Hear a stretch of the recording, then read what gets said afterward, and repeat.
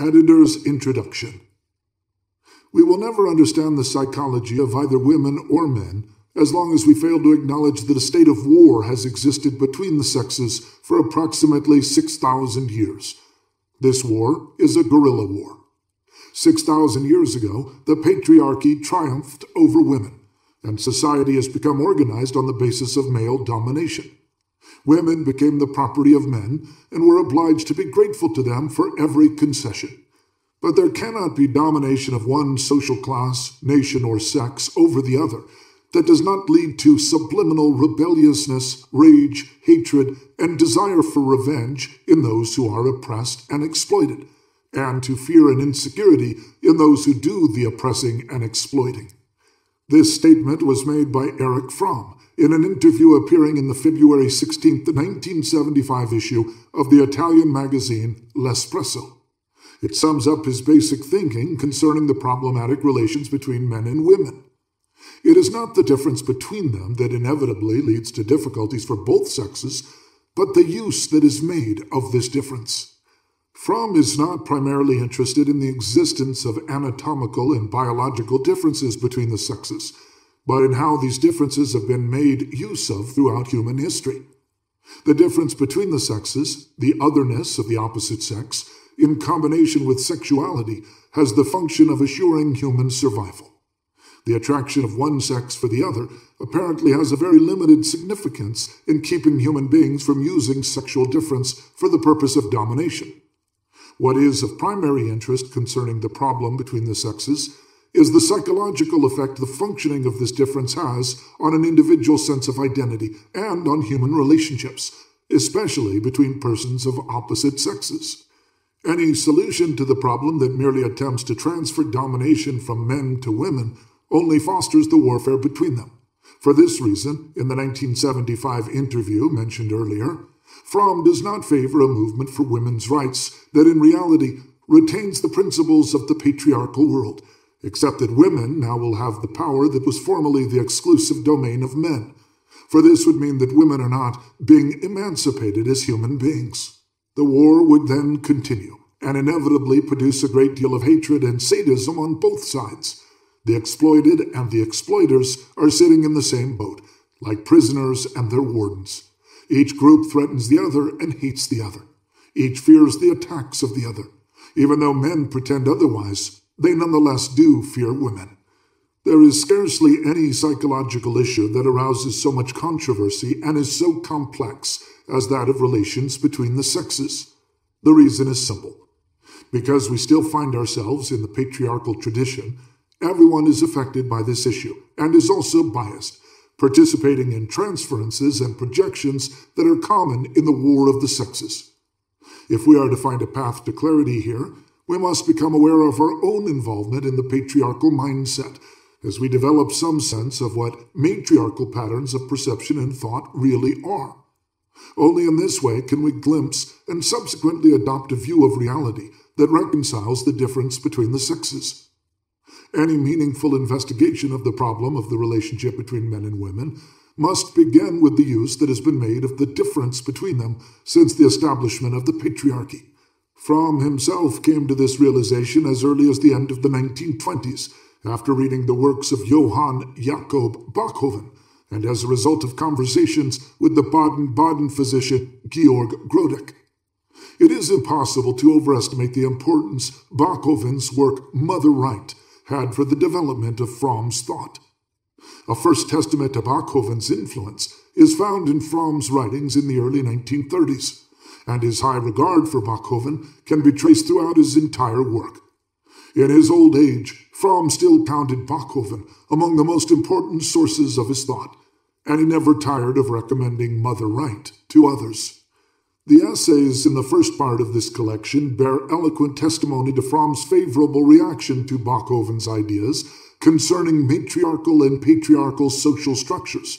He not only demonstrates his enthusiasm for Bachofen's views, but also shows himself to be a prophetic thinker who recognized the central importance of his problems inherent in relations between men and women, which have become such a burning issue today. I should like to comment on two essays from Part 1 that are published here for the first time. Bachhoven's discovery of the mother right was found posthumously in manuscript form in English among Fromm's professional papers. It was written in the mid-1950s as an introduction to a projected English translation of Bachhoven's Mother Right that apparently didn't materialize at the time. It was not until 1967 that the Bollingen Foundation sponsored the translation of Bachhoven's main works. Fromm's introduction, originally entitled Bachhoven's Significance for Today, was subsequently forgotten and never published by its author. It was only recently that I discovered the essay, The Male Creation, in the portion of Fromm's papers to be found in the New York Public Library. It was handwritten in German. The date of 1933 assigned to it is not certain. The manuscript's explicit mention of American as well as European culture leads one to suspect that the piece was written in the first few months after Fromm's emigration to the United States. In his later works, he returns again and again to the comparison presented in this essay between the biblical and the Babylonian creation myths. Matriarchal and patriarchal social structures determine relationships between the sexes in essential ways. Yet they are not the only determining factors. In the second part of the present volume, Fromm investigates whether there is a connection between sex and character. His essay of 1943 on this subject attempts to demonstrate that biological differences between men and women lead to certain characterological ones. His discussion focuses on the differing roles of male and female in sexual intercourse and the resulting characterological differences. These differences, of course, are intertwined with those produced directly by social factors, which are much stronger in their effect and can either increase, eliminate, or reverse biologically rooted differences. In 1948, Fromm added important passages to this essay, which are included for the first time in the version presented here.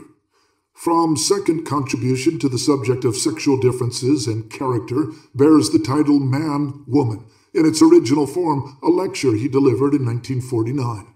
Published in 1951, it represents a theoretical departure from the essay Sex and Character, in that Fromm no longer attempts to deduce characterological differences between men and women from biological factors, but states in lapidary fashion that it is not true that the differences in the relationship between man and woman are essentially due to the difference in sex. What matters first and foremost is that it is a relationship between human beings. And this relationship is defined by the dominant social character at the time. The dominant social character of our time is distinguished by the fact that people no longer look to their intrinsic individuality and their sex-specific essence for fulfillment, but are governed by the market, by success, by the expectations of others, by the role assigned them. The market demands that our male or female roles become obscured. There is very little of a sex-specific nature left in the relationship between men and women. Fromm believes the difference between the sexes is shaped by matriarchal and patriarchal social structures, as well as by the dominant orientation of the social character at a given time. This has far-reaching consequences for the role of, as well as our view of, sexuality in the context of sexual differences. The third section of this book treats the connection between gender and sexuality in two essays. The first, Sex and Character, was written in 1948 in response to the publication of the Kinsey Report, although Fromm deals with that report only peripherally. Contrary to Freud, who traces the character of a man or woman back to the direction the sex drive took in childhood, Fromm explains the connection in exactly opposite terms. In my view, sexual behavior is not the cause, but the effect of a person's character structure. It is not the bed that determines the success or failure of a relationship, but the nature of the relationship, the characterological orientation that determines sexual behavior. Sex-specific problems thus do not result from the difference between the sexes, but are primarily the expression of the particular manner in which two people relate to each other. The problems in relationships between men and women that accompany sexual differences are not primarily a result of the latter. Rather, these differences are used as a means to gratify passions, character traits, such as domination and submission, love and hatred. Therefore, the most important question concerning relations between the sexes is which characterological orientation determines human relationships, love or hate, love of life, or fascination with force. The fourth section of this book deals with these basic orientations. The article Selfishness and Self-Love appeared in the journal Psychiatry in 1939, and except for its first part, which Fromm included in his book Man for Himself, 1947, it received no notice. Yet it is among his most important essays. Here he develops, long before the exponents of a psychology of the self and the theory of narcissism, a theory of the self in which, unlike Freud, he maintains that one's relatedness to oneself always corresponds to one's relatedness to others. Instead of assuming competition between self-love and love of others, Fromm posits a correspondence and correlation between relatedness to self and relatedness to objects, emphasizing the need for a positive relatedness to oneself, namely self-love. Only when this need has been thwarted do selfishness and narcissism arise as forms of compensation for the lack of self-love. He finds that the same logic connecting love of self and love of others applies to hate, and he speaks of both a reactive and a character-conditioned hate. Surprising here is the clarity in which Fromm, in 1939, shed light on the psychological roots of National Socialism in Germany. Dividing Fromm's essay into sections with headings is my addition. Love and hate are basic character orientations. They shape relations between the sexes. In the course of the 20th century, love and hate have taken on a much more comprehensive and also a more precise significance. Not simply love, but love for life itself, for what grows and develops, biophilia. Hate, too, has reached beyond itself. It has become the desire for destruction for its own sake, attraction to all that is lifeless, fascination with violence, love for what is dead, necrophilia. This is the subject of the last essay in this volume, which appeared in an American periodical in 1967. It will not be the gender conflict which will determine humanity's future, but whether we opt for love of life or love of death. This is what will rule our relationships, including those between the sexes. Love of life, however, is difficult to experience in a culture that emphasizes results instead of processes, things instead of life, that makes means into ends, and teaches us to use the brain when the heart should be involved. Love for another person and love for life are not something that can be achieved in a hurry. Sex, yes, but not love. Love requires pleasure in stillness, an ability to enjoy being instead of doing, having, or using. Rainer Funk, translated by Hunter Hanoum and Hildegard Hanoum. Mother Right and Male Creation. 1. Bachoven's discovery of the mother right.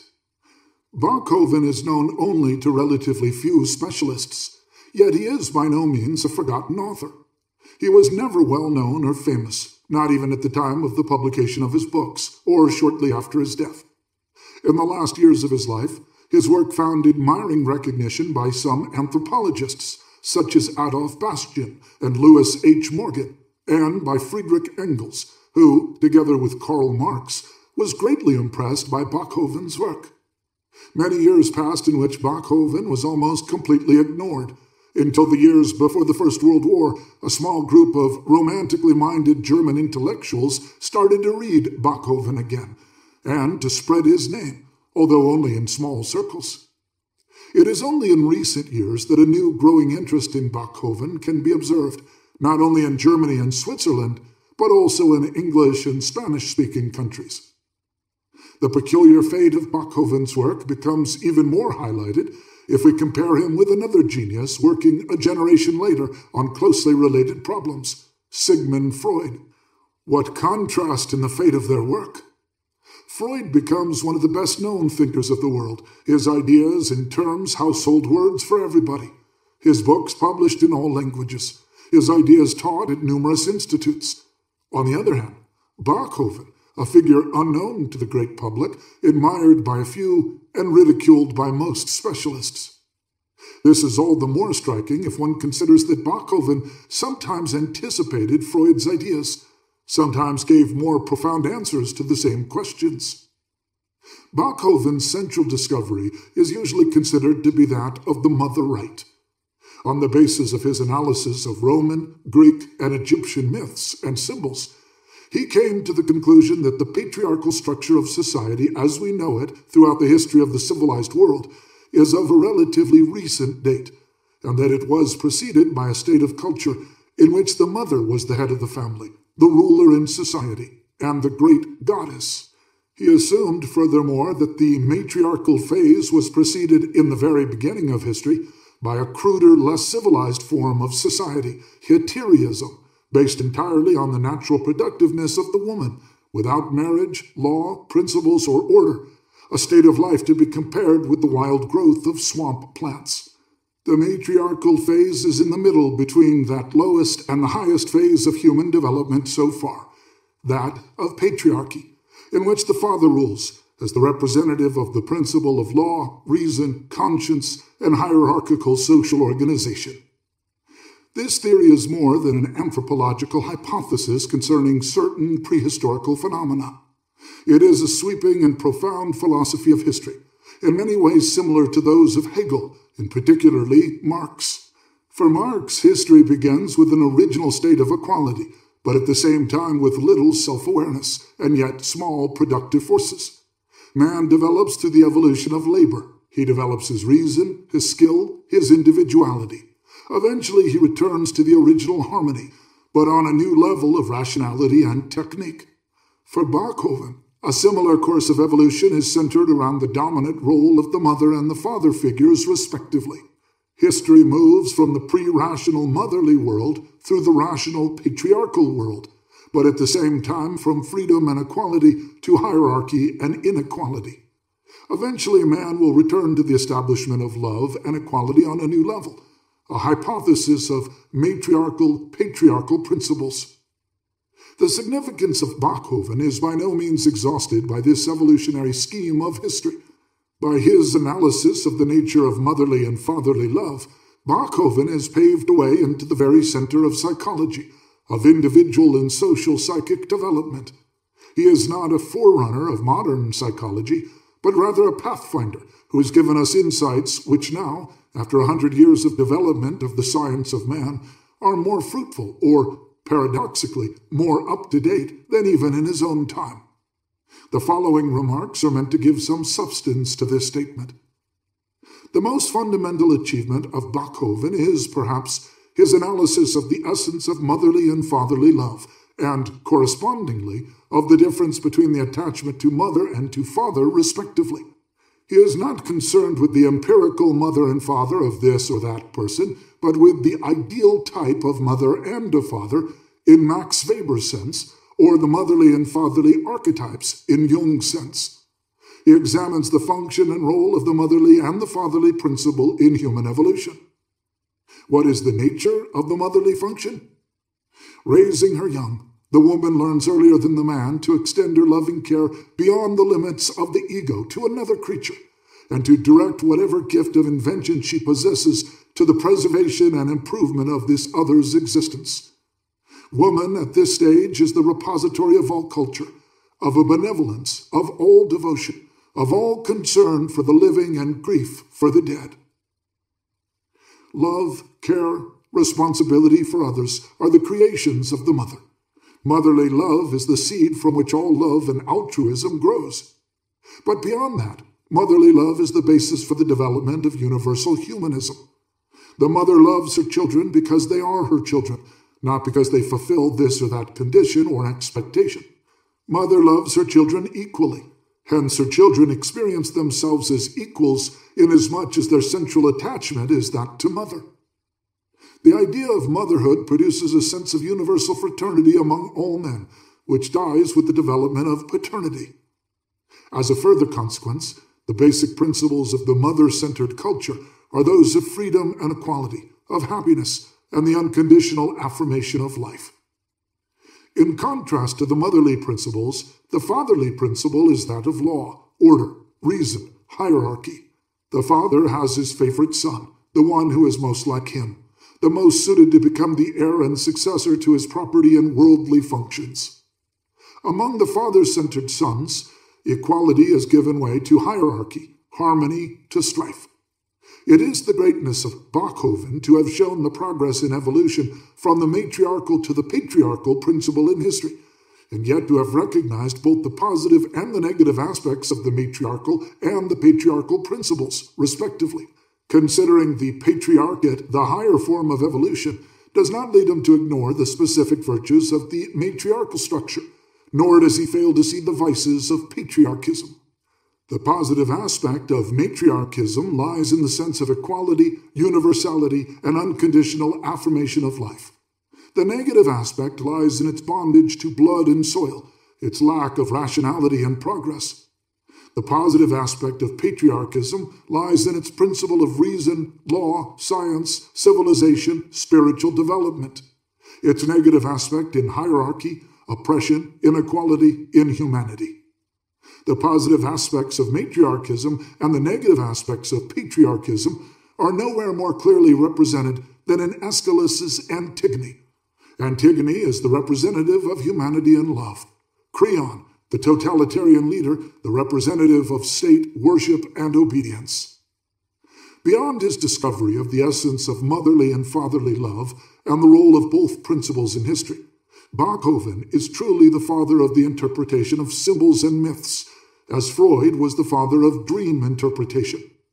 To be sure, Bachofen's interest in the myth was part of an interest he shared with romantics such as Karl Ottfried Müller, Joseph von Geras, or Georg Friedrich Kreutzer. But Bachofen is of a truly genial originality in his method of uncovering the unconscious behind the latent content of the myth. With painstaking attention to the detail of the myth, Bachofen succeeds in following through from this surface to the deepest unconscious roots and motivations of the myth. He had a gift of intuiting and then proving the meaning of symbols rarely to be found in other scholars. Anyone who wants to learn the understanding of the richness and subtlety of symbolism can hardly find a better teacher than Bachofen in his myth interpretations. In reading, for instance, the chapter on the egg symbols, one will not only understand the depth and subtlety necessary for the interpretation of the symbol, but also the extraordinary patience and love for his subject, which characterizes every one of Bachofen's steps in unraveling the meaning of a symbol or a myth. Bachofen himself was quite aware of the richness and depth of the myth, which permits not only of one correct interpretation, but of several, according to the depth of understanding one has arrived at. The myth, the exegesis of the symbol, is the product of a cultural period in which life had not yet broken away from the harmony of nature. The myth has its own laws, and once one knows these laws, its understanding has the same objective and rational validity as that of any other historical phenomenon. This leads us to consider Bachofen's method and approach to the interpretation of myths and symbols. First, and perhaps most important, Bachofen is not impressed by existing opinions. He is clearly aware of the opposition his theories will provoke. This contrast, which indeed could scarcely be more radical, exerts a profound effect both on our methods and on our findings. The findings carry us back to historical facts, which a dogmatic prejudice regards as no longer valid, and which are nevertheless essential to any general understanding of history.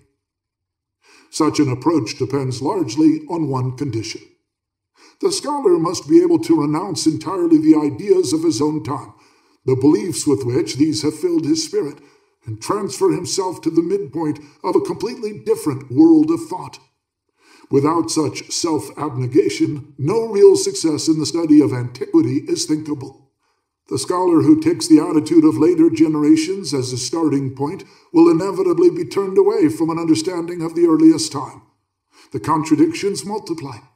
When it seems impossible to explain a phenomenon, the only way out seems to be to doubt and ultimately deny its existence. And that is why the scholarship and criticism of our time produces so few great and lasting results. True criticism resides in the material itself, and knows no other standard than its own objective law, no other aim than to understand the alien system, no other test than the number of phenomena which its basic principle explains.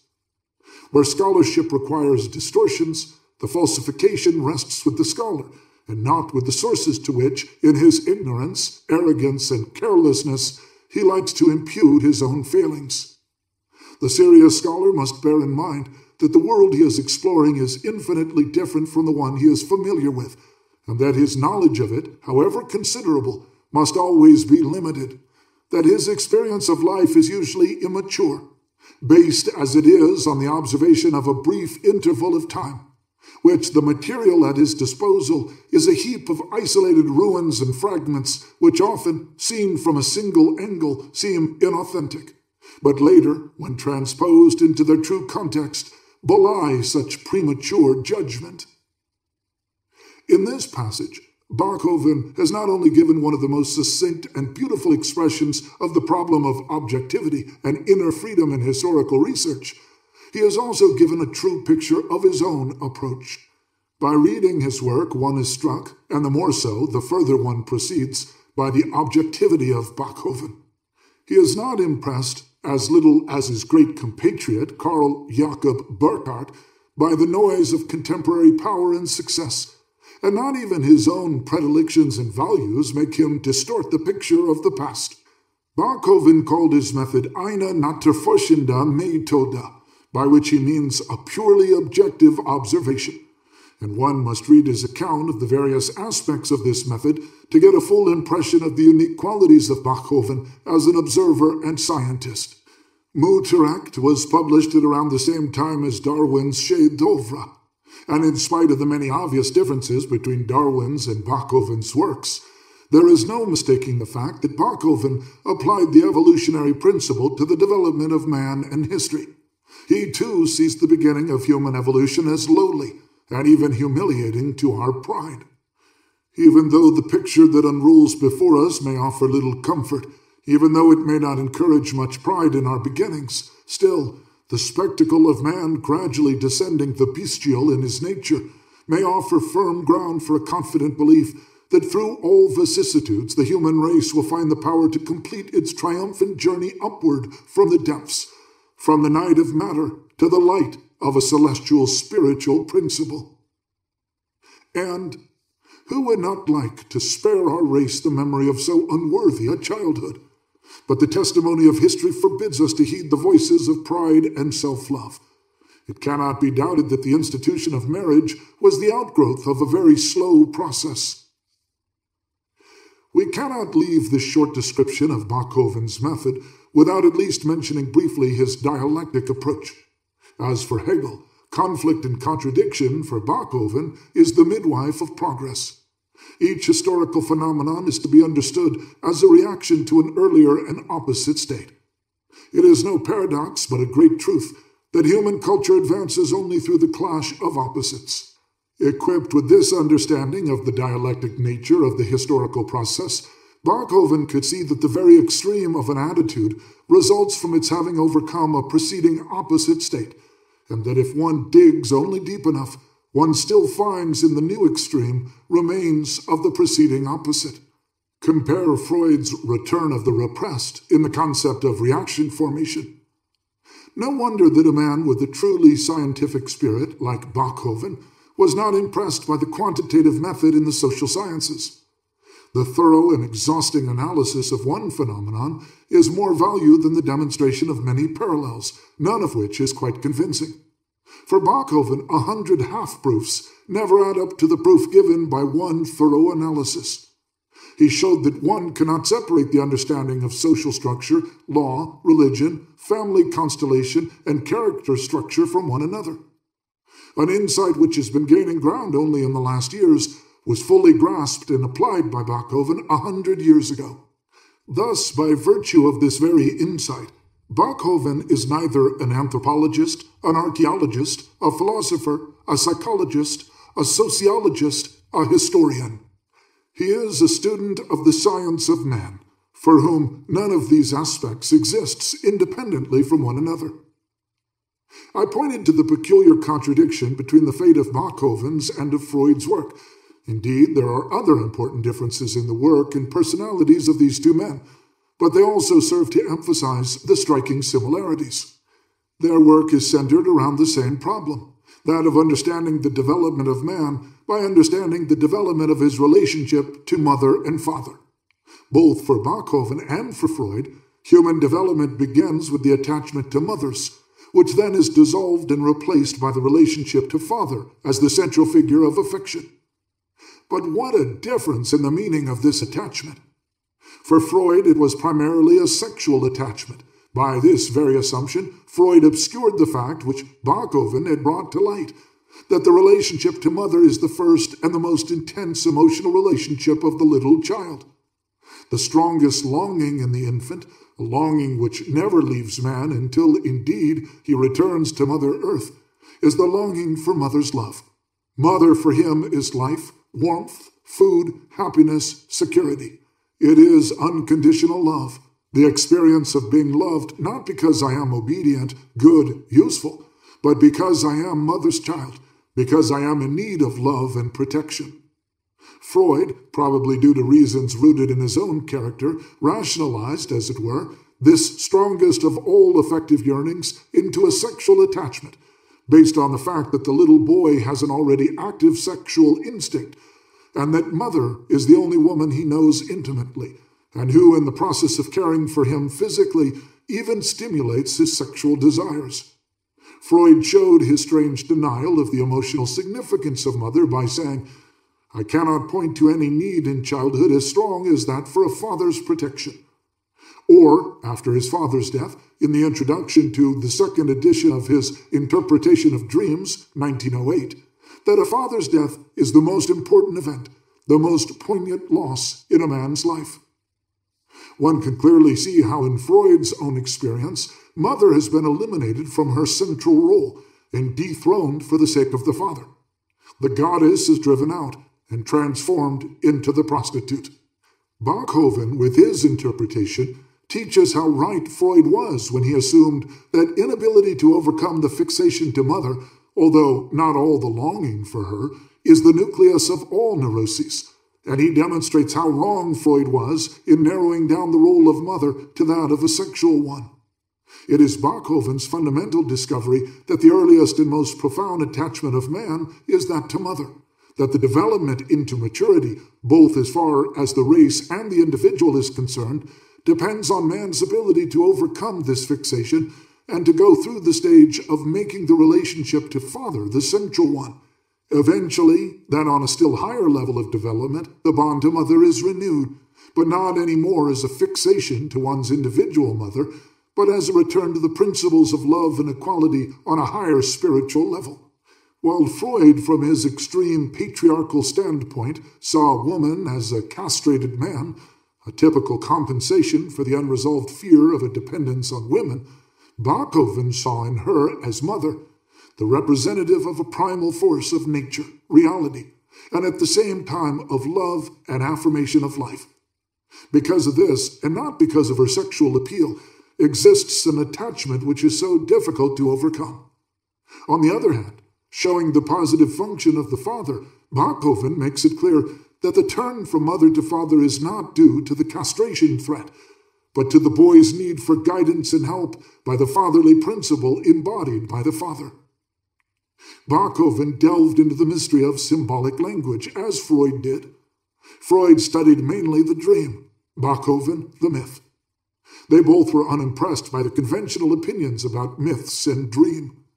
They both were looking for the hidden, latent, unconscious meaning of dreams and myths.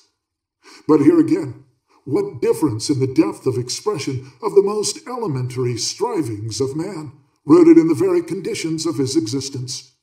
Freud restricting the meaning much too often to sexuality or to connections, and often trivial ones, brought about by free association. Again, both Bachofen and Freud are concerned with the relationship among history, religion, and psychology. Bachofen sees the evolution of the human race as one of emergence from the tie to mother that makes a construction of matriarchal society as preceding the patriarchal cultures known to us. Freud, on the contrary, lets history and human evolution begin with the father-dominated herd and the rebellion of the sons against the father. The theoretical similarities and differences between Bachofen and Freud only mirrored the similarities and differences of their personalities. Both were men of genius with an unquenchable passion for the truth, an insatiable interest in the hidden, mysterious underworld of the spirit. Yet what differences! Bachofen, the Swiss patrician, religious, conservative, and anti-liberal. Freud, the Viennese Jew, liberal, anti-religious, rationalistic. Yet these differences cover up others which are not less significant. Bachofen, though extremely conservative and deeply suspicious of modern progress, was a man of profound faith in the future of the human race. He believed that the beginning and the end of human affairs show a peculiar similarity, and that the end is the return to the beginning on a higher level of development. The principles of matriarchy are not simply to disappear, but will be conserved, aufgehoben in Hegel's sense, and united with the principles of patriarchy in a new synthesis. These are Bachofen's own words in which he describes his faith in the development of the human race. One great law governs the judicial development of man. It advances from the material to the immaterial, from the physical to the metaphysical, from Taylorism to spirituality. The ultimate goal can be attained only through the united effort of all peoples and ages, but attained, it assuredly will be, despite all ups and downs. What begins materially must end immaterially. At the end of all juridical development, there stands a new jus naturale, now not of matter, but of spirit, an ultimate justice which will be universal, just as the primordial justice was universal, which, like the primordial law, will be free from all arbitrariness, dictated by the things themselves, not invented but discovered by man, just as the primordial physical law appeared as an immanent material order. The Persians believed that there would someday be one justice and one language. When Ahriman is destroyed, the earth will be flat and level, and happy mankind will have one mode of life, one form of government, and one language. This last justice expresses the pure radiance of the good principle. It is not Tellurian, like the bloody dark justice of the first material era, but celestial and luminous, the perfect law of Zeus. But its ultimate sublimation must also imply its dissolution. Through liberation from all material admixture, law becomes love. Love is the highest justice, and this justice again appears in the dual, but not like the old Tellurian justice, in the duality of conflict and never-ending annihilation.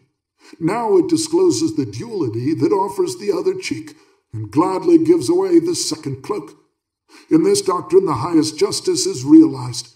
Its perfection transcends even the concept of justice, and so becomes the ultimate and complete negation of matter, the resolution of all dissonance.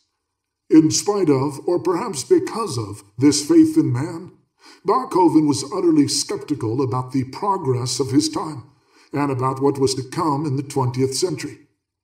Here is a prediction regarding the future of the world, written in 1869, which shows the prophetic clarity with which Bachofen could see the future, the same intuitive clarity with which he saw the past.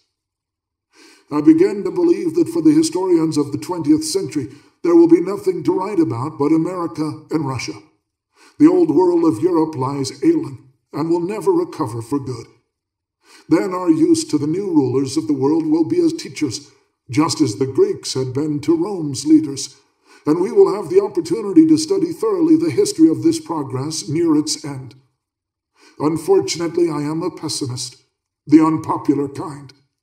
Freud's political attitude is the opposite in a paradoxical manner. He, the liberal, has little faith in the future of mankind.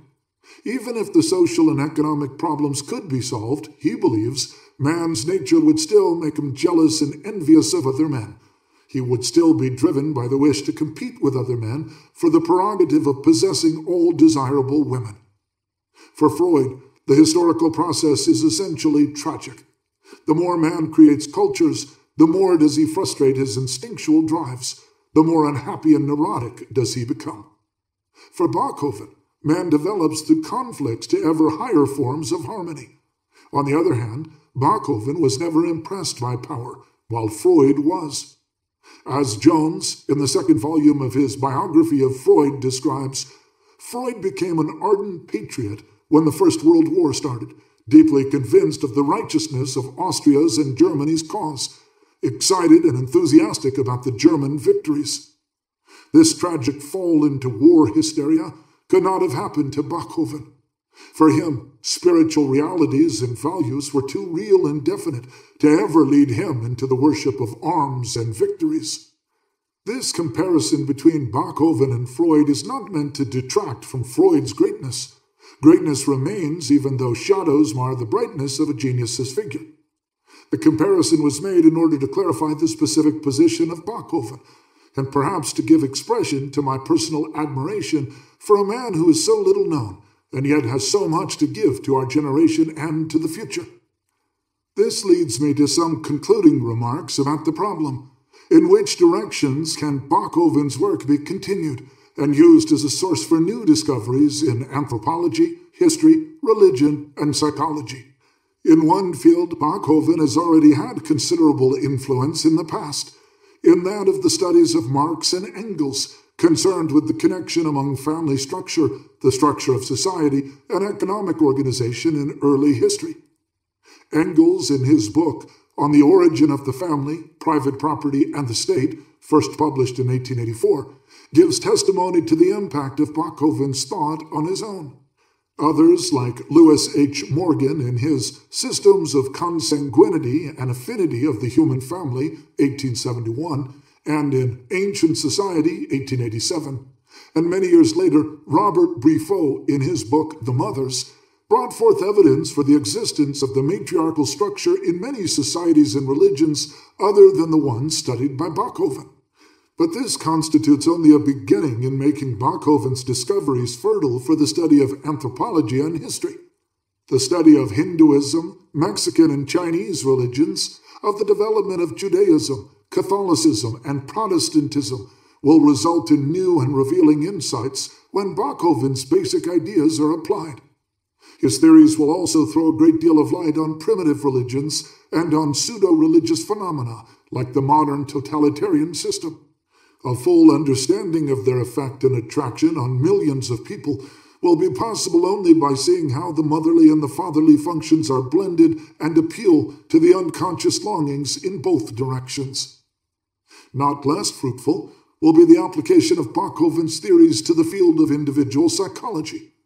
It will lead to the necessary correction of Freud's concept of incest and the Oedipus complex, and to the deepening of Jung's findings in the same area. It will, I believe, help to arrive at a typology differentiating people between mother-centered and father-centered characters, both with their particular history and their specific virtues and vices.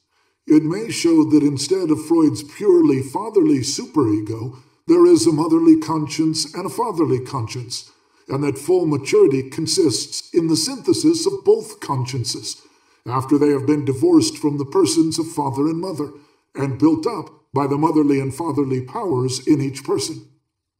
Beyond that, Bachofen's findings will contribute to new insights in the field of psychopathology. One might discover that the mother-centered person suffers from certain forms of mental illness different from the father-centered person. A new light may be thrown on depressions, on certain forms of character neuroses of the receptive type on the one hand, and of obsessional neuroses and paranoia on the other. As one who has himself tried to apply, in a most limited way, Bachofen's findings to the problems of anthropology and psychology, I can only state that, in my opinion, the wealth of suggestions contained in Bachofen's work has not even begun to be touched. Not that I believe that all his theories were correct. The history of ideas is the history of errors, and Bachofen is no exception to this rule. But what matters is the kernel of truth in an idea, and the fruitfulness of this very kernel for future thought. In this respect, Bachofen is one of the most fruitful and most advanced thinkers. 2. The theory of mother right and its relevance for social psychology. Bachofen's Mother Right, first published in 1861, shared a remarkable destiny with two other scholarly publications that appeared about the same time. Darwin's Origin of Species, and Marx's Critique of Political Economy, both in 1859.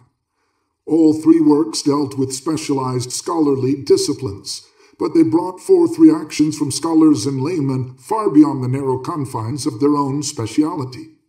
As far as Marx and Darwin are concerned, this fact is obvious and calls for no further comment. The case of Bachofen is more complicated for several reasons. First of all, the problem of matriarchy seems to have far less to do with matters that were vital to the maintenance of bourgeois society.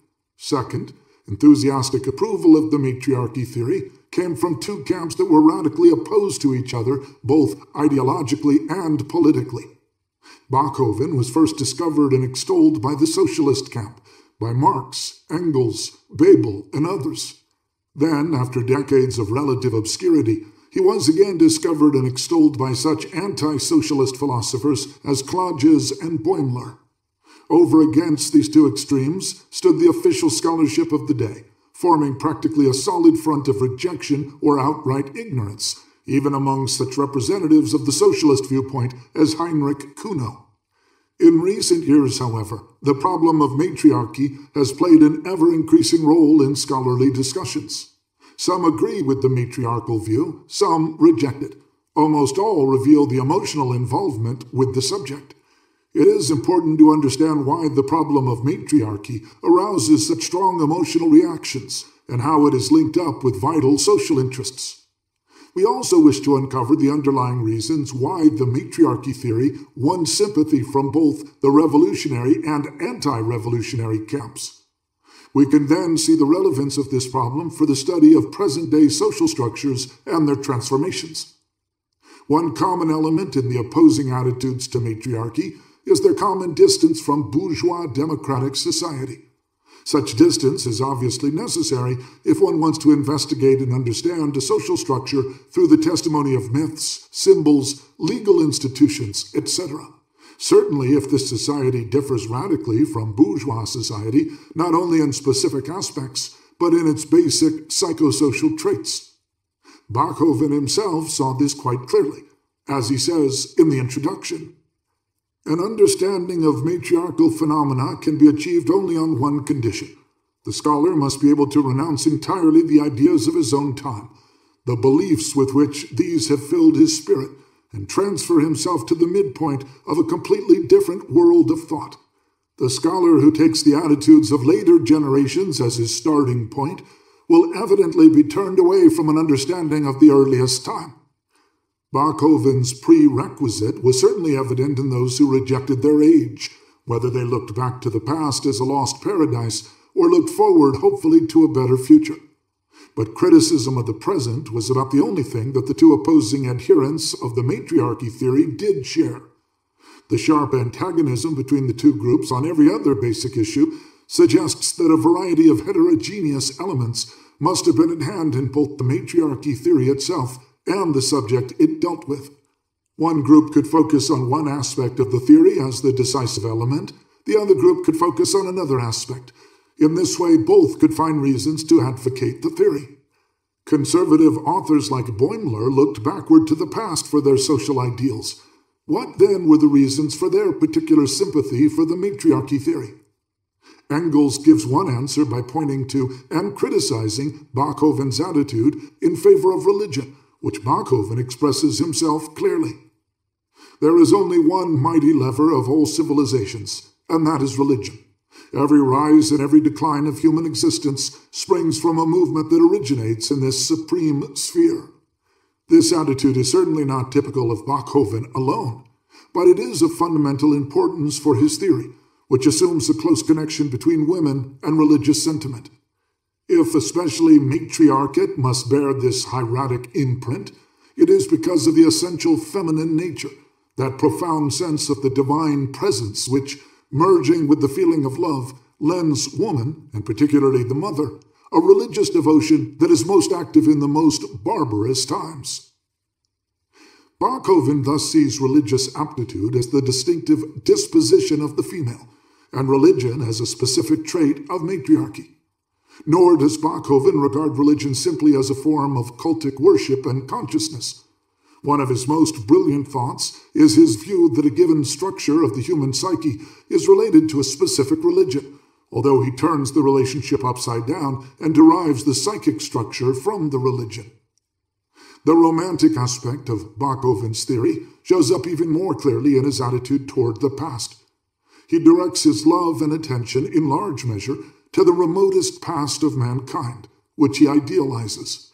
Even more significant, he sees respect for the dead as one of the most basic and admirable traits of matriarchal cultures. In his treatment of the Lycian matriarchy, he notes that the whole lifestyle of a nation can be seen in its attitude toward the world of the dead. Worship of the dead is inseparable from respect for one's ancestors, and the latter is inseparable from love for tradition and a past-oriented outlook. Deeply rooted in the maternal Tellurian mystery cults, he finds an emphatic accentuation of the dark, deadly side of nature's life, which is characteristic of the matriarchal outlook. Boimler clearly points out the difference between the romantic and the revolutionary outlook in this respect. If a person wants to understand myths, he must have a deep feeling for the power of the past. In like manner, if a person wants to understand revolutions and revolutionaries, he must have a profound awareness of the future and its potential. To understand the exact nature of this outlook, a person must clearly see that it is not the only possible conception of history. From a deep feeling for the future, one may fashion another conception of history, one that involves active, masculine effort, conscious activity, and revolutionary ideals. In the latter framework, man stands free and unshackled in the present and creates the future out of nothing. In the former framework, man is enfolded in the whole cycle of birth, in the transmission of blood descent and time-honored customs. He is a member of some whole that loses itself in the unknown recesses of the past. The dead will be there, if the living so resolve. They are not dead and gone forever from the earth. All one's ancestors still exist. They continue to advise and act in the community of their descendants. In Bachoven's conception of the matriarchal psychic structure and the chthonic religion related to it, the decisive feature is the attitude of matriarchal society toward nature, its orientation toward material things as opposed to intellectual and spiritual realities. Matriarchy is bound up with matter and a religious stage of development that acknowledges only corporeal life. The triumph of paternity brings with it the liberation of the spirit from the manifestations of nature, a sublimation of human existence over the laws of material life. While the principle of motherhood is common to all spheres of Tellurian life, man, by the preponderant position he accords to the begetting potency, emerges from this relationship and becomes conscious of his higher calling. Spiritual life rises over corporeal existence, and the relationship with the lower spheres of existence is restricted to the physical aspect. Maternity pertains to the physical side of man, the only thing he shares with the animals. The paternal spiritual principle belongs to him alone. Here he breaks through the bonds of Tellurism and lifts his eyes to the higher regions of the cosmos. Two traits, therefore, characterize the relationship of matriarchal society to nature: passive surrender to nature and recognition of natural and biological values, as opposed to intellectual ones. Like the mother, nature is the center of matriarchal culture, and mankind ever remains a helpless child in the face of nature. In the former, that is, matriarchal culture, we have confinement to matter. In the latter, that is, patriarchal culture, we have intellectual and spiritual development. In the former, we have unconscious lawfulness. In the latter, individualism. In the former, we find abandonment to nature. In the latter, we find exaltation above nature, a breaking of the old barriers, and the painful strivings of Promethean life replacing the constant rest, peaceful pleasure, and eternal infantilism in an aging body. The mother's free giving is the exalted hope of the Demeter mystery, which is perceived in the fate of the grain seed. Hellenic man, on the contrary, wants to win everything, even the most exalted heights on his own. In struggle, he becomes aware of his fatherly nature and raises himself above materialism to which he had once completely belonged, and struggles toward his own divinization. No longer does he look for the spring of immortality in the childbearing woman. Now he looks for it in the male creative principle, on which he bestows the divinity that was once accorded only to motherhood. The value system of matriarchal culture fits in with this passive surrender to mother, nature, and earth, and to their central role. Only the natural and biological are worthwhile. The spiritual, cultural, and rational are worthless. Bachofen developed this line of thought most clearly and completely in his concept of justice. In contrast with bourgeois natural law, where nature is patriarchal society turned to an absolute, matriarchal natural law is characterized by the dominance of instinctual, natural, blood-based values. In matriarchal law, there is no logical, reasonable balancing of guilt and atonement. It is dominated by the natural principle of the talion, of returning like for like. This exclusive respect for the bonds of blood in matriarchal natural law is shown most impressively by Bachofen in his interpretation of Aeschylus's Oresteia. For the sake of her lover Aegisthus, Clytemnestra slew her husband Agamemnon on his return from the Trojan War. Orestes, the son of Agamemnon and Clytemnestra, avenged this marital murder by slaying his mother. The Erinyes, or Furies, the ancient maternal goddesses who are now overthrown, pursue Orestes for his deed. On the other hand, he is defended by the new divinities of victorious patriarchy, Apollo and Athena, who sprang from the head of Zeus rather than from a mother's womb. What is the essential conflict here? For matriarchal law, there is only one crime, the violation of the blood bond. The Erinyes do not pursue the faithless wife because she was not related by blood to the man she slew. Infidelity, however foul, does not concern the Erinyes. But when a person violates the ties of blood, no reasoned balancing of justifiable or excusable motivation can spare the doer from the merciless severity of the natural lex talionis. Gynecocracy is the realm of love and the blood bond, as opposed to the male Apollonian realm of consciously deliberated action. Its categories are tradition, generation, and living interconnectedness through blood and procreation. These categories are used in a concrete sense in Bachofen's work.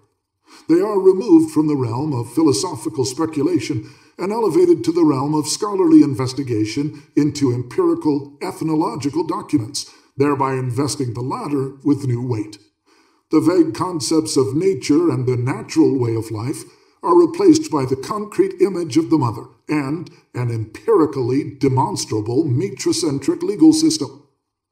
Bachofen did not simply share the Romanticists' past-oriented and nature-centered outlook. He adopted one of the most fertile ideas of Romanticism as central to his work and developed it far beyond what it had meant in Romantic philosophy. This idea was the distinction between masculine and feminine, which were seen as two qualities that were radically different, both in organic nature and in the psychic, spiritual, and intellectual realms. With this conception, the Romantics, and a few representatives of German idealism, stood in sharp opposition to popular ideas that had been espoused in the 17th and 18th centuries, especially in France. The central point of the earlier theories was summed up in the phrase, "Souls have no sex." A whole series of books had examined the man-woman relationship, and the conclusion was always the same. Male and female did not represent qualities that were distinctly embedded in the intellect and psyche. Whether psychic differences were to be found between men and women were to be explained simply and solely in terms of their different training and education. It was this factor that made men and women different, even as it made one group different from another in social life.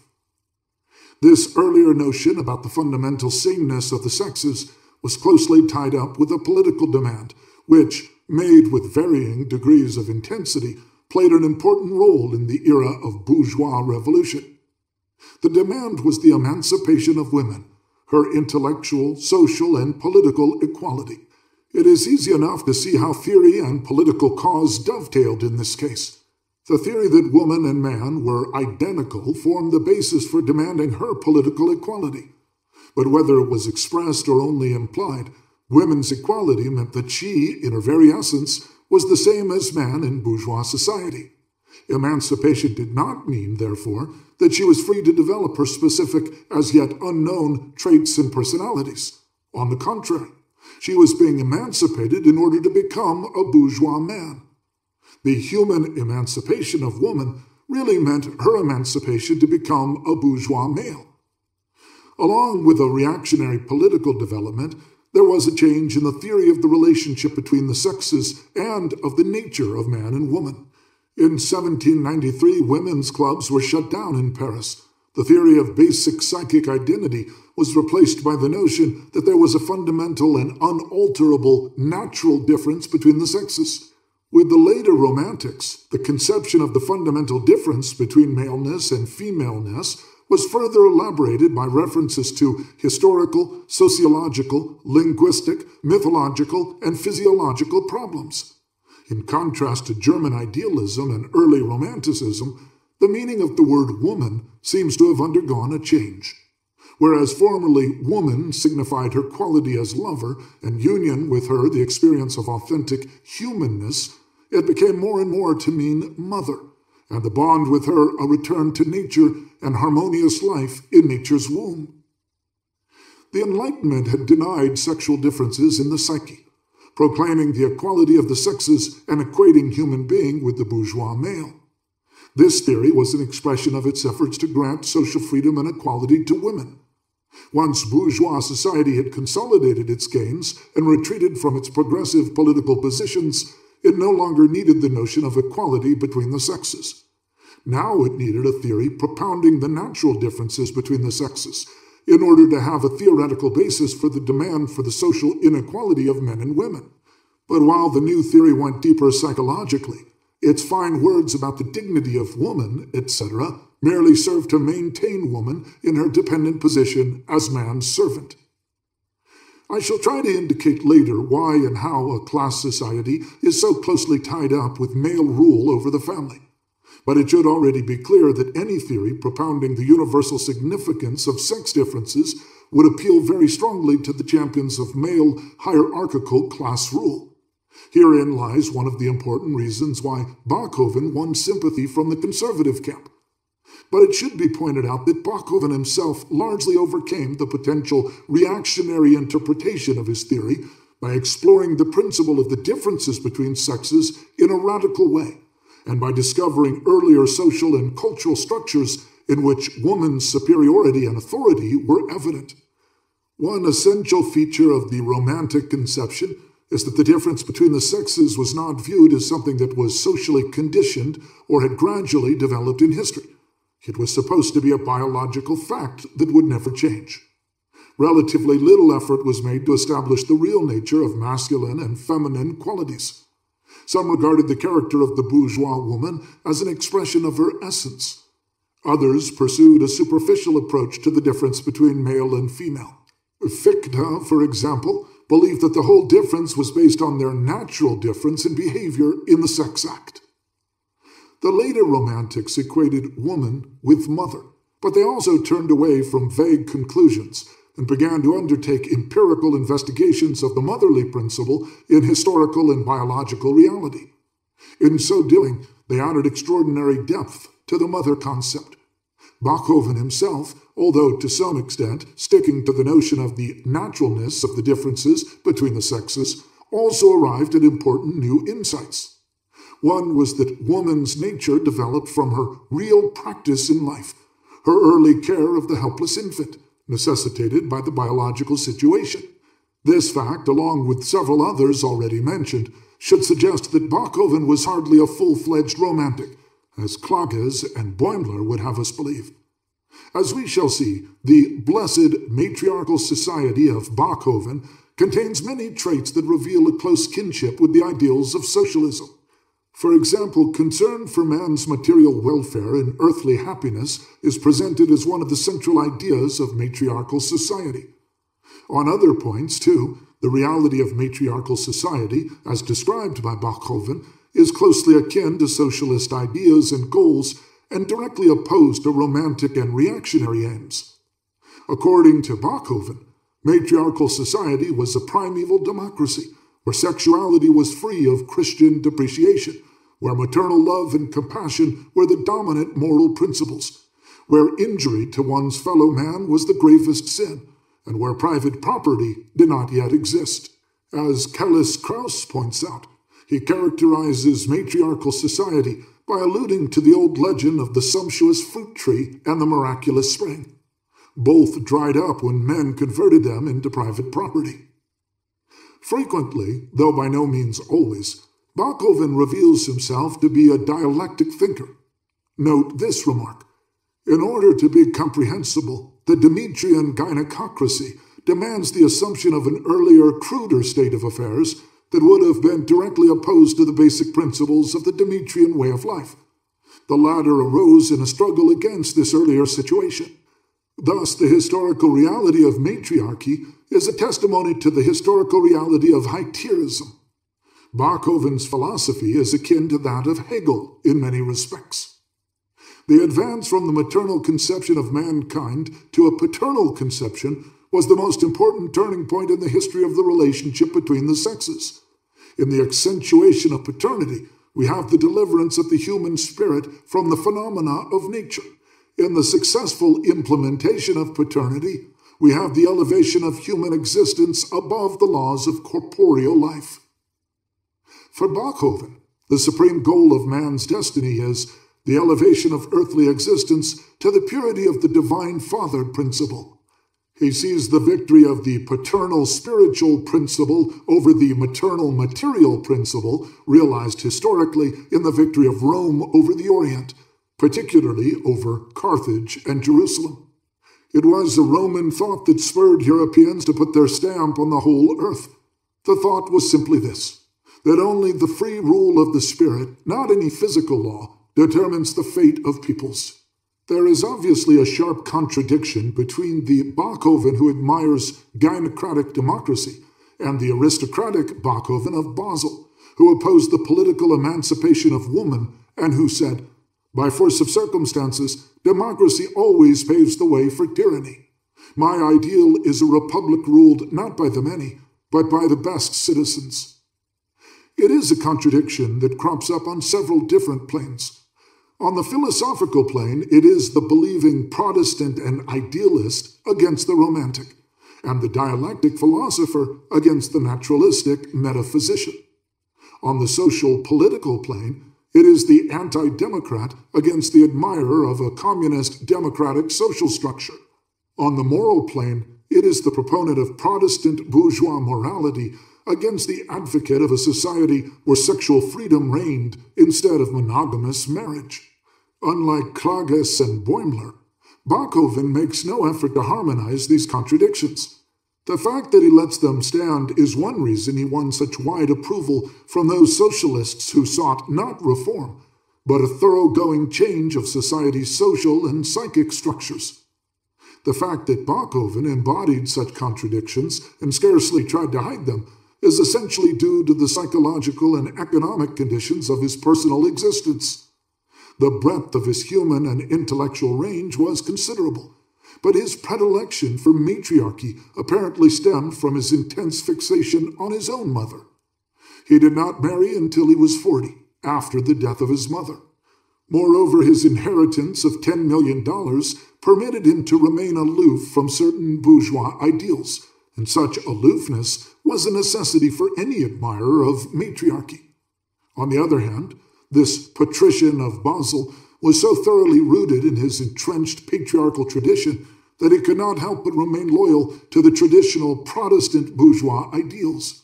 Neo-romantics such as Schuller, Klages, and Boimler saw only the Bachofen who propounded irrationalism, surrender to nature, and the exclusive rule of naturalist values based on the blood bond and earthly ties.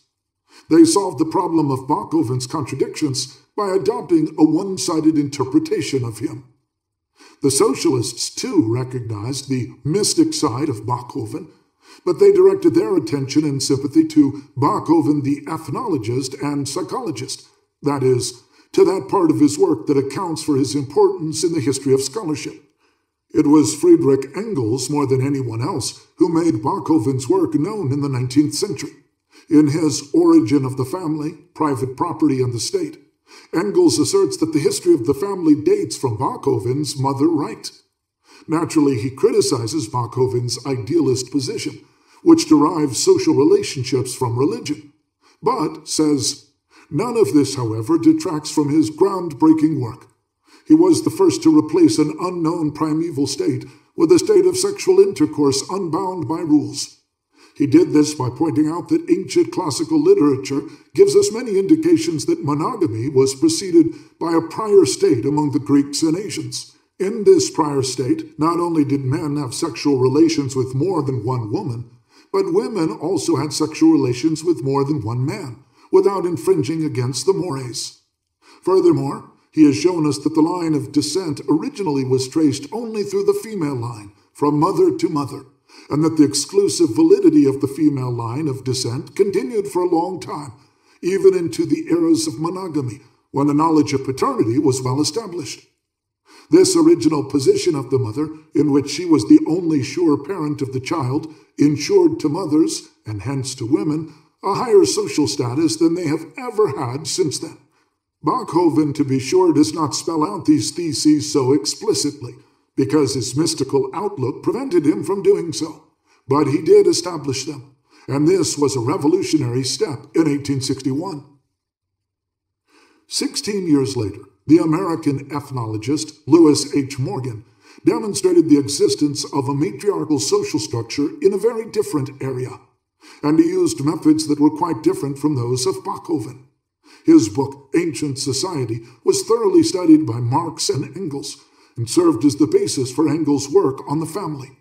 Commenting on the matriarchal gens discovered by Morgan, Engels remarked that it had the same significance for prehistory that Darwin's theory of evolution had for biology, and that Marx's theory of surplus work had for political economy. There could be no higher praise from Engels, who went on to say, the matriarchal gens have become the central point around which the whole science turns. We now know where to look, what to look for, and how to organize and group our findings. It was not only Engels who was impressed by the discovery of matriarchy. Marx left behind a whole series of critical notes, which Engels utilized in his work. Bebel grounded his socialist bestseller, Die Frau und der Sozialismus, Woman and Socialism, on the theory of matriarchate. Similarly, Marx's son-in-law, Paul Lafarga, wrote about the awesome role of priestess and guardian of the mysteries that women had in the primitive community, and her attaining this role again in a future society. Kellis Krauss asserted that Bachoven dug under the bourgeois Renaissance and unearthed the precious seeds of a new revolutionary Renaissance, the Renaissance of the communist spirit. What accounts for the socialists' favorable attitude toward the matriarchal theory? The first thing, as we noted earlier in connection with the Romantics, was their emotional and ideological distance from bourgeois society. Bachoven had pointed out the relativity of existing societal relationships. He had underlined the fact that monogamous marriage was not an eternal natural institution at all. Such a view could only be welcomed by a theory and political activity that advocated a fundamental change of the existing social structure. In Bachoven's own political position, this was a problematic aspect of his theory. The exclusivity of the marital bond seemed so indispensable, so intimately tied up with the nobility of human nature and its lofty vocation, that most people regard it as the original state of affairs. The assertion that there were deeper, unfettered relations between the sexes is regarded as a dismally erroneous or useless speculation on the beginnings of human existence. So it is sloughed off as a bad dream. Who wouldn't like to adopt the common view, to spare our species from the painful memory of its shameful early days? But the evidence of history prevents us from giving in to the promptings of pride and egotism, from doubting the painfully slow progress of man toward higher marital morality. Aside from the fact that the theory of matriarchy underlined the relativity of the bourgeois social structure, its very special content could not but win the sympathy of Marxists. First of all, it had discovered a period when woman had been the authority and focal point of society, rather than the slave of man and an object for barter. This lent important support to the struggle for woman's political and social emancipation. The great battle of the 18th century had to be picked up afresh by those who were fighting for a classless society. In terms of its psychosocial foundations, the patriarchal social structure is closely bound up with the class character of present-day society. This society is based, to an important degree, on specific psychic attitudes that are partially rooted in unconscious drives, and these psychic attitudes effectively complement the external coerciveness of the governmental apparatus.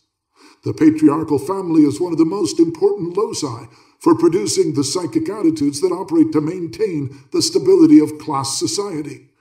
Let me focus on the most important aspect. We are dealing here with an emotional complex that might well be called the patricentric complex. Characteristically, it includes the following elements: affective dependence on fatherly authority, involving a mixture of anxiety, love, and hate, identification with paternal authority vis-a-vis weaker ones, a strong and strict superego whose principle is that duty is more important than happiness, guilt feelings reproduced over and over again by the discrepancy between the demands of the superego and those of reality, whose effect is to keep people docile to authority. It is this psychosocial condition that explains the family's almost universal regard as the foundation, or at least one of the important supports, of society. It also explains why any theoretical assault on the family, such as Bachoven's theory, would necessarily win the support of socialist writers. Of particular importance for our problem is the picture that Bachoven, as well as Morgan, gives of the social, psychic, moral, and political relationships characteristic of matriarchy. But while Bachoven looks back nostalgically toward this earlier societal stage and regards it as being gone forever, Morgan talks about a higher stage of civilization which is yet to come. It will be a reoccurrence, but on a higher level, of the freedom, equality, and brotherhood characteristic of the ancient gens. Bachoven himself graphically describes these traits of freedom, equality, and brotherhood that were to be found in matriarchal society, whose governing principles are not anxiety and submissiveness, but love and compassion. Bachoven's favorable reception among socialists was also helped by the decisive role of concern for man's material happiness on earth played in matriarchal society. Even though on the theoretical level this naturalistic materialism, rooted in the mother's energy dedicated to the betterment of man's material life, is basically different from dialectic materialism, it contains an acceptable social hedonism that explains why it was so well received by the proponents of socialism. Some general remarks seem to be in order concerning the principle of a complete lack of sexual restrictions, which Bachoven attributes to early gynocratic society. It would certainly be erroneous to maintain that restrictions in the sexual sphere are to be explained purely in terms of the existence and nature of class society, and that a classless society would necessarily restore the unlimited sexual relations described by Bachoven. On the other hand, we must say that a morality that deprecates and devalues sexual pleasure does perform an important role in maintaining a class society, and that any attack on this morality, such as Bachoven's theory certainly was, would be a further reason for his favorable reception among the socialists. Sexuality offers one of the most elementary and powerful opportunities for satisfaction and happiness. If it were permitted to the full extent required for the productive development of the human personality, rather than limited by the need to maintain control over the masses, the fulfillment of this important opportunity for happiness would necessarily lead to intensified demands for satisfaction and happiness in other areas of life. Since the satisfaction of these further demands would have to be achieved through material means, these demands of themselves would lead to the breakup of the existing social order. Closely allied to this is another social function of restrictions on sexual satisfaction. Insofar as sexual pleasure as such is declared to be something sinful, while sexual desires remain perpetually operative in every human being, Moral prohibitions always become a source of production for guilt feelings, which are often unconscious or transferred to different matters. These guilt feelings are of great social importance. They account for the fact that suffering is experienced as just punishment for one's own guilt, rather than blamed on the defects of the social organization. They eventually cause emotional intimidation, limiting people's intellectual and especially their critical capacities, while developing an emotional attachment to the representatives of social morality. Let me add one final pertinent viewpoint. The clinical investigations of psychoanalytic individual psychology have been able to give us some indications that the suppression or acceptance of sexual satisfaction has important consequences for man's drives and character structure. The development of the genital character is conditioned by the absence of sexual restraints, which impede the optimal development of a person. Among the qualities undoubtedly belonging to the genital character is psychic and intellectual independence, whose social relevance needs no further emphasis. On the other hand, the suppression of genital sexuality leads to the development or intensification of such instinctual tendencies as the anal, the sadistic, and the latent homosexual, which are of decisive importance for the instinctual basis of present-day society. Whatever the present status of matriarchy research, however, it seems certain that there are societal structures which can be called matricentric. And if we are to understand the social structures of the present day and their transformations, attention should be given to the present and future findings of this research. The libidinal strivings of human beings are among the social productive forces in society. By virtue of their flexibility and changeability, they can adapt themselves considerably to the existing economic and social situation of the group, though there are limits to this adaptability. The psychic structure shared by members of a social group represents an indispensable support for the maintenance of social stability. This structure, of course, is a support for stability only so long as the contradictions between the psychic structure and economic conditions do not go beyond a certain threshold. If this threshold is passed, the psychic forces tend to change or dissolve the existing order. It is important, though, to remember that the psychic structures of different classes can be radically different or even opposed to one another, depending on their function in the social process. Although the individual is psychically different from members of his own group because of his individual constitution and personal life experiences, particularly those of early childhood, a large sector of his psychic structure is the product of adaptation to the situation of his class and the whole society in which he lives. Our knowledge about the factors determining the psychic structure of a given class or society, and hence about the psychic productive forces that are operative in a given society, is far less advanced than our knowledge about economic and social structures. One of the reasons for this is that the student of these problems is himself molded by the psychic structure typical for his society. Accordingly, he comprehends only that which is like him. He easily makes the mistake of regarding his own psychic structure or that of his society as human nature. He can readily overlook the fact that, under different social conditions, quite different drive structures have been and can be operative as productive forces. The study of matricentric cultures is important for the social sciences. It not only brings to light psychic structures that are wholly different from those observed in our society, but at the same time, it throws new light on the patricentric principle. The patricentric complex is a psychic structure in which one's relationship to the father, or its psychological equivalence, is the central relationship. In his concept of the positive Oedipus complex, Freud uncovered one of the decisive features of this structure, although he overestimated its universality because he lacked the necessary distance from his own society. The sexual impulses of the male infant, which are directed to his mother as the first and most important female love object, cause him to regard his father as a rival.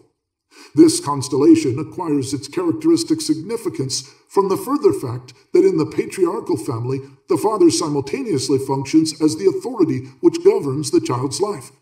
Quite apart from the physiological impossibility of the fulfillment of the child's wishes, the father's dual role has another effect that Freud pointed out. The child's desire to take the place of his father leads him to identify with his father to some degree. The child introjects the father, insofar as the latter is the representative of moral dictates, and this introjection is a powerful source for the formation of conscience. But since this process is only partially successful, the child's rivalry with the father leads to the development of an ambivalent emotional attitude. On the one hand, the child wants to be loved by his father. On the other hand, he more or less openly rebels against him. However, the patricentric complex is also shaped by the psychic processes going on in the father himself. For one thing, he is jealous of his son.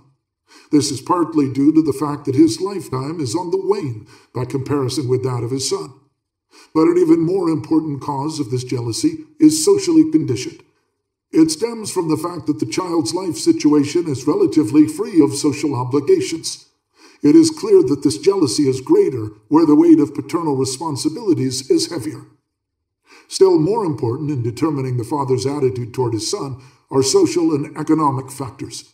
Depending on economic circumstances, the son is either the heir to his father's estate or the future provider for his father in sickness and old age.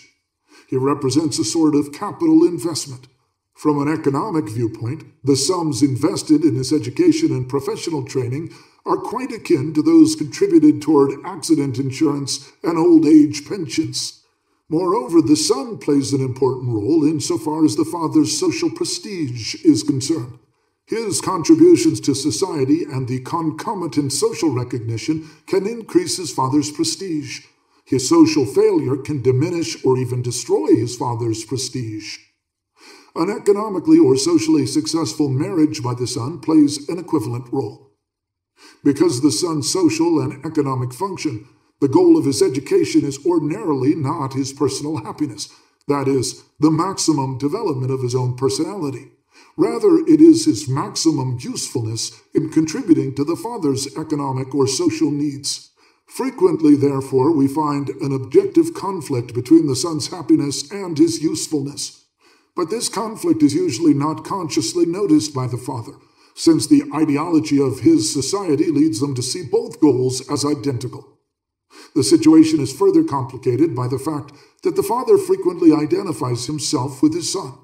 He expects his son not only to be socially useful, but also to fulfill his own unsatisfied wishes and fantasies. These social functions of the son play a decisive role in the quality of the father's love. He loves his son on the condition that the son fulfill the expectations that are centered around him.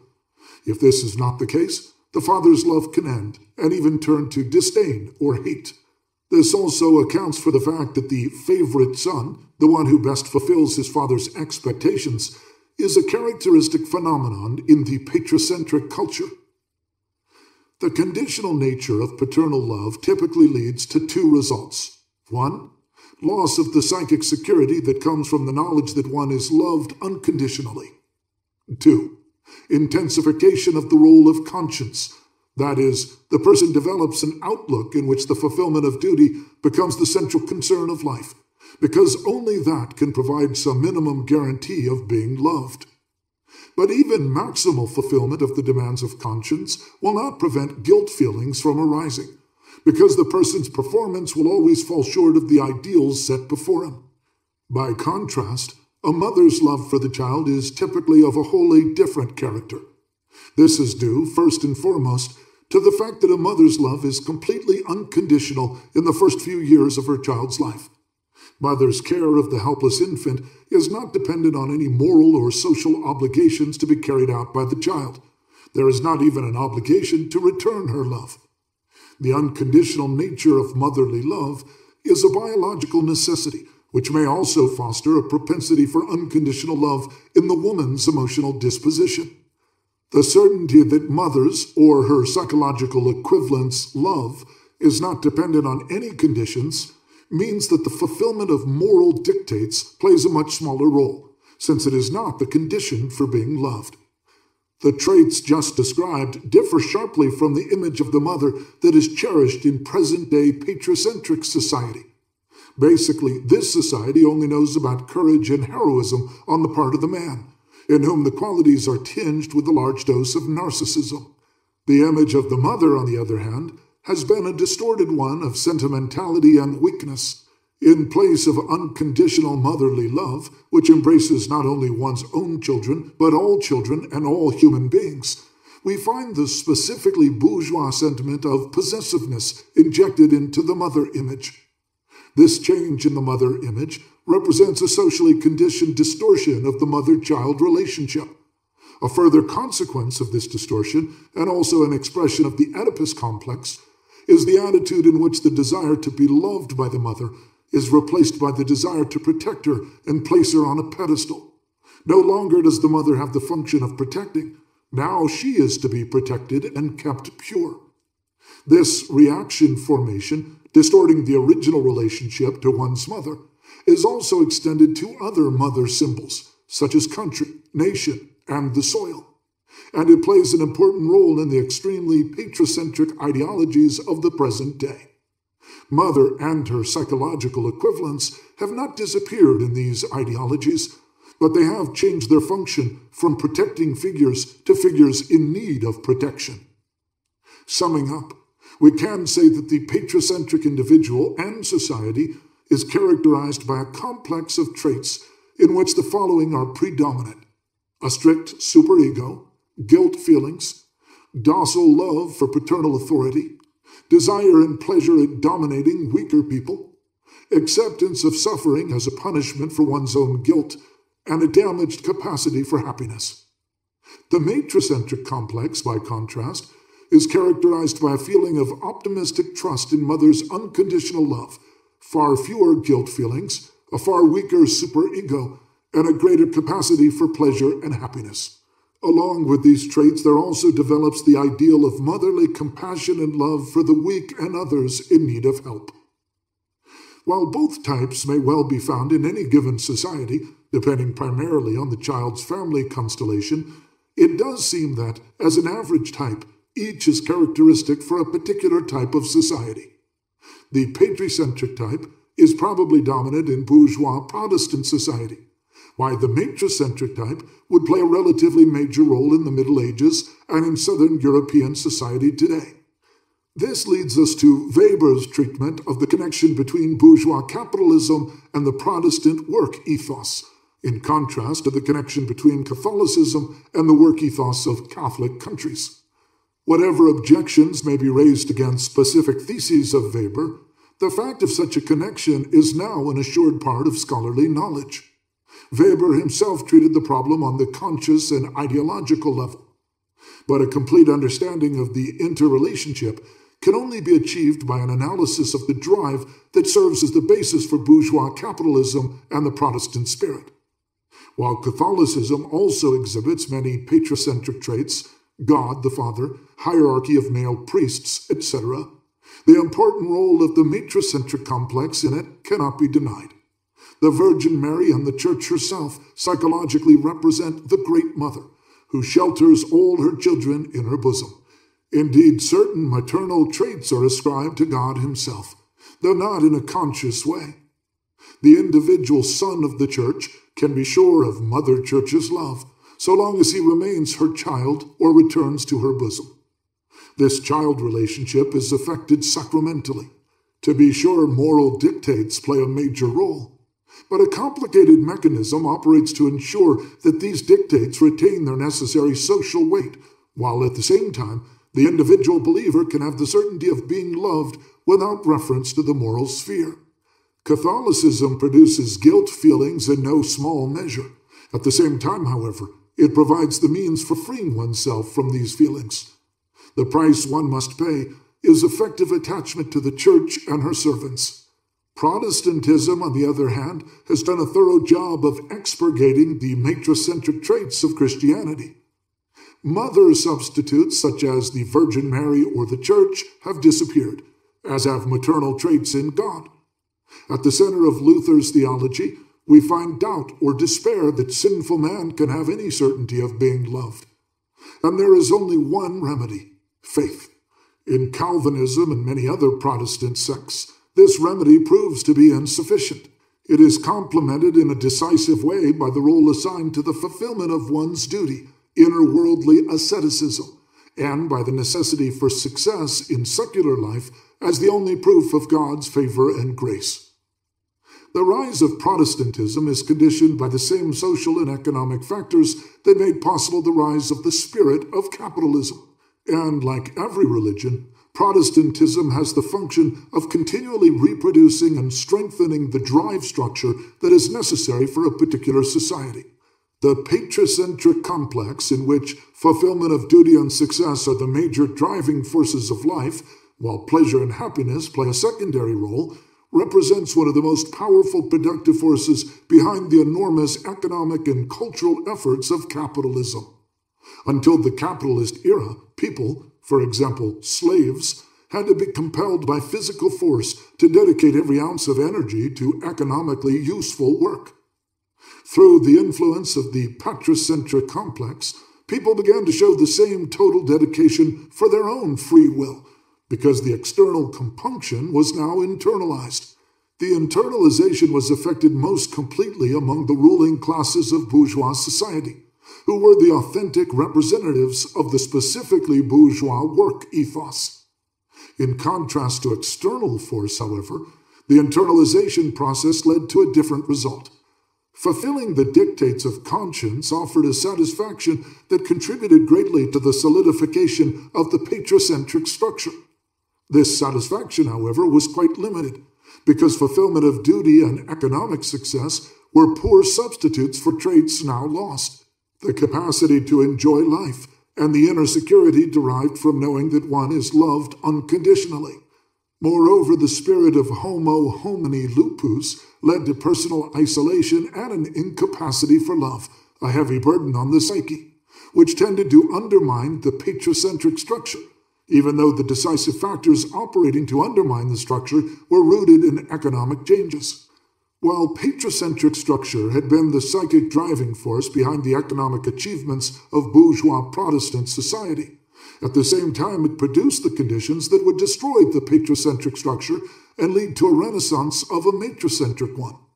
The growth of man's productive capacity made it possible, for the first time in history, to visualize the realization of a social order that previously had only found expression in fairy tales and myths, an order where all men would be provided with the material means necessary for their real happiness, with relatively little expenditure of individual effort in actual labor, where men's energies would be expended primarily in developing their human potential, rather than in creating the economic goods that are absolutely necessary for the existence of a civilization. The most progressive philosophers of the French Enlightenment outgrew the emotional and ideological complex of the patricentric structure. But the real full-fledged representative of the new matricentric tendencies proved to be the class whose motive for total dedication to work was prompted basically by economic considerations rather than by an internalized compunction: the working class. This same emotional structure provided one of the conditions for the effective influence of Marxist socialism on the working class, insofar as its influence depended on the specific nature of their drive structure. The psychic basis of the Marxist social program was predominantly the matricentric complex. Marxism is the idea that if the productive capabilities of the economy were organized rationally, every person would be provided with a sufficient supply of the goods he needed, no matter what his role in the production process was. Furthermore, all this could be done with far less work on the part of each individual than had been necessary up to now. And finally, every human being has an unconditional right to happiness in life, and this happiness basically resides in the harmonious unfolding of one's personality.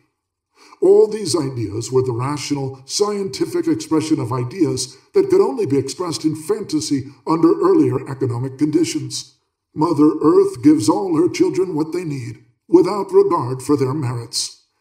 It is this connection between matricentric tendencies and socialist ideas that explains the materialist democratic character of matriarchal societies, which has led socialist authors to express such warm sympathy for the theory of matriarchy. 3. The male creation. It was Johann Jakob Bachofen, professor of Roman law in Basel, who presented the first major challenge to the naive beliefs that patriarchal society was a natural state of affairs and that man's superiority to woman was a self-evident matter. With a genius's insight, great acuity, and an extraordinary fund of knowledge, Bachofen plumbed the past and tore aside the veil the patriarchal spirit had cast over large and important areas of human history. In doing so, he revealed a picture of totally different societal forms and cultures, in which woman had played the leading role, in which she had been queen, priestess, leader. He brought to light societies in which only descent from the mother mattered, and the father was not recognized as a blood relation of his child. Bachofen believed that the matriarchy stood at the beginning of human evolution, and that father right, the dominance of the male, prevailed only after a long historical process. He demonstrated that the difference between the male and female principles is a prevalent motive in all psychic life, and that certain symbols express this difference: day, night, sun, moon, left, right. Certainly Bachofen erred in a number of his individual assertions, but just as certainly later ethnological research corroborated a great many of his findings. He had discovered something crucial that pointed to new and fruitful paths to understanding the drives underlying social life, the difference between male and female nature, and the significance of the symbols representing this difference. At first, these paths were not pursued any further. For decades, they disappeared almost entirely from sight.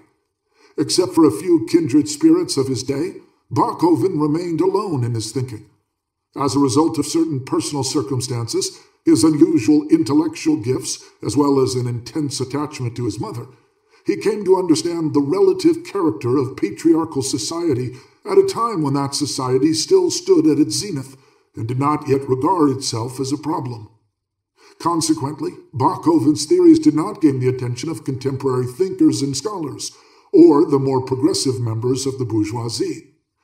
The depths of psychic life, which Bachofen had sounded and brought to the surface again, were overlooked until Freud rediscovered them and was able to illuminate them far more extensively. His approach was entirely different from Bachofen's. Whereas the latter was a legal scholar, philologist, and romantic who used myth, sculpture, and folk customs to support his theories, Freud was a physician and rationalist who utilized experiment, working with neurotics to prove by scientific method where the true springs of the psyche are to be sought and what their nature is. Only in one regard was Freud more a captive of the prejudices of his bourgeois patriarchal society than Bachofen, in his overestimation of the role of the male and in his assumption of the male's natural superiority. When the solid structure of patriarchal society began to give way, however, Bachofen's line of reasoning was destined to experience a renaissance. It was primarily a circle of German intellectuals that revived Bachofen's ideas, to be sure, in an eccentric and distorted manner, for it was a circle whose gaze was fixed exclusively on the past. Its members had only scornful contempt for the present and no interest at all in the future. Grouped around an extraordinary teacher, its most important, if not most profound representative was Ludwig Klages, 1872 to 1956.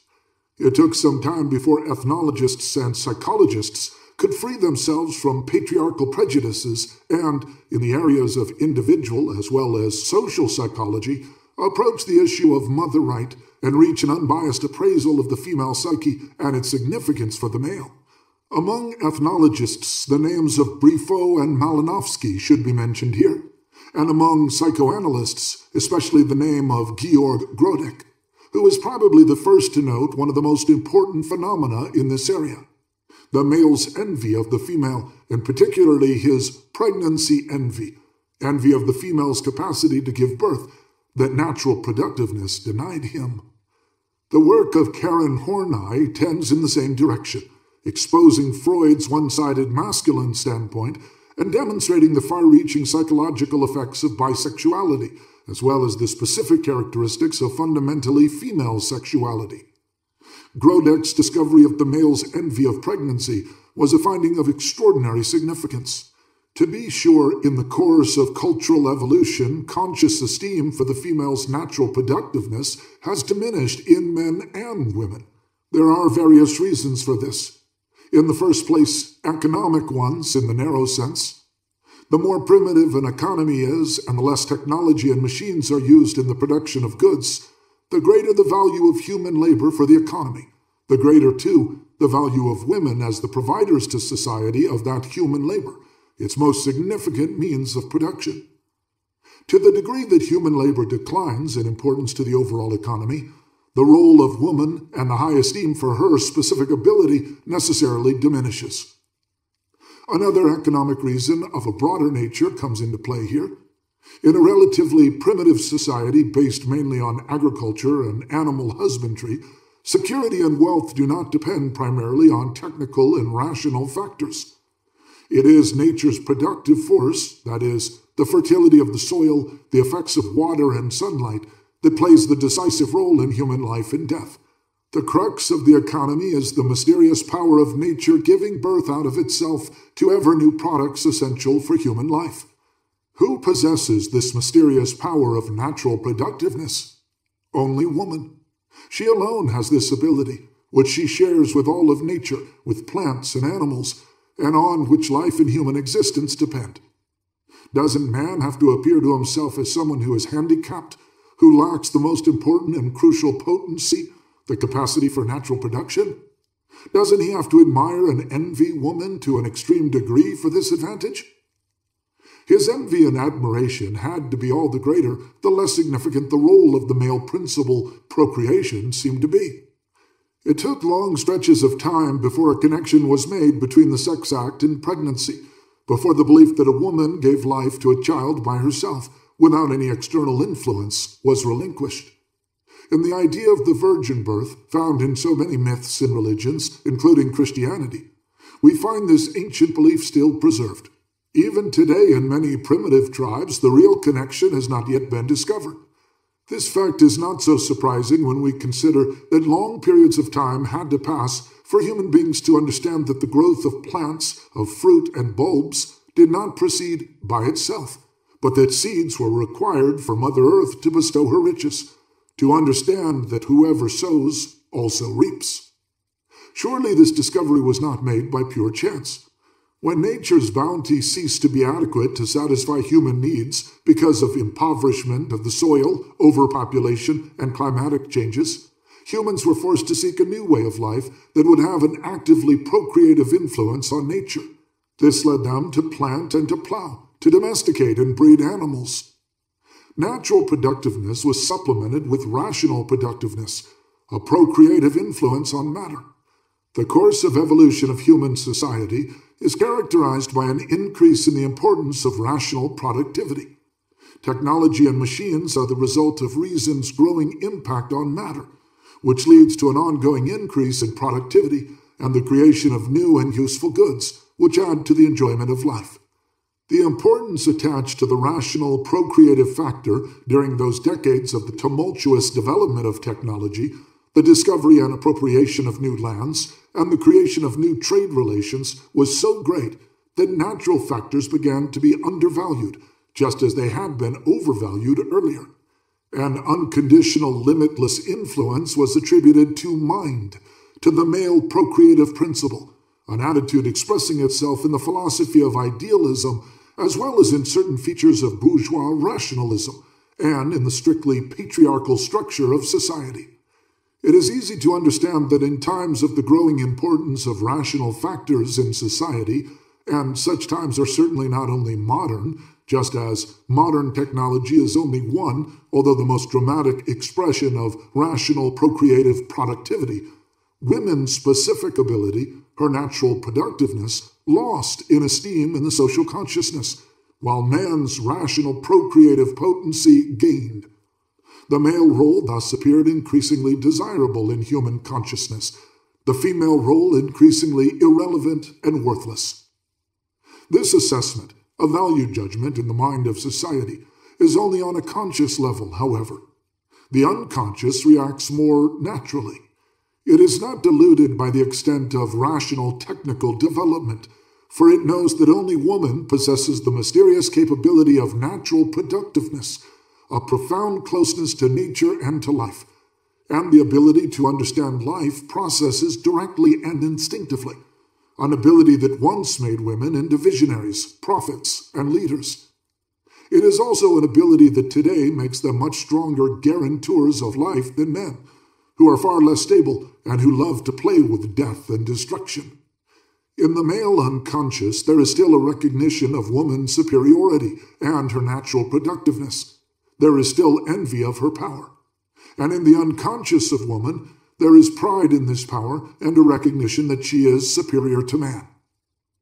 The document that most powerfully exemplifies an extremely male patriarchal attitude is the Old Testament, the most important literary foundation for this attitude in European and American culture, and the classic statement of the feelings and beliefs of a patriarchy that deems itself superior to women. It is not surprising that the subject of productiveness, the creation itself, also finds an extreme male solution in its pages. The reason the Old Testament exhibits such a one-sided male character is that, as the primary text of Jewish monotheism, it represents a male victory over female deities, over the matriarchal remnants in the social structure.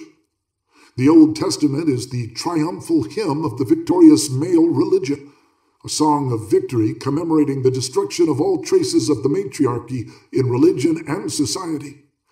In the beginning, God created the heaven and the earth was without form and void, tohu va-bohu, and darkness was upon the face of the deep. And the Spirit, breath, wind, spiritus of God, moved upon the face of the waters, Tiamat, the sea monster in the Babylonian creation epic. And God said, "Let there be light," and there was light. Genesis chapter 1, verses 1 through 3. These opening lines of the biblical creation myth represent the proclamation of male domination and superiority. It is easy for Europeans and Americans, who from earliest childhood are so accustomed to these words that they seem almost self-evident, to forget how paradoxical, how against nature this myth is. It is not a woman, a mother, who creates the world, who gives birth to the universe, but a man. And how does he create? How does he give birth? With his mouth, through the word. God said, "Let there be."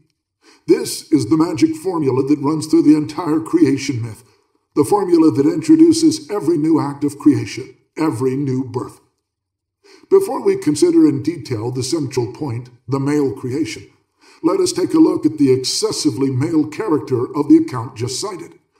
The first act of creation is the birth of light. Light is always and everywhere a symbol of the male principle. Compare Bachoven's thorough research on this point. And it can come as no surprise that this account of creation makes light the beginning of the world. Nevertheless, certain remnants of old primal views have not been eradicated completely, even in this extremely male account of creation. One can see that God is still presented as lying upon the primeval mother, but she is referred to only in symbolic terms, and no longer as the great mother herself. The male God is celebrated as the sole creator, as creator through the word. The same unnatural tendency that disparages woman and eliminates her role appears in even more undisguised and pronounced form in the second account of creation, Genesis chapter 2, verse 4 and following.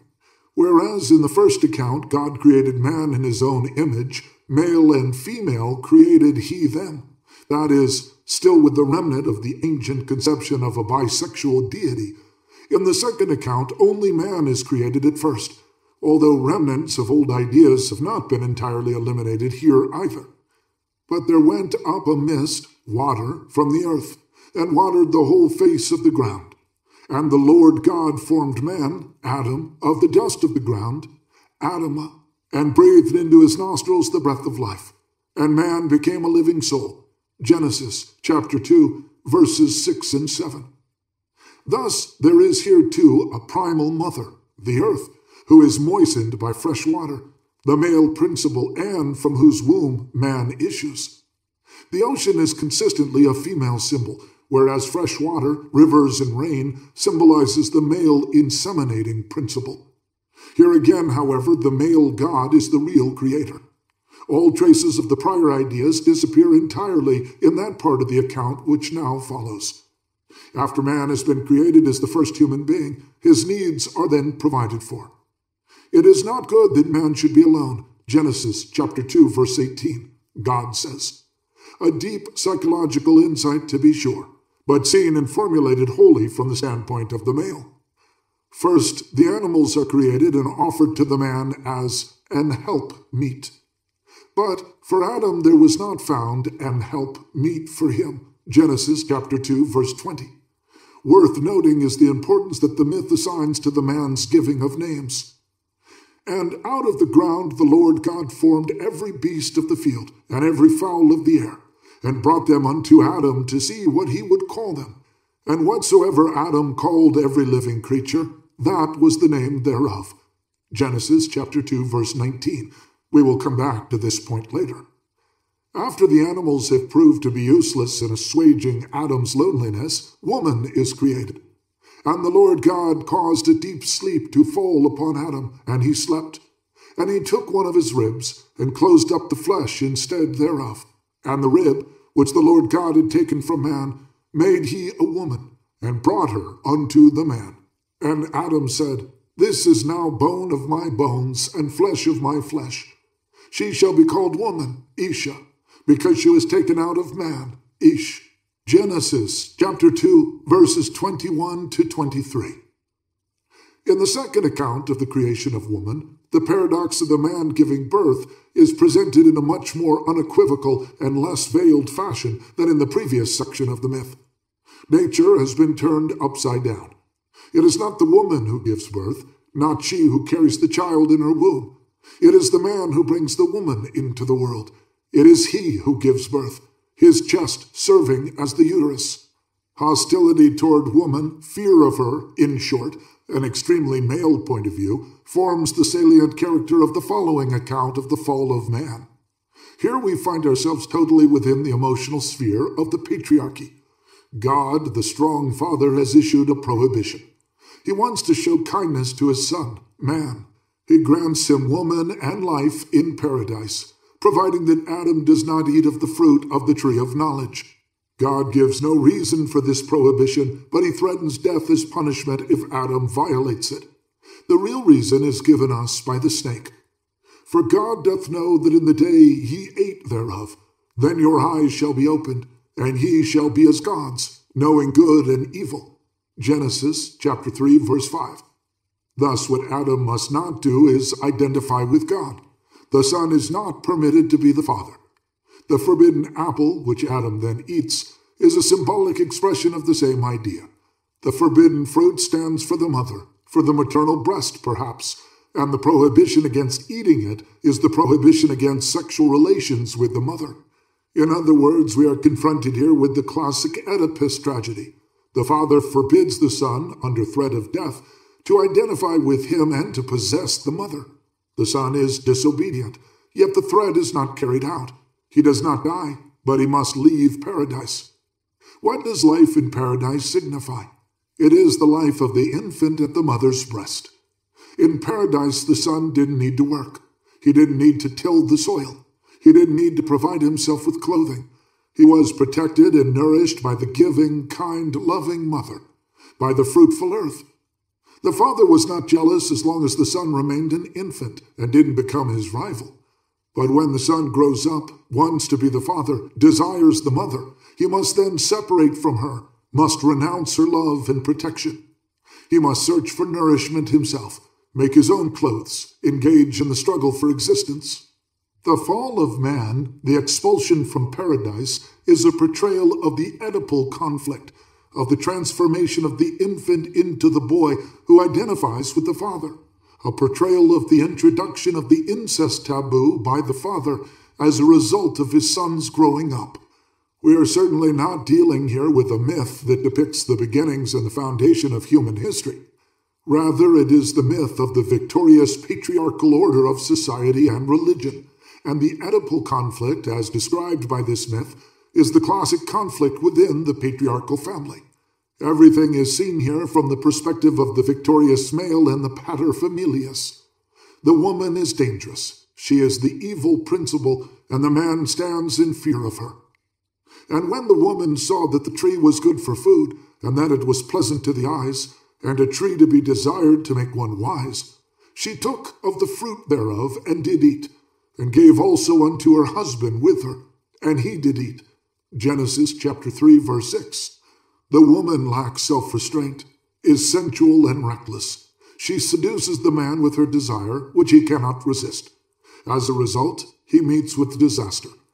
There is probably no document that expresses more clearly and dramatically man's fear of woman and his accusation that she is a seductress who brings ruin than does this myth, embodying the male patriarchal worldview. From the Fall to the Witch Trials to Otto Weininger's thesis, 1903, concerning the psychological and moral inferiority of woman, it is always the same contempt, hatred, and fear of woman that is typical of men in a patriarchal society.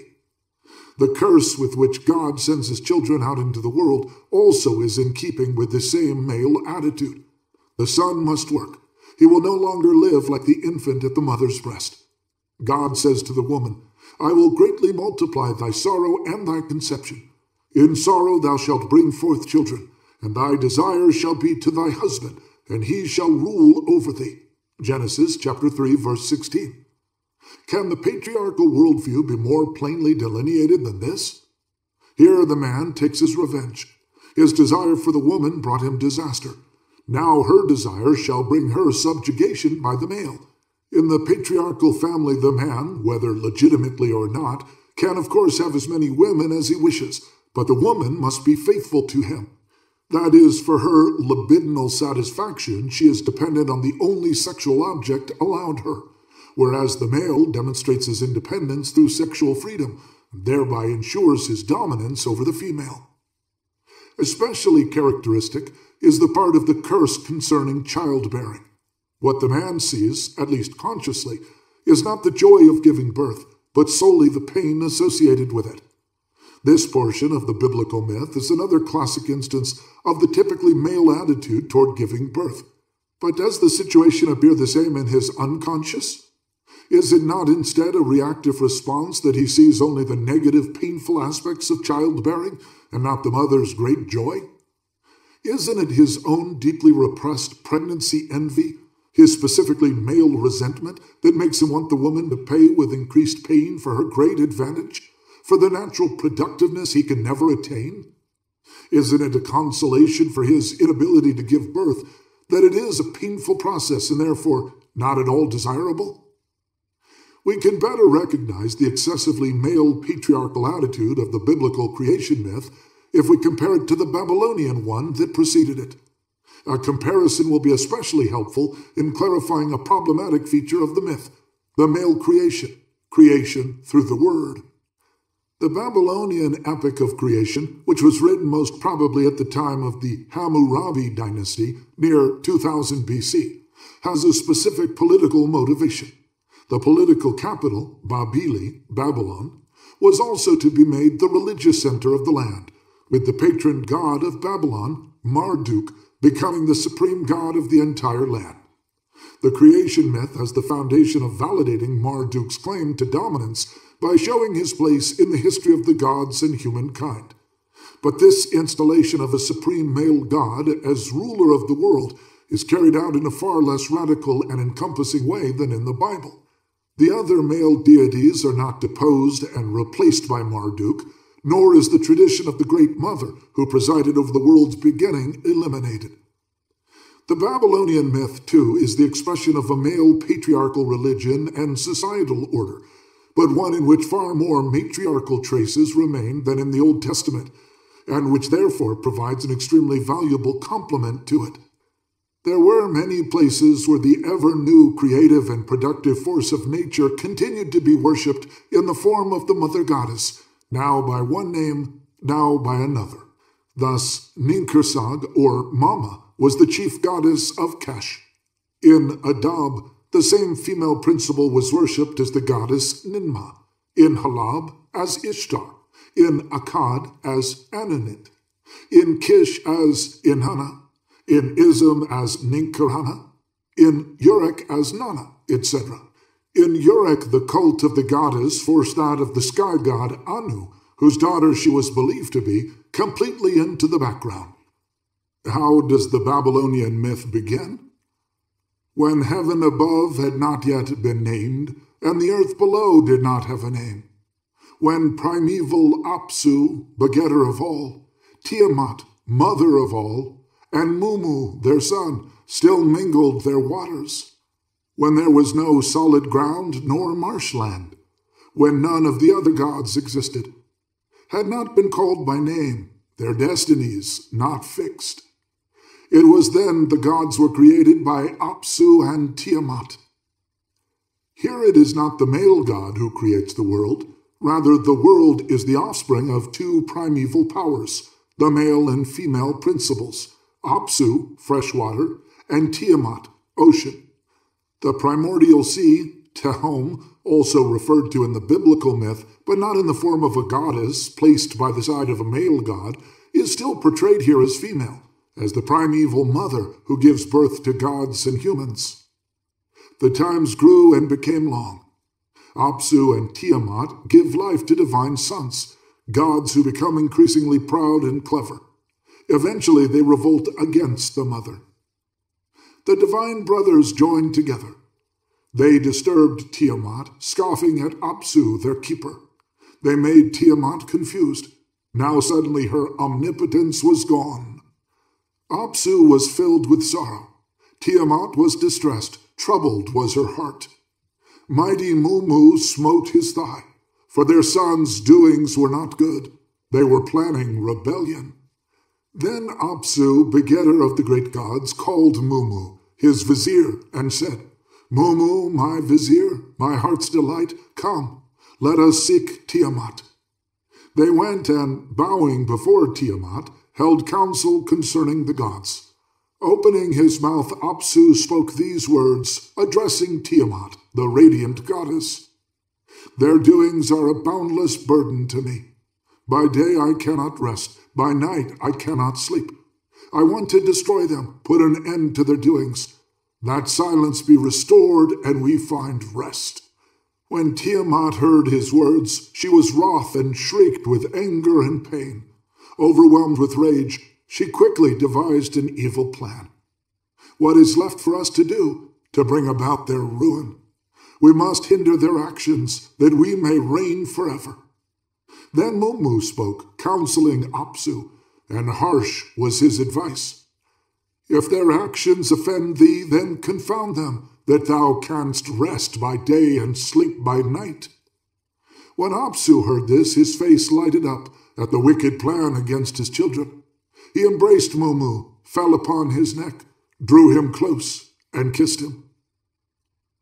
In the narrative that follows, the sky gods are filled with great fear when they learn that the powers of chaos are going to attack them.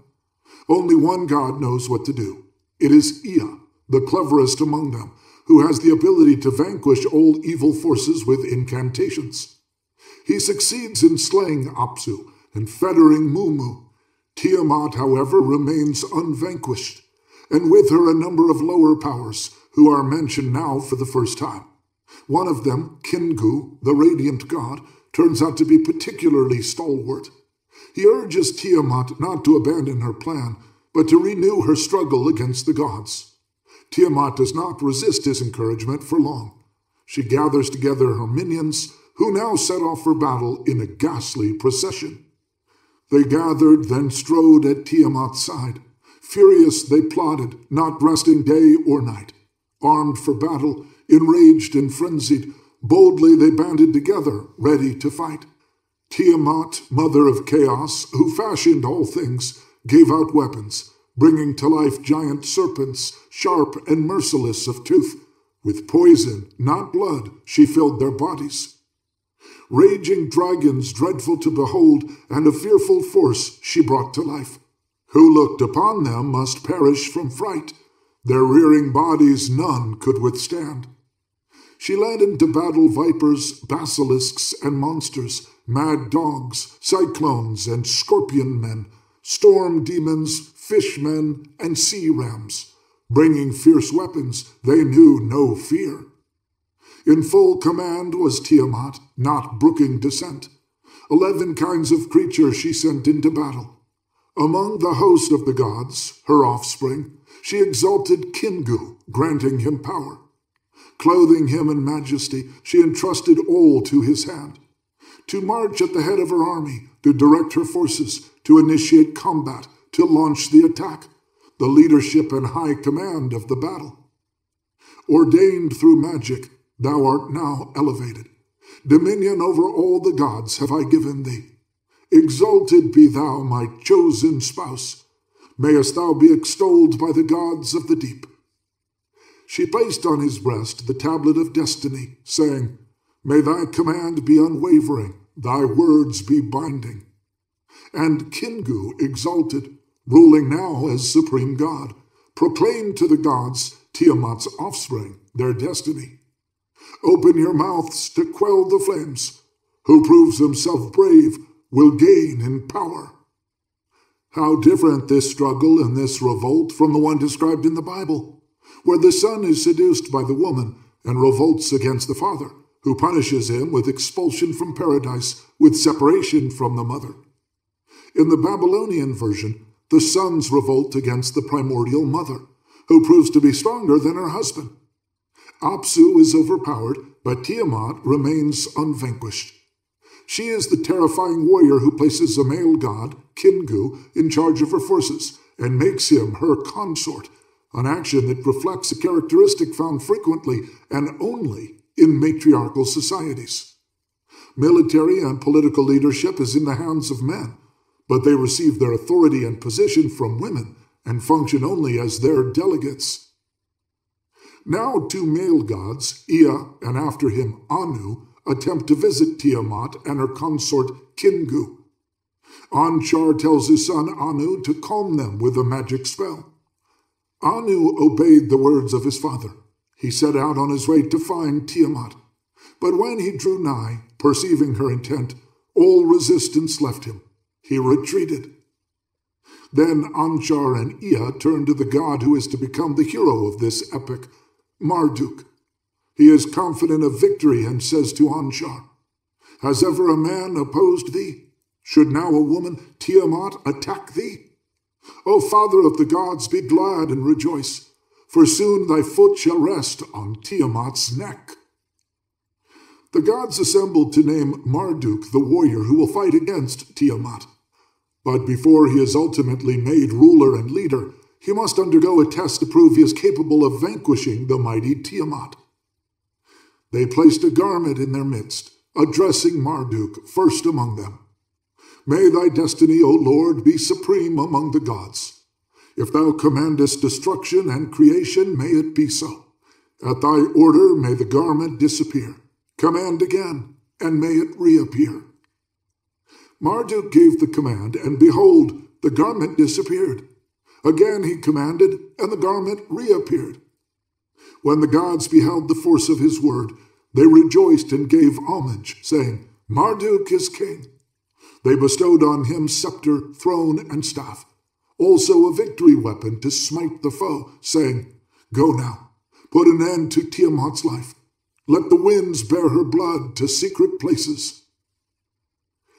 We shall come back to the details of this crucial test, but first I want to describe the outcome of the battle. Marduk makes a net in which to catch Tiamat. He calls up 7 storms to trouble Tiamat within.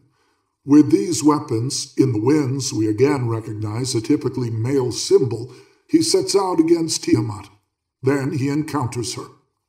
As he gazed, Marduk grew confused. He wavered. Forgotten was his resolve and faltering his action. Tiamat stood her ground. Not turning her head, she hurled her venom at him with her full lips. But Marduk takes heart. Although he at first loses his position of superiority, it is now Tiamat who loses her self-confidence. Marduk challenges her to battle, crying, Do thy utmost, secure thy weapons, lay on. Let us two do single combat. When Tiamat heard these words, she was beside herself and lost all reason. Full of wrath and rage, she shrieked, trembling violently from head to foot. She cast a magic spell, murmuring incantations while the gods of battle prepared their weapons.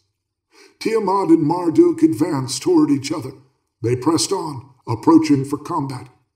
But the Lord cast his net and caught her in it. He let evil wind, his servant, loose in her face. When Tiamat opened her mouth to devour him, evil wind flew in, and her lips could not close. With raging winds, Marduk filled her body till she lost her senses, her mouth still open wide. He shot an arrow, ripping open her body. It tore her inner parts, piercing her heart. He subdued her, putting an end to her life, threw down her corpse, and trod upon it. After he had slain Tiamat, the leader, her forces broke up, her minions dispersed. The gods, her helpers, who had marched at her side, turned back, trembling and quaking. They tried to escape in fear for their lives, but Marduk ensnared them. They could not flee. He bound them all and smashed their weapons. They sat enmeshed, caught in his net. The spheres resounded with their lamentations. Confined as prisoners, they received their punishment. The 11 kinds of creatures, dread of mien, the diabolical brood that had marched with Tiamat, he cast into fetters, destroying their power. Despite their resistance, he trampled them down. As for Kingu, who had risen far above them, Marduk subdued him, counting him among the dead gods. He took from him the tablet of destiny, not Kingu's by right. He marked it with his seal and placed it on his breast. When Marduk had quelled and conquered his opponents, had completely defeated the fearful foe, when he had gained victory for Anshar, had also fulfilled Ea's wish, when he had tightly bound the captive gods, the hero went to Tiamat, whom he had just subdued. The Lord trod on her remains. With his terrible club he split her skull. He cut into pieces the arteries of her blood. Let the north wind bear her blood to secret places. When the fathers saw this, they shouted with joy. Gifts and offerings they sent to Marduk. When the Lord paused, beholding her corpse, he divided the heap, planning wisely. Splitting her in two like a muscle, half of her he set in place to form the sky. He put up a barrier, posting guards to watch over her, and gave orders not to let her waters escape. Striding across the heavens, he viewed the regions. He approached the ocean, the dwelling of Ea. The Lord now took measure of the ocean. He made the earth in the same proportions, calling it Ishara, which he built like the sky. There he made abodes for Anu, Enlil, and Ea. It is not difficult to recognize the symbolic significance of the battle described here between Marduk and Tiamat. Their struggle represents the sex act. Whereas the male becomes unsure of himself when he first sees the female, it is the female who loses her reason, who is beside herself when the real struggle begins. She opens her mouth to devour him, but he fills her body with raging winds, whereupon she loses her senses.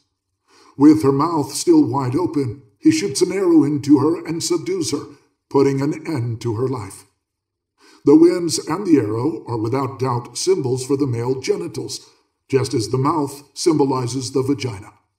The male's fear of the female genitalia clearly takes the form of his fear of being devoured by her, but in the end the male is the victor, having subdued and slain the female. This description is familiar to the analyst. It portrays the sex act as a struggle, as a sadistic and bloody attack by the man upon the woman, and also as the woman's attempt to kill the man during the sex act. The entire episode is presented from the perspective of the man, who succeeds here in subduing the dangerous woman and becoming the victor. After Marduk's victory, a new creation takes place. Splitting Tiamat's body in two, he creates the heavens from her corpse. Here, what is created is no longer the offspring of man and woman, but neither is it the work of man alone. Although he is the creator, he nevertheless needs the maternal body as his material. After Tiamat has been slain and her helpers conquered, peace reigns between the gods and Marduk's creation, man, whose main purpose in life will be to serve the gods. Marduk speaks to the gods. Blood will I collect and also bones. Then will I put together a being. Man shall be his name. Yes, I shall create him, this being, and it will be his duty to serve the gods. The ways of the gods I will wisely alter. They shall be divided into two groups, both honored alike. Ea replied, responding thus, proposing a plan to please the gods. One of their brothers should be delivered up. Let him be destroyed, that you may create man. Let the great gods come together. Then shall he be delivered up, and the rest may live. The great gods were summoned by Marduk. Walking among them, he gave his instructions, and the gods listened to the words he spoke. Thus did he address them. Verily, what I told you before has come to pass. I speak the truth straight from my heart. Who was it provoked the strife, luring Tiamat into war? Let him who created the strife be delivered up. Let him be punished for his offense. The gods then gave their answer to the king of the world, their lord and counselor. Kingu it was who provoked the strife, luring Tiamat into war. Kingu was bound and led before Ea. His arteries were cut open as punishment. With his blood was man created. The other gods, King Marduk, set free. In gratitude for being set free, the gods pledged to erect a splendid temple in Marduk's honor. Marduk designates Babylon as the site for this holy shrine. After the temple has been completed, Marduk invites all the gods to a meal there.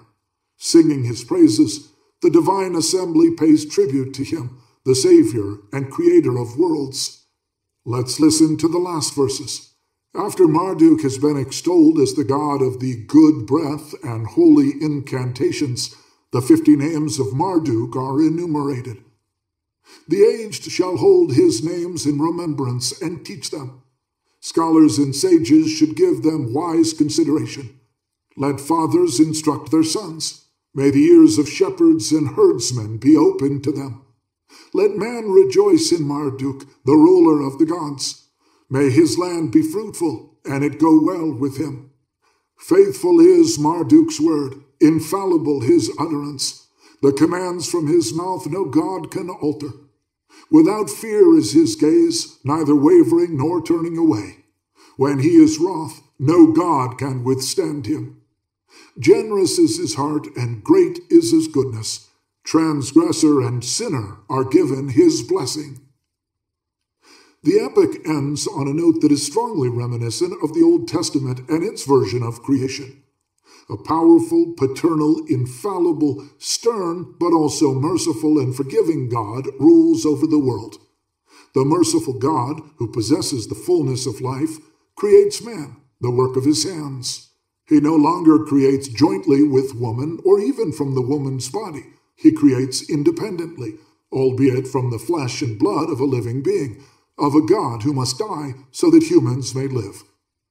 Even though certain aspects of the conclusion of the Babylonian myth are reminiscent of the biblical account of creation, it differs significantly both in the way it ends and in the narration as a whole. In the Bible, the male paternal God stands alone as the single victor and ruler. Not only are there no longer other gods beside or beneath him, but the fact that he fought and conquered earlier gods is completely omitted from the myth. Furthermore, only the primeval ocean, Tehom, is left to remind us of Tiamat, once recognized as the primal mother and ruler, and only Eden's serpent, which before its degradation was a royal animal, a mighty dragon, reminds us that the male god once had to battle against the giant serpents and raging dragons whom Tiamat engaged to fight for her. The Babylonian epic has a far more conciliatory ending than the biblical one. To be sure, Tiamat, who represents matriarchal principles, is slain, and her husband and champion Kingu is destroyed. But Marduk pardons Tiamat's other allies, the Anunnakis, who then build a temple in honor of the victorious god. Marduk allows them to go on living as gods of the underworld, and they are accepted into the hierarchy he heads as subordinate gods who serve him. The Babylonian epic comes from a time when a male paternal god gained supremacy over the entire world. But his victory was not so radical or so violent that it obliterated all memory of the former female goddesses and their male allies. They were still able to exist as deities of a lower order, and that is why it was possible for the Babylonian account to retain reminiscences that the Hebraic story ruthlessly expunged. Traces of the struggle between two religious and societal orders, between the old matriarchal, maternal, Chthonian religion characterized by night, water, and matter, and the new paternal religion characterized by light, wind, and spirit. The Babylonian epic stops where the biblical one begins. It tells of a battle, whereas the Bible tells only of a victory so total that the name of who was conquered and the fact that the battle took place are omitted. In this regard, the Babylonian account is very similar to Bachoven's pioneering interpretation of the battle of the Erinyes against Apollo, god of light, and the ensuing outcome that makes them goddesses of a lesser rank in his service. Let us now return to the question of the creation, specifically the male creation. In the Babylonian epic, we encounter three different types of creation. To begin with, we find man and woman, freshwater and ocean, procreator and mother, who together give birth to gods. Here we have creation that corresponds exactly to the conditions of nature, where male and female are dual creators. The older concept, according to which the female creates the world by herself and the great primordial mother stands alone at the beginning of all life, is no longer to be found in this account, for it originated in a matriarchal society, which obviously existed so long before the time in which the Babylonian epic was set down that there is no place for it anymore. The only remnant of the old matriarchal way of thinking is found in the fact that Tiamat is portrayed as the true queen and ruler, who at first remains unvanquished, whereas her spouse, Apsu, is vanquished. She then names Kingu as her consort and the leader of her forces, yet her sons fear and respect her, not her husband. We encounter the second type of creation after Tiamat's death, when Marduk forms the heavens from her body. Here the natural realm is left behind. What is created is no longer the female's child begotten by the male. It is produced by the male, yet the matter used is the female body. Although still the product of both female and male, it is now no longer the result of the sequence found in nature, insemination and pregnancy. The third type of creation found in the Babylonian myth is Marduk's creation of man from the flesh and blood of the slain Kingu. The participation of the female has been completely erased. She does not give birth, nor is her body used as matter. The male god is the sole creator here. The natural sequence has been turned upside down and denied more radically than in the previous type of creation. But the male still depends on living matter, on flesh and blood that already exist. He is not the sole and absolute creator. This type of creation corresponds entirely to the creation of woman as described in the Bible. Here, too, the male god creates a new being without the help of woman and is dependent on living matter that already exists. The biblical story is slightly more radical because it reverses nature even more thoroughly by portraying the male not only as the mother of man, but even of woman herself. Although one extreme is missing from the Babylonian myth, the parthenogenetic creation by the female alone without help from the male. The other extreme is also missing, creation by the male alone, who doesn't need a living substance as his material, creation through the power of thought.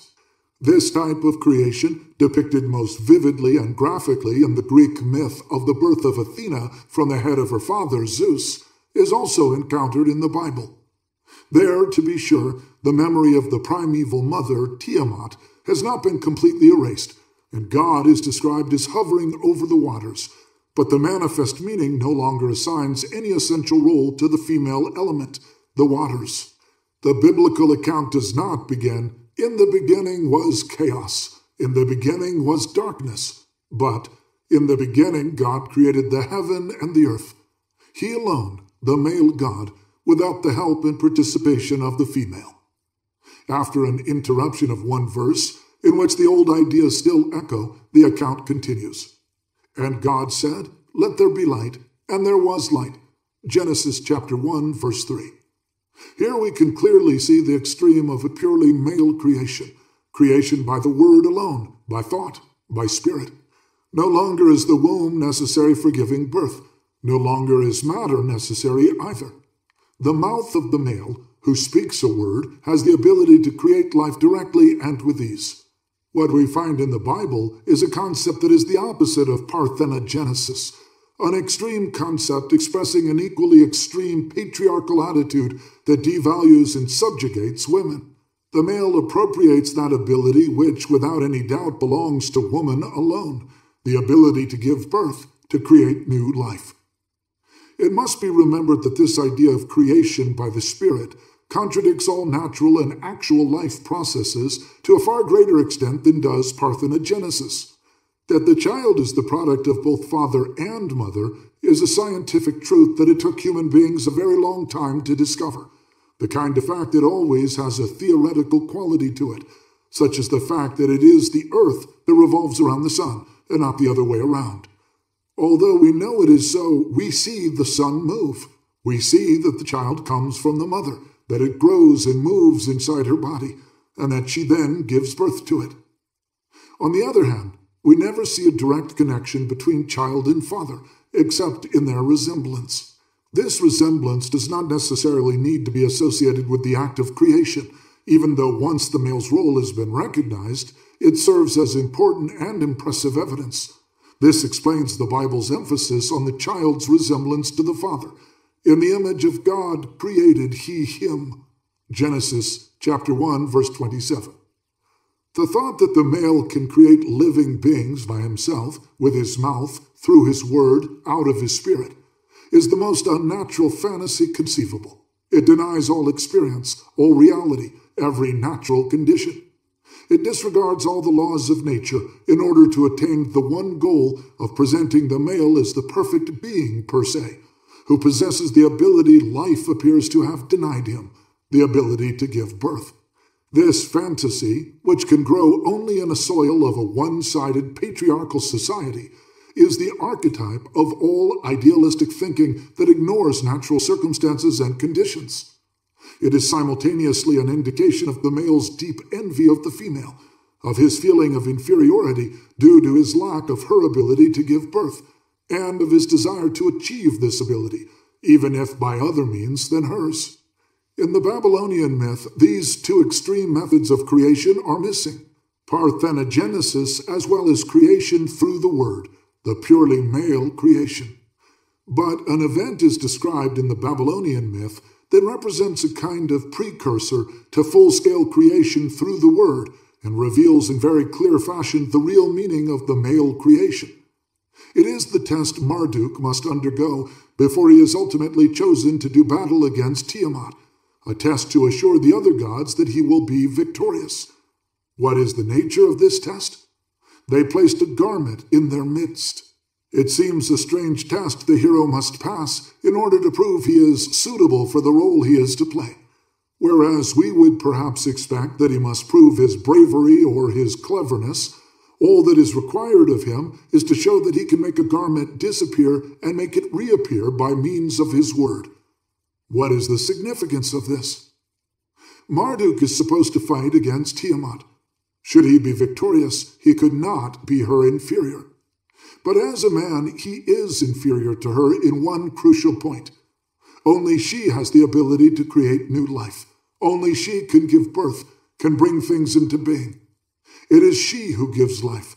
It is also she who takes life away.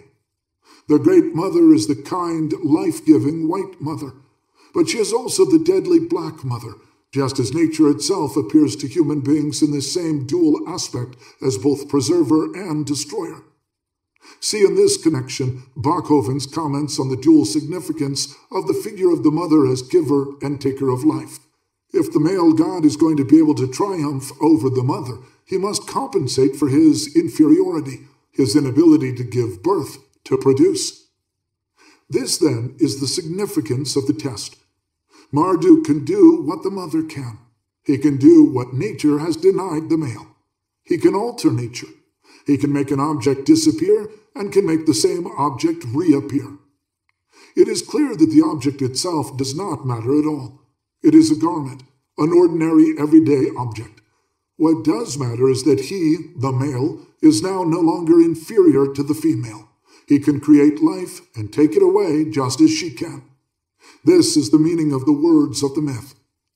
When the gods beheld the force of his word, they rejoiced and gave homage, saying, Marduk is king.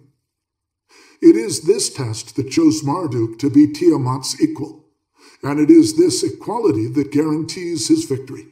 The power of his mouth replaces the power of the female womb. The mouth of the male can give birth the way only the womb of the female can in reality. In this test to which Marduk must submit, we find the prototype of male creation, creation through the word. What is presented in the Babylonian myth only as a test of the male hero becomes in the biblical myth the method of creation of the world through the word. In the Bible, God creates by means of the power of his word. Just as Marduk proceeds with the garment, so God proceeds with the cosmos. And God said, Let there be light, and there was light. Genesis chapter 1, verse 3. The male God is completely taken over the functions of the vanquished great mother. He can give birth, he can produce. With his spirit and his word, he does away with the natural order of things. He alone rules. This significance of the word appears only once again in the first chapters of Genesis, when God brings all the animals unto Adam to see what he would call them. Genesis chapter 2, verse 19. And it is Adam who gives Eve her name, woman, Isha. The giving of names is a kind of second creation. Just as the male God first created living beings by means of his word, so too Adam creates them a second time by giving them names. Translated by Hunter Hanoum and Hildegard Hanoum. 4. Robert Briffault's book on Mother Right. In his comprehensive work, The Mothers, a study of the origins of sentiments and institutions, 1928, Robert Briffault takes up the theme of mother right, for which Johann Jakob Bachofen and L. H. Morgan had established the theoretical basis in the 1860s and 1870s. For decades, all reference to the theory of mother right disappeared from official scholarship, and the name of its originators were mentioned by only a few socialist authors. In recent years, a kind of renaissance has emerged among authors who represent a completely different Weltanschauung. The theory of mother right has been referred to and treated increasingly in scholarly as well as journalistic writings, and Briffault's book may well compel even those who until now have taken no notice of the subject to consider it. But it would not be accurate if we added Briffault's book to the list of ethnological works dealing with mother right. It covers much more ground than that, belonging just as much to the disciplines of sociology and psychology as to that of ethnology. For the same reason, it is also difficult to reduce the contents of his book to one main thesis.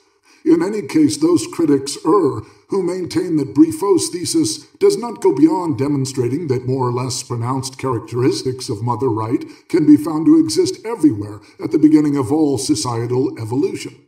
Given the length of the book, many may well try to learn the main thesis from the title rather than from the content. But in fact, the book is just as much about a psychology based on comparative ethnology and the history of marriage as it is about the theory of mother right. Briffault clearly states his point of departure in the preface.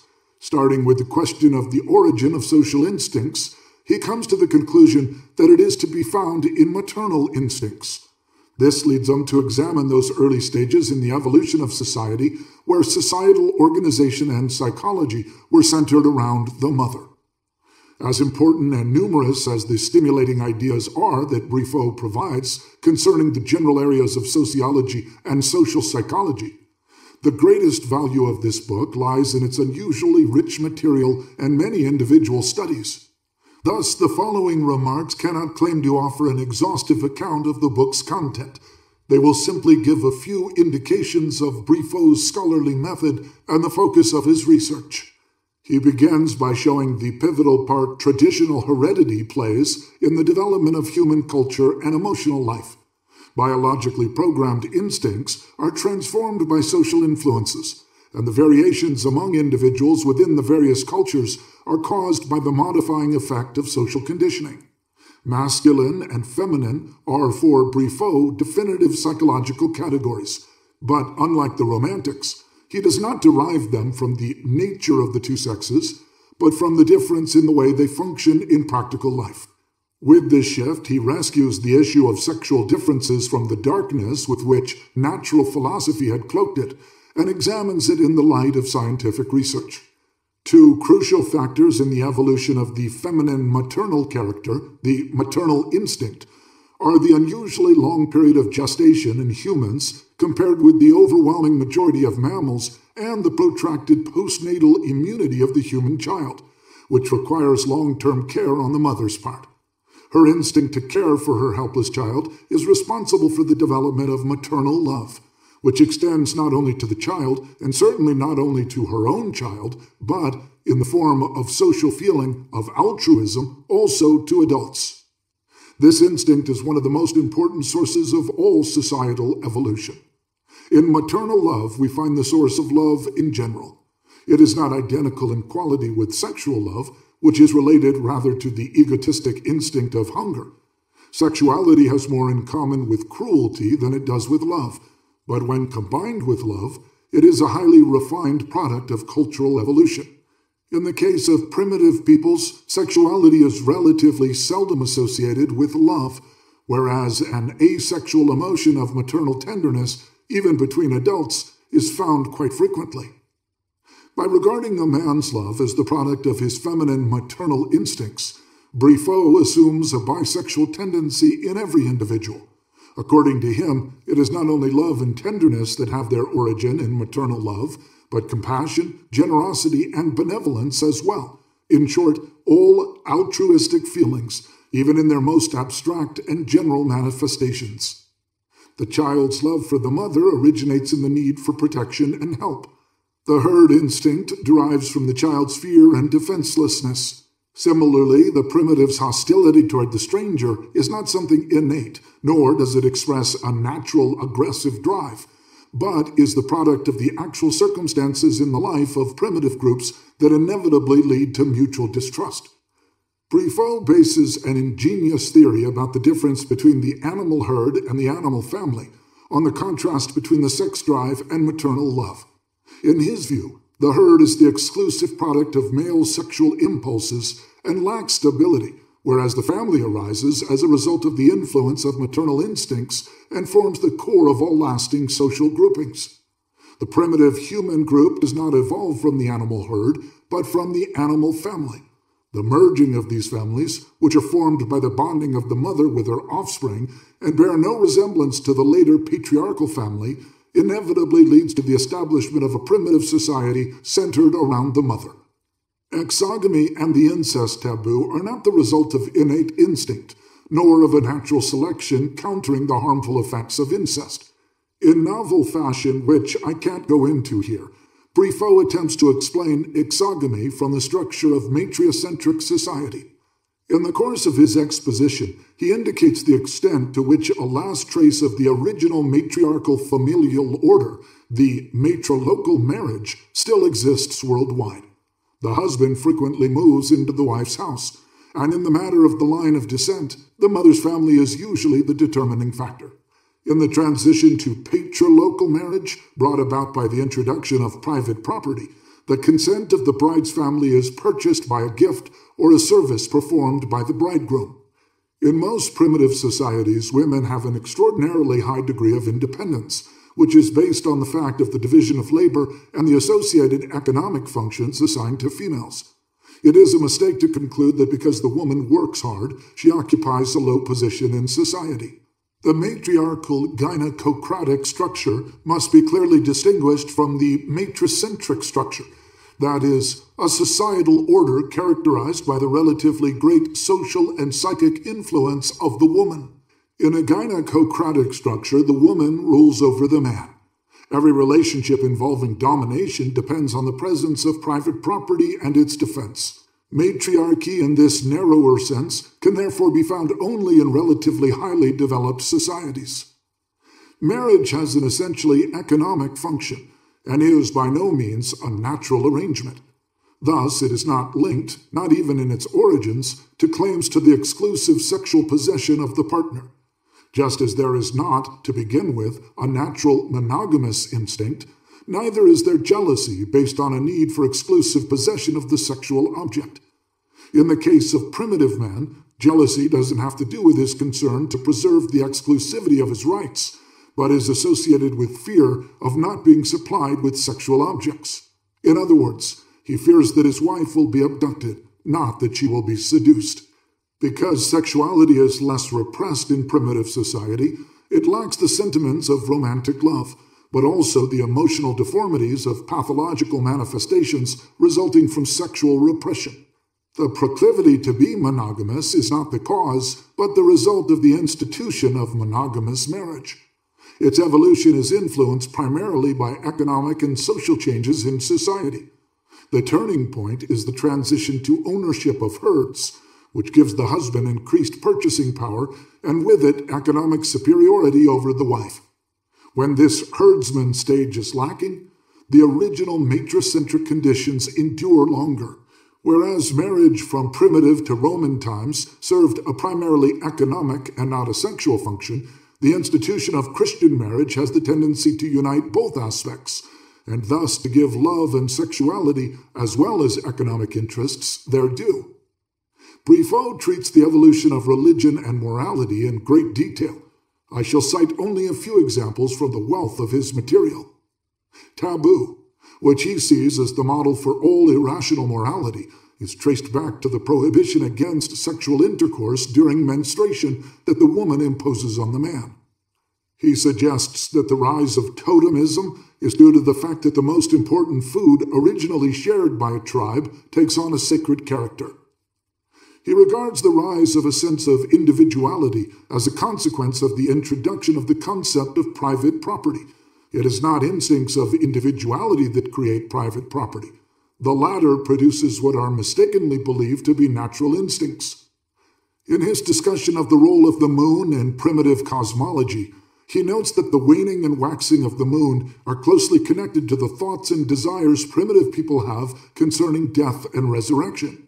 It is not until agriculture is introduced that the sun plays an even greater role. Primitive religious ideas definitely do not spring from a worship of nature, but from the desire to attain magical powers. Woman plays a major and usually underestimated role in the evolution of religion. The great goddesses who occupied an important position in Near Eastern and European cultures owed their role essentially to their connection with agricultural rights and to that magical gift of natural productiveness attributed specifically to woman. The high point of religious evolution is attained when the goddess is no longer feared and worshipped as the possessor of magical powers, but is celebrated as the virgin mother of the divine child. Religious feeling is associated here for the first time with love. The transition from time-worn natural tribal deities to gentle world deities occurred first in the figure of the Great Mother. As primitive magic gradually becomes transformed into a theological religion as a result of the workings of the male intellect, the woman loses her prominent position in religion. The evolution of morality is strongly influenced by morality's origins in taboo. Primitive taboos, as the source of sexual morality, as well as of morality in general, are strengthened by the male desire for property, which is what gives the gradual development of this morality its impetus. It is by no means female nature that has required extreme chastity, nor is it female jealousy that has enforced monogamy. Quite the contrary. Matriarchal societies are characterized by a high degree of sexual freedom and laxity. Whereas the original primitive taboos and the moral feelings associated with them are of a ubiquitous nature, that form of sexual morality that demands chastity arises along with the evolution of patriarchal society and the economic conditions underlying it. Chastity was first a ritual requirement for attaining magical powers, as in the Near East, Egypt, and Greece, and a civic virtue, as in Rome. It is not until the advent of Christianity that chastity attained the status of a high ethical or religious value. Even though a variety of views concerning the degree of sinfulness of sexual intercourse arose in the history of Christian thought, there was never any doubt that virginity was superior to marriage. The beliefs of the Church Fathers presented the strongest possible contrast to the ideas and customs of the European barbarians with whom they came in contact. The gradual change that Christian rigor brought about in sexual attitudes expressed itself first in literature, and then gradually, albeit never completely, in social life. Briffault's book has been reviewed widely, especially in England and America. The reviews, some of them quite detailed, alternate between enthusiastic approval, and especially those by ethnologists, cool rejection. The ethnological layman is certainly not equipped to decide, in the case of this or that specific point, whether Briffault's arguments or those of his opponents have more validity. But as I indicated initially, his book reaches far beyond the framework of individual ethnological issues, by virtue of the unusual breadth of the material and the author's rare intellectual independence and originality. This work represents an important contribution to the field of social psychology. As for the subject of mother right, Briffault takes it up to the point where L.H. Morgan had left off. Using the method of historical materialism, he attempts to explain changes in sentiments and institutions on the basis of changes in everyday life, specifically in economic conditions. I believe the major significance of this unusual book lies both in its recognition of the social determination of all sentiments, even those that appear to be the most natural, and in its attempt to make use of extensive empirical material to explain their development on the basis of specific societal changes. Within the scope of this discussion, my critical remarks can address only general matters and not specific questions. In his preface, Briffault himself anticipates an important consideration when he points to the unfavorable external conditions under which the book was written. Thus, portions of it are unevenly developed, both quantitatively and qualitatively. Even more important is the reverse side of his intellectual autonomy and independence. He does not consider the earlier or contemporary authors whose research took the same direction as his, or if he does, then only minimally. For example, he re-examines completely ab ovo questions that had already been treated extensively in the French Enlightenment, such as the social determination of sentiments. Furthermore, he does not mention Marx and Engels at all. And finally, he takes scarcely any notice of the recent literature in ethnopsychology. This is particularly noticeable in his examination of the question of the apparently altruistic character of the primitive mother's love. In this connection, the fact that he does not adequately take into account the Durkheim School's studies of primitive society, and in particular Lévi-Bruhl's works on the primitive mind, represents a serious flaw. I cannot refrain from making a critical observation concerning one other point. In his summarizing last chapter, Briffault speaks of woman's innate conservatism and states that in a wider sense every woman stops learning after the age of 25. Because he took such great pains to establish so convincingly that sentiments are socially determined and displayed in this regard a decided advance over the views of the Romantics and also of Bachofen, a slip like this is all the more surprising. It shows, of course, how deeply rooted in the unconscious, even of an author as progressive as Briffault, are traditional biologically based value judgments. Taken in its totality, however, his work leaves even critical readers with a great many stimulating ideas and a great deal of information, as well as with the impression of a significant scholarly achievement. Translated by Hunter Hanoum and Hildegard Hanoum. 5. The significance of the theory of mother right for today. The fact that Bachofen's theories of mother right and the matriarchal societies found relatively little attention in the 19th century and the first half of the 20th is sufficiently explained by the circumstance that up to the end of the First World War, the patriarchal system in Europe and America had remained unshaken, so that the very idea of women as the center of a social and religious structure seemed unthinkable and absurd. By the same token, the social and psychological changes that have taken place in the last 4 decades should provide the reason the problem of matriarchate should arouse new and intense interest. Only now, it seems, are changes occurring which call for a new evaluation of ideas that had remained dormant for more than 100 years. Before writing about these changes, however, let me give the listener not familiar with Bachofen and Morgan a brief introduction to their view of the principles and values of matriarchal society. According to Bachofen, the matriarchal principle is that of life, unity, and peace. The woman, in caring for the infant, extends her love beyond her own self to other human beings, and projects all her gifts and imagination to the aim of preserving and beautifying the existence of another human being. The principle of matriarchy is that of universality, while the patriarchal system is that of restrictions. The idea of the universal brotherhood of man is rooted in the principle of motherhood, but vanishes with the development of patriarchal society. Matriarchate is the basis of the principle of universal freedom and equality, of peace and tender humanness. It is also the basis for principled concern for material welfare and worldly happiness.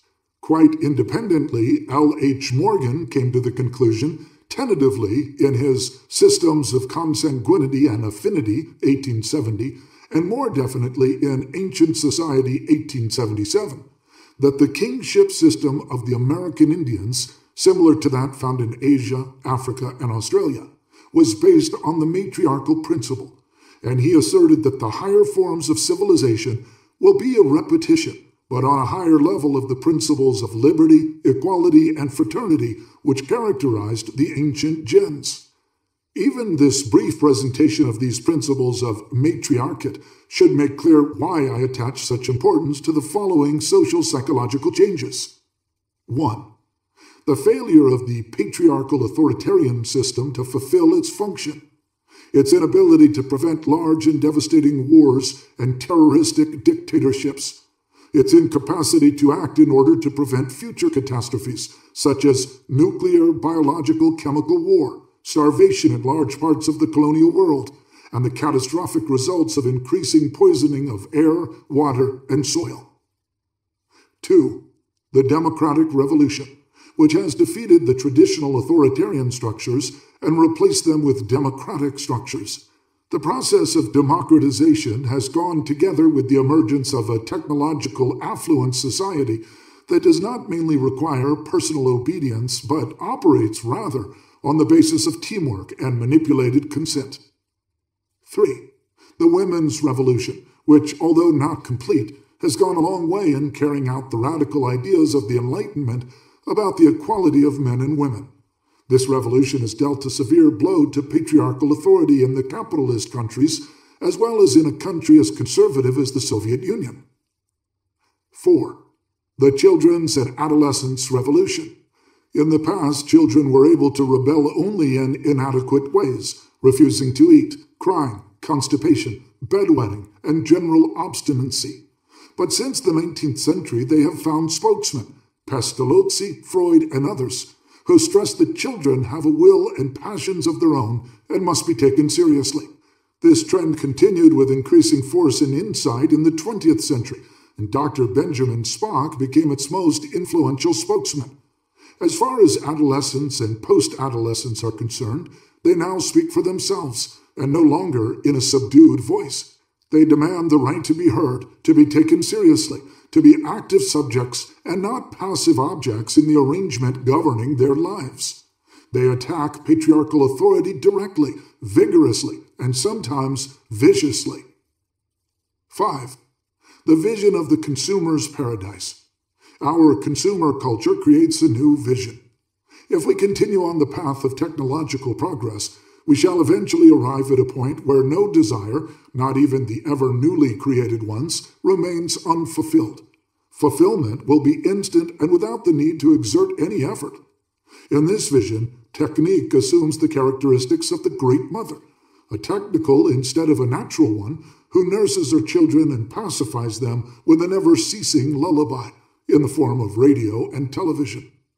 In the process, man becomes emotionally an infant, feeling secure in the hope that mother's breasts will always supply abundant milk, and that decisions need no longer be made by the individual.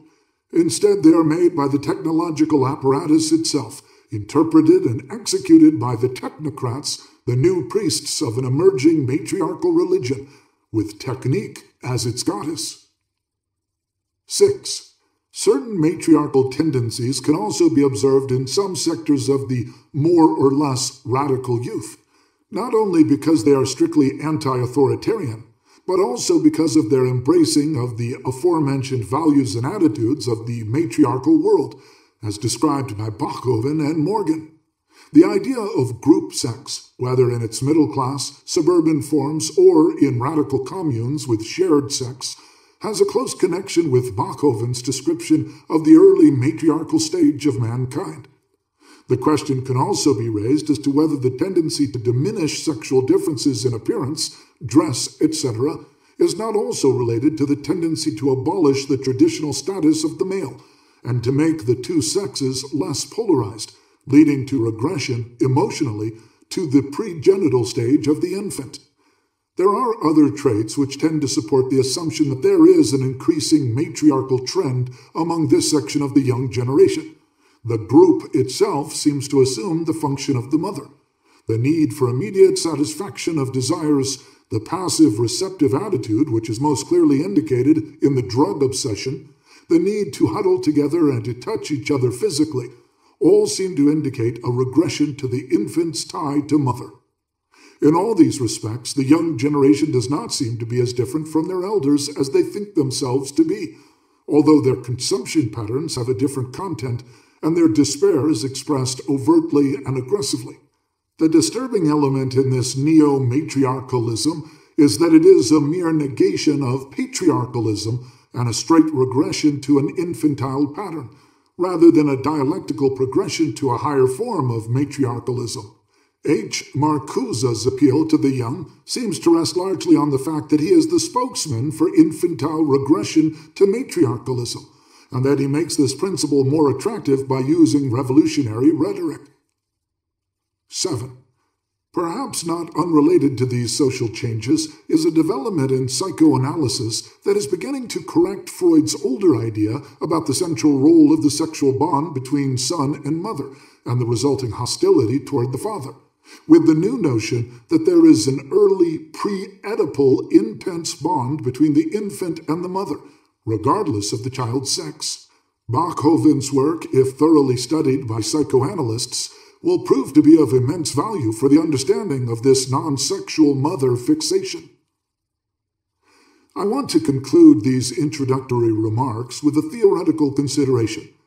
The matriarchal principle is that of unconditional love, natural equality, emphasis on the bonds of blood and soil, compassion and mercy. The patriarchal principle is that of conditional love, hierarchical structure, abstract thought, man-made laws, the state, and justice. In the last analysis, mercy and justice represent the two principles respectively. It seems that in the course of history the two principles have sometimes clashed with each other violently, and that sometimes they formed a synthesis, for instance in the Catholic Church, or in Marx's concept of socialism. If they are opposed to each other, the matriarchal principle manifests itself in motherly overindulgence and infantilization of the child, preventing its full maturity. Fatherly authority becomes harsh domination and control, based on the child's fear and feelings of guilt. This is the case in the relationship of the child to father-mother, as well as in the spirit of patriarchal and matriarchal societies which determine the family structure. The purely matriarchal society stands in the way of the full development of the individual, thus preventing technical, rational, artistic progress. The purely patriarchal society cares nothing for love and equality. It is only concerned with man-made laws, the state, abstract principles, obedience. It is beautifully described in Sophocles' Antigone in the person and system of Creon, the prototype of a fascist leader. When the patriarchal and matriarchal principles form a synthesis, however, each of the two principles is colored by the other, motherly love by justice and rationality, and fatherly love by mercy and equality. Today, the fight against patriarchal authority seems to be destroying the patriarchal principle, suggesting a return to the matriarchal principle in a regressive and non-dialectic way.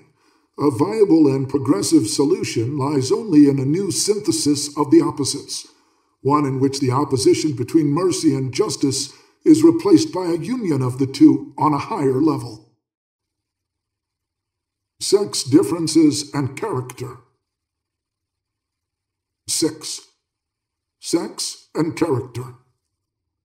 The thesis that between the two sexes there are innate differences which necessarily result in basic differences in character and fate is a very old one. The Old Testament makes it woman's peculiarity and curse that her desire shall be to thy husband, and he shall rule over thee, and man's that he shall have to work in sweat and sorrow. But even the biblical report contains virtually the opposite thesis. Man was created in God's likeness, and only as punishment for man's and woman's original disobedience, they were treated as equals with regard to their moral responsibility, were they cursed with mutual conflict and eternal difference. Both these views, that of their basic difference and that of their basic identity, have been repeated through the centuries. One age or one philosophical school emphasizing the one, another the opposite thesis. The problem assumed increased significance in the philosophical and political discussions of the 18th and 19th centuries. Representatives of the Enlightenment philosophy took the position that there were no innate differences between the sexes, l'homme n'a pas de sexe, that whatever differences could be observed were conditioned by difference in education, were, as would be said today, cultural differences. Romantic philosophers of the early 19th century, on the other hand, stressed the very opposite point. They analyzed the characterological differences between men and women and said that the fundamental differences were the result of innate biological and physiological differences. Their contention was that these differences in character would exist in any conceivable culture. Regardless of the merits of the respective arguments, and the analysis of the Romantics was often profound, they both had a political implication. The enlightened philosophers, especially the French, wanted to make a point for the social, and to some extent political, equality of men and women. They emphasized the lack of innate differences as an argument for their case. The Romantics, who were political reactionaries, used their analysis of the essence, Wesen, of women's nature as a proof for the necessity of political and social inequality. Although they attributed very admirable qualities to the woman, they insisted that her characteristics made her unfit to participate in social and political life on an equal footing with men. The political struggle for women's equality did not end in the 19th century, nor did the theoretical discussion on the innate versus the cultural character of their differences. In modern psychology, Freud became the most outspoken representative of the Romantics' cause. Whereas their argument had been couched in philosophical language, his was based on the scientific observation of patients in the psychoanalytic procedure. He assumed that the anatomical difference between the sexes was the cause for unalterable characterological differences. Anatomy is her fate, he says of the woman, paraphrasing a sentence of Napoleon's. His contention was that the little girl, when she discovers the fact that she lacks the male genital organ, is profoundly shocked and impressed by this discovery, that she feels something she ought to have is lacking, that she envies men for having what fate has denied her, that in the normal course of development she will try to overcome her feeling of inferiority and envy by substituting other things for the male genital organ, children, husband, or possessions. In the case of neurotic development, she does not succeed in making such satisfactory substitutions. She remains envious of all men, does not give up her wish to be a man herself, becomes homosexual or hates men, or seeks certain culturally permitted compensations. Even in the case of normal development, the tragic quality of woman's fate never quite disappears. She is cursed with a wish to obtain something which remains unattainable throughout her life. Although orthodox psychoanalysts retain this theory of Freud as one of the cornerstones of their psychological system, another group of culturally oriented psychoanalysts disputed Freud's findings. They showed the fallacies, clinically and theoretically, in Freud's reasoning by pointing to the cultural and personal experiences of women in modern society which caused the characterological results which he had explained on biological grounds. The views of this group of psychoanalysts found confirmation in the findings of the anthropologists. Nevertheless, there exists a certain danger that some followers of those progressive anthropological and psychoanalytic theories will lean over backwards and deny completely that biological differences have any effect in molding the character structure. They may be prompted to do so by the same motivation which was found in the representatives of the French Enlightenment. Since the emphasis on innate differences is used as an argument by the enemies of women's equality, it may seem necessary to prove that there were none but cultural causes for any differences which may be empirically observed. It is important to recognize that a significant philosophical question is involved in this whole controversy. The tendency to deny any characterological differences between the sexes may be prompted by the implicit acceptance of one of the premises of anti-equalitarian philosophy. In order to demand equality, one has to prove that there are no characterological differences between the sexes except those caused directly by existing social conditions. The whole discussion is particularly involved because one group is speaking of differences, whereas the reactionaries really mean deficiencies, and more specifically those deficiencies which make it impossible for full equality to be shared with the majority group. Thus, women's limited intelligence and lack of faculties for organization and for abstraction or critical judgment were held to preclude their full equality with men. One school of thought said they possessed intuition, love, and so on, but that these qualities did not seem to make them more fit for the task of modern society. The same is often said about minorities such as the Negroes or the Jews. Thus, the psychologist or anthropologist was put in a position where he had to disprove that among sex or racial groups there were any fundamental differences which had anything to do with their ability to share full equality. In this position, the liberal thinker was inclined to minimize the existence of any distinctions.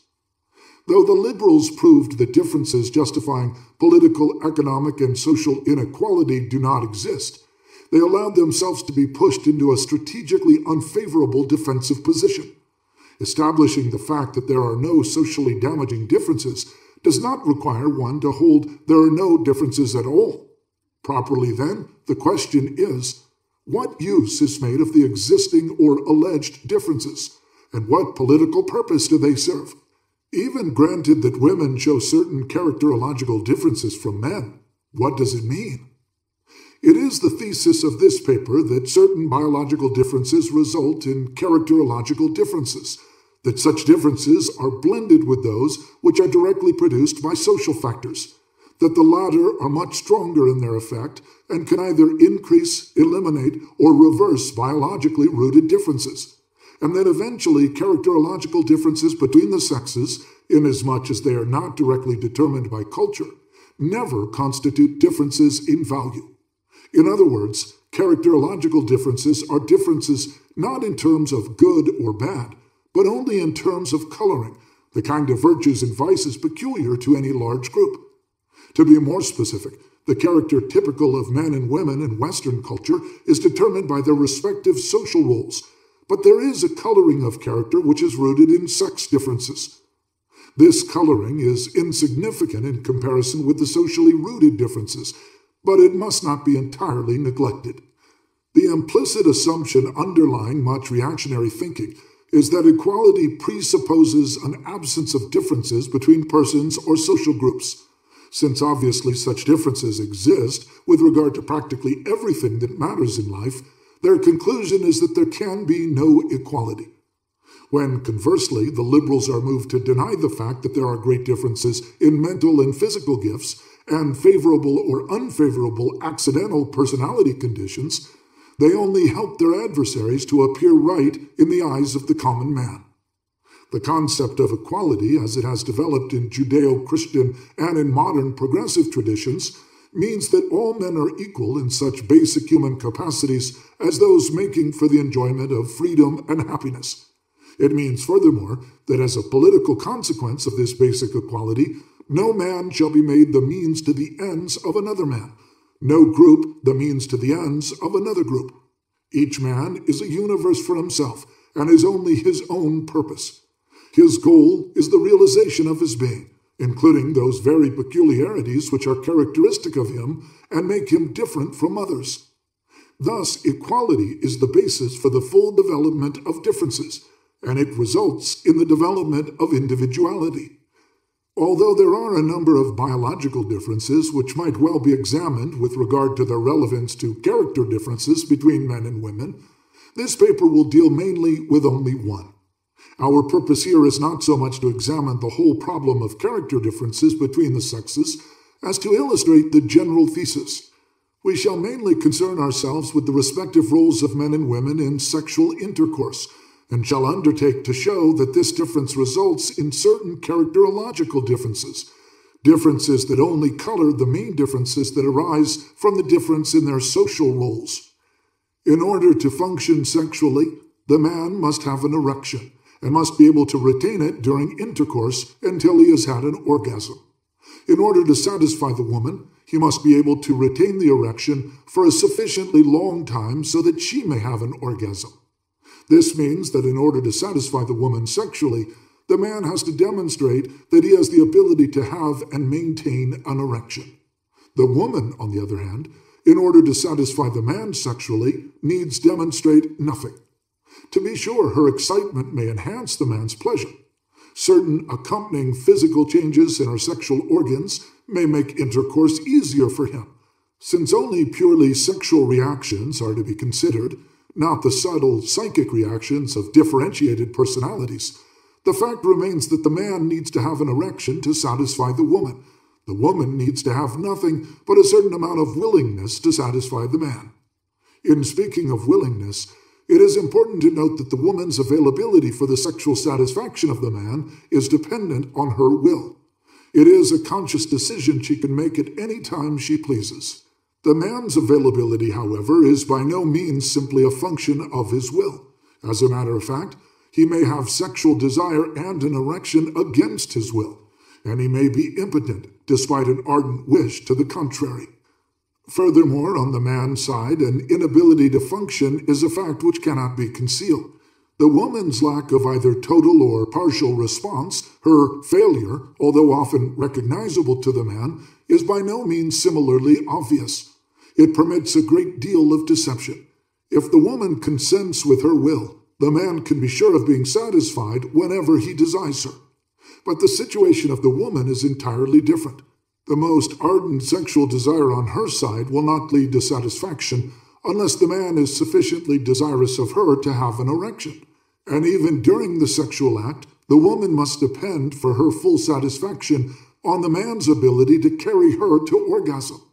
Thus, to satisfy the partner, the man has to prove something. The woman does not. From this difference in their respective sexual roles, something else follows. The difference in their specific anxieties connected with the sexual function. The anxiety is located at the very spot where the man and woman's position is vulnerable. The man's position is vulnerable insofar as he has to prove something, that is, insofar as he can potentially fail.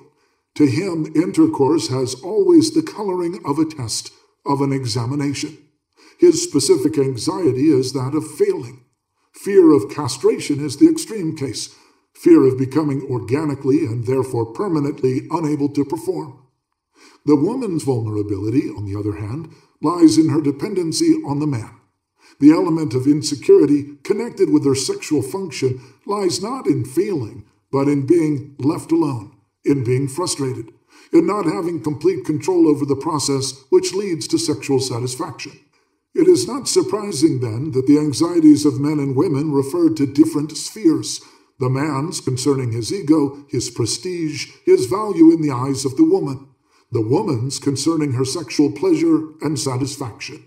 The listener may now ask, are not these anxieties characteristic only of neurotic personalities? Is not the normal man sure of his potency? Is not the normal woman sure of her partner? Is one not concerned here with the highly nervous and sexually insecure modern man? Are not the caveman and the cave woman, with their primitive and unspoiled sexuality, free from such doubts and anxieties? At first glance, this might seem to be the case. The man who is constantly worried about his potency is characteristic of a certain type of neurotic personality, as is the woman who is constantly afraid of remaining unsatisfied, or who suffers from her dependency. Here, as is so often the case, the difference between the neurotic and the normal is more one of degree and of awareness than one of essential quality. What appears as a conscious and continuous anxiety in the neurotic person is relatively unnoticed and quantitatively slight anxiety in the so-called normal man. The same is true in the case of women. Furthermore, in normal individuals, anxieties are not aroused by certain incidents which are sure to cause manifest anxiety in the neurotic person. The normal man does not doubt his potency. The normal woman is not afraid of being sexually frustrated by the man she has chosen for a sexual partner. To choose the very man whom she can have faith in sexually is an essential part of her healthy sexual instinct. This in no way alters the fact that potentially the man can fail, but never the woman. The woman is dependent on the man's desire, not the man on hers. Since it is important that this point be clear, let us illustrate further with a parallel from another field.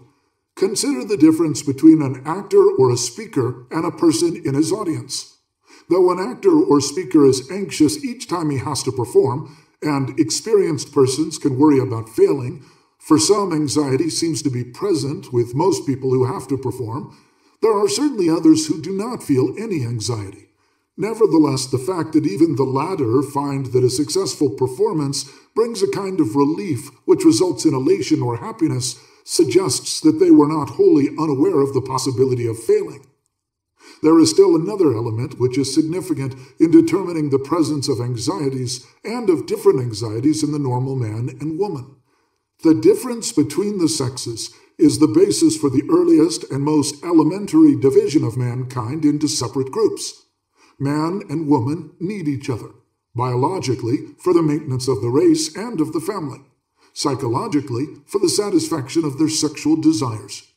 But in any situation in which two different groups need each other, there will be elements not only of harmony, cooperation, and mutual satisfaction, but also of struggle and disharmony. Love and antagonism are two sides of a basic constellation, difference with interdependence. The sexual relationship between the sexes could scarcely be free from potential antagonism and hostility. Men and women have, along with the capacity to love each other, a similar capacity to hate.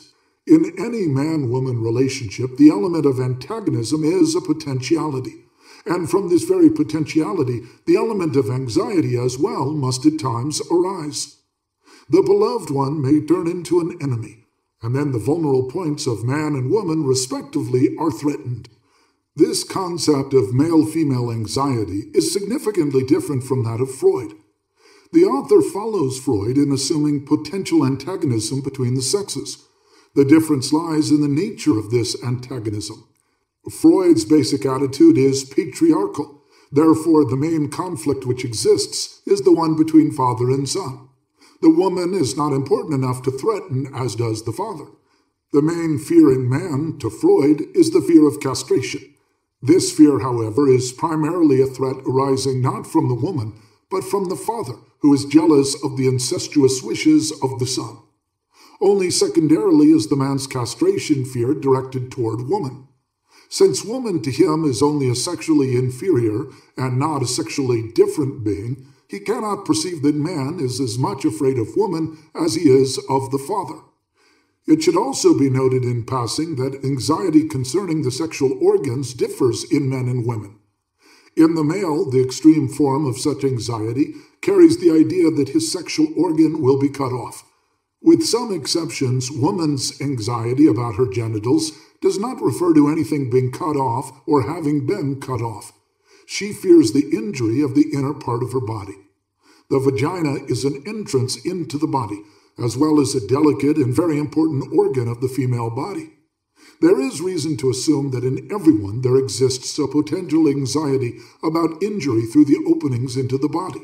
But although other openings may be more or less adequately protected, this is by no means so clearly the case with the vagina, as first parental strictness and then rumors and fantasies of criminal assault have tended to impress upon the child.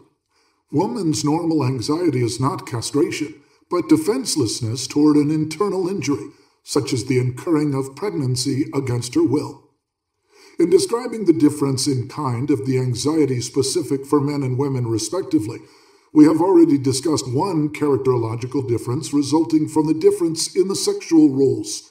The specific kind of anxiety results in specific trends to overcome it. If the man's main anxiety is that of failing in or not performing the expected task, the drive designed to protect him from this anxiety is the wish for prestige. The man is deeply pervaded by a craving to prove constantly to himself, to the woman he loves, to all other women, and to all other men that he lives up to any expectation of him. He seeks reassurance against the fear of sexual failing by competing in all other spheres of life in which willpower, physical strength, and intelligence are useful in assuring success. Closely linked with this craving for prestige is his competitive attitude toward other men. Being afraid of possible failure, he tends to prove that he is better than any other man. The Don Juan does so directly in the sexual realm, the average man indirectly, by killing more enemies, hunting more deer, making more money, or being more successful in other ways than his male competitors. It must be realized that the particular sexual role of the man is but a minor source of the craving for prestige and competitiveness in comparison with cravings of a social and cultural nature. As a number of psychoanalytic, anthropological, and sociological writers have indicated, such cravings chiefly result from the kind of experiences both the child and the adult have in any given culture. It has been shown that when anxiety is aroused in the child, he feels powerless and inferior. It is therefore imperative for him to find recognition by others, to be popular, and to be superior to competitors. The modern social and economic system is based on the principles of competition and success. Ideologies praise its value, and by these and other circumstances, the craving for prestige and competitiveness are firmly planted in the average human being living in the Western culture. Even if there were no difference in the respective sexual roles, these cravings would exist in men and women on the strength of social factors. The impact of these social sources is so great that it might seem doubtful whether, in quantitative terms, there is any marked predominance of the craving for prestige in men as a result of the sexual factors which this chapter discusses. The matter of first importance is not quantity or degree to which competitiveness is increased by the sexual sources, but rather the need that recognition be given to the presence of any factor other than the socially conditioned ones which make for competitiveness. It happens that in Western culture, the cultural pressure with men moves in the same direction as the sexual factors. With women also, the cultural and sexual factors used to operate in the same direction. But with the fundamental change in woman's position, which drew her increasingly into the same social and economic conditions that determine man's life, the social factors have become the same for men and women. And there is even now sufficient empirical evidence to recognize that these social factors prove to be stronger than the sexual ones.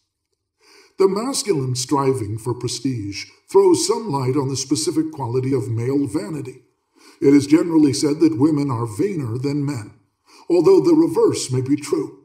What matters is not the difference in quantity, but in the nature of the vanity. The essential feature of man's vanity is to show off, to demonstrate what a good performer he is. He acts as if he lived in an unending examination dream. He is eager to assert that he is not afraid of failing. This vanity seems to color all of man's activity. There is probably no achievement of men, from making love to the most courageous acts in fighting or thinking, which is not colored to some degree by this typical male vanity. Insofar as this is the case, his activity is lacking in seriousness. Another aspect of man's craving for prestige is his sensitivity toward ridicule, and particularly toward ridicule from women. Even a coward may become something of a hero under the fear of becoming ridiculed by women, and the fear of losing one's life may be less than the fear of ridicule. As a matter of fact, this is typical in the pattern of male heroism, which is no greater than the heroism of which women are capable, but different because it is colored by the male sort of vanity. Another result of man's precarious position toward woman and his fear of her ridicule is his hatred for her. This hatred contributes to a striving which has also a defensive function, to dominate the woman, to have power over her, to make her feel weak and inferior. If he succeeds in this, he need not be afraid of her. If she is afraid of him, afraid of being killed, beaten, or starved, she cannot ridicule him. Power over a person is dependent neither on one's intensity of passion nor on the functioning of one's sexual and emotional productiveness. Power depends on factors which can be so securely maintained that no doubt of incompetency need ever arise. Incidentally, the promise of power over women is the comfort which the patriarchally biased biblical myth holds out to the man, even while God curses him. One last trait in man should be mentioned, one that results from his fear of failure, not so much because it is a normal trait, but because it links with a problem which psychoanalytic literature has dealt with, the man's wish to be a woman. Though Freud quite naturally assumed that a general feature of woman's psychology is a wish to be a man, other psychoanalytic thinkers have recognized in men the presence of wishes to be a woman and have offered various explanations. To one of these explanations, man's envy of the woman's capacity to bear children, reference will be made presently. The aim here is to point to the connection between man's need to prove something and his wish to be a woman. His test situation is a continuous burden. He will be greatly relieved if he could escape his burden, and he could if he were a woman. In the normal man, however, the wish is scarcely conscious and, in quantity, very small. In the neurotic man, the wish to be a woman can be extremely strong, whether it is entertained consciously or repressed. Its strength depends on the intensity of the fear of failure in performance, which in turn is rooted in the whole personality structure. Just as certain characterological trends spring from the main anxiety of men, failure, others spring from the main fear of women, frustration and dependency. The fear of being left alone in the sexual act itself, as well as emotionally and socially, and the fear of being dependent comprise a trait which is generally supposed to be typically feminine. This dependency is traced back to woman's nature. The traditional role of women in any patriarchal culture is such that the fear of dependency is aroused regardless of any conditions specific to her sex role. But again, social conditions are mistaken for natural ones. Despite the conventional fallacy about woman's nature, however, in the statement about woman's dependency, there is a kernel of truth which should not be neglected. This is the result of her specific sexual role, which will now be recapitulated. The woman does not need to prove anything. She need not be afraid of failure. But in her sexual satisfaction, she is dependent on something outside herself, the man's desire for her and his potency to carry through his desire. He is never entirely sure whether he will succeed, and this fear hurts his pride. She is never entirely sure whether she can rely on him, and this fear makes her feel insecure and anxious in a different way. One trait resulting from this position of the woman is vanity, but a vanity different in nature from the man's. His vanity is to show what he can do, to prove that he never fails. Her vanity is essentially a need to attract, and the need to prove herself that she can attract, is attractive. To be sure, the man needs to attract a woman sexually in order to win her. This holds true especially in a culture where differentiated tastes and feelings are involved in sexual attraction. But there are other ways by which he can gain her and induce her to be his sexual partner. Sheer physical power, or, more significantly, social power and wealth. His opportunities for sexual satisfaction do not depend solely on his sexual attractiveness. Her sexual satisfaction depends entirely on her attractiveness. Neither force nor promises can make a man sexually potent. The woman's attempt to be attractive is necessitated by her sexual role, and her vanity or concern with her attractiveness results from this. The woman's fear of dependency, of frustration, of a role which forces her to wait, frequently leads to a wish which Freud has stressed heavily, the wish to have the male genital organ. The root for this wish, however, is not that the woman primarily feels she lacks something, that she is inferior to the man for want of the penis. Although in many instances there are other reasons, the wish of the woman to have a penis often springs from her wish not to be dependent, not to be restricted in her activity, not to be exposed to the danger of frustration. Just as the man's wish to be a woman may result from his desire to be rid of the burden of the test, the woman's wish to have a penis may result from her desire to overcome her dependence.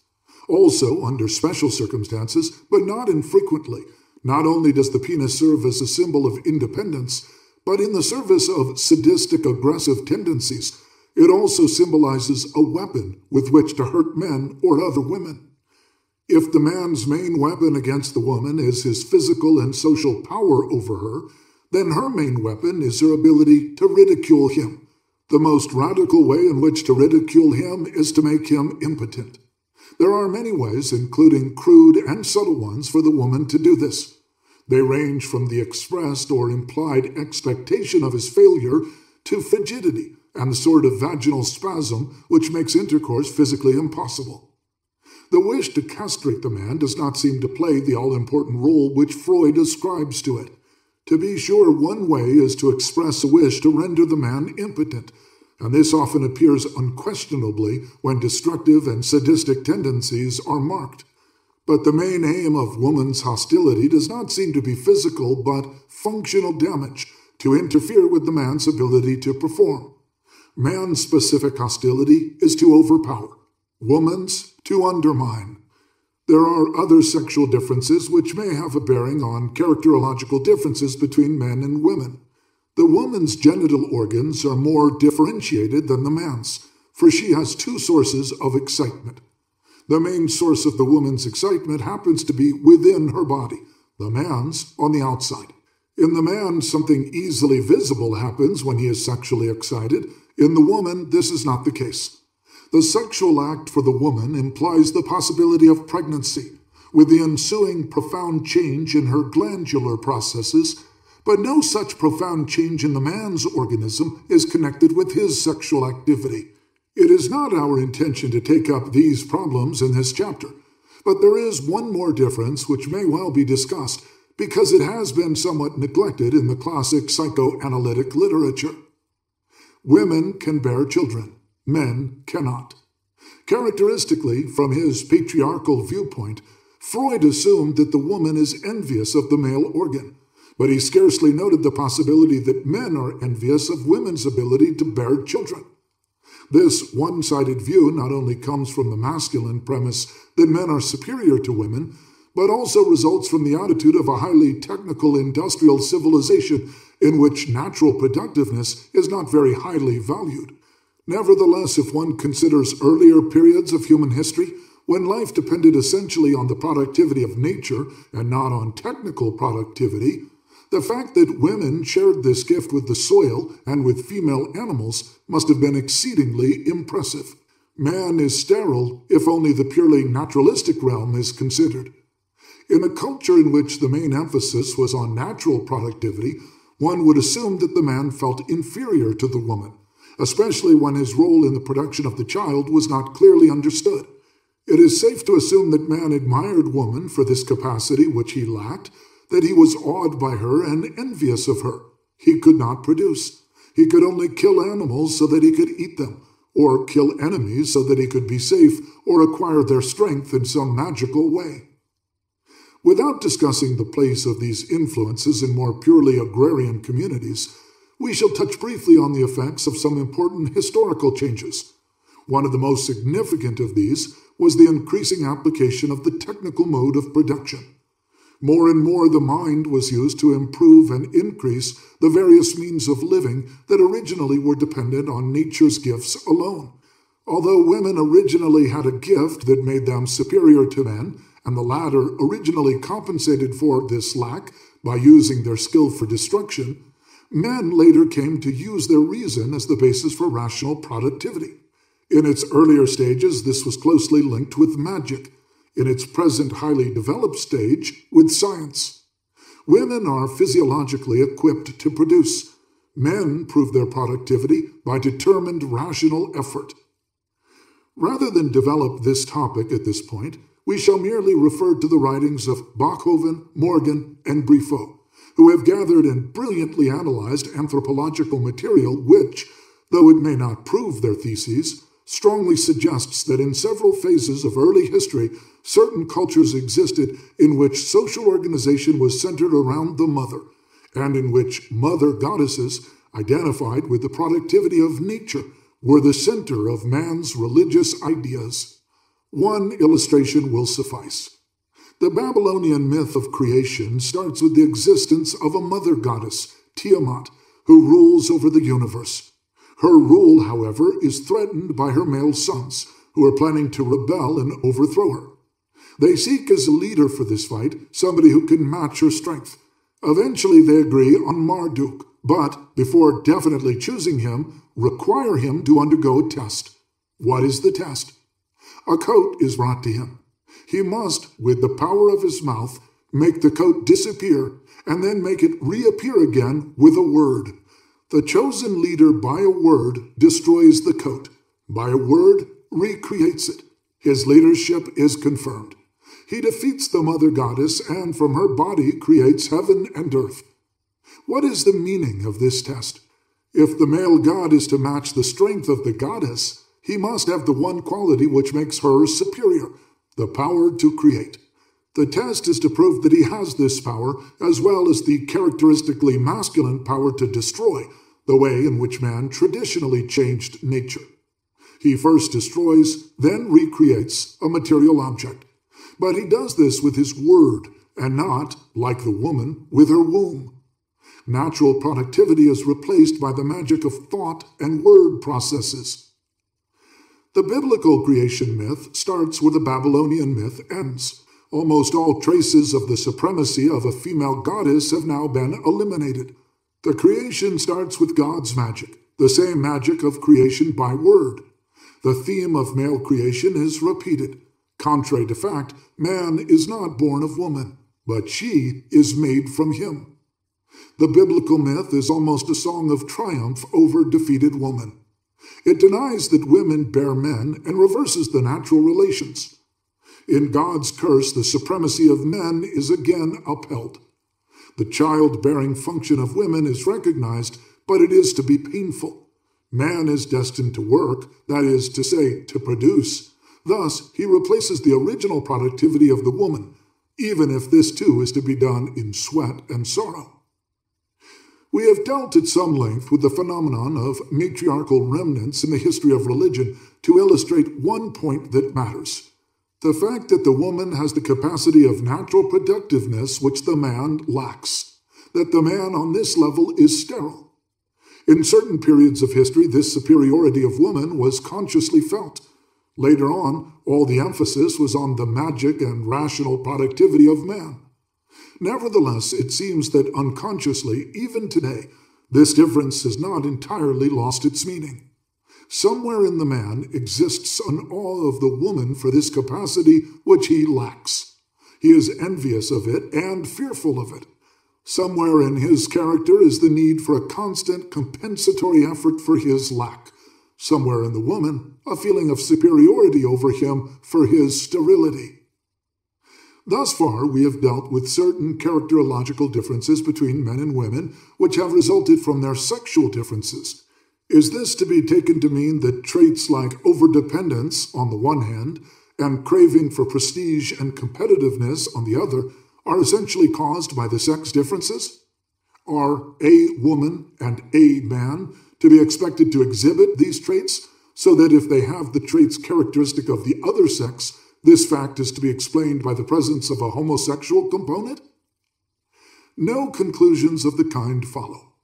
The sexual difference colors the personality of the average man and woman. This coloring may be compared to the key or the mode in which a melody is written, not to the melody itself.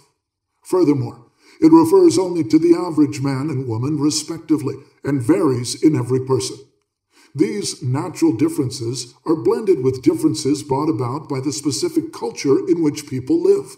For instance, in our present-day culture, both in fact and in ideology, Women are dependent on men, and the craving for prestige and competitive success is found in men.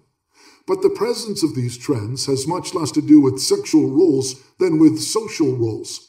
Society is organized in a way that necessarily produces these strivings, regardless of whether or not they have had roots in specific masculine or feminine peculiarities. The craving for prestige, as it has been found in modern man since the end of the Middle Ages, is chiefly conditioned by the social and economic system, not by his sexual role. The same is true of the dependency of women. What happens is that cultural patterns and social forms can create characterological trends that run parallel to identical tendencies rooted in entirely different sources, such as sexual differences. If that is the case, the two parallel trends are blended into one, and it seems as if these sources were also one. On the one hand, if the cultural patterns produce dependency in men, for instance, then this trend, insofar as it results from sexual differences, will be virtually eliminated from women, and will be found in the sex opposite the one where it should be found according to natural differences. The cravings for prestige and dependency as products of culture determine the whole personality. They are not its key, but the melody itself. Then a woman is dependent and a man is eager for prestige. The individual personality is thus reduced to one segment of the whole gamut of human personality. But the characterological differences, as they spring from natural differences, are not of this kind. The woman is not naturally dependent. The man is not vain. The reason for this may be found in the fact that deeper than the difference between the sexes is their equality. The fact that men and women are first of all human beings, sharing the same potentialities, the same desires, and the same fears. Whatever is different in them on account of natural differences does not make them different. It gives their personalities, which are fundamentally alike, slight differences in the emphasis of one or another trend, an emphasis that appears empirically as a coloring. These differences, which are rooted in sexual differences, would seem to afford no basis for casting men and women in different roles in any given society. It is apparent today that whatever differences exist between the sexes, they are relatively insignificant in comparison with the characterological differences that are found between persons of the same sex. The sexual differences do not influence the capacity to do work of any kind. Certain highly differentiated achievements may be colored in their quality by sexual characteristics. One sex may be somewhat more gifted for a certain kind of work than is the other. But such is the case if extroverts are compared with introverts, or picnic with asthenic types.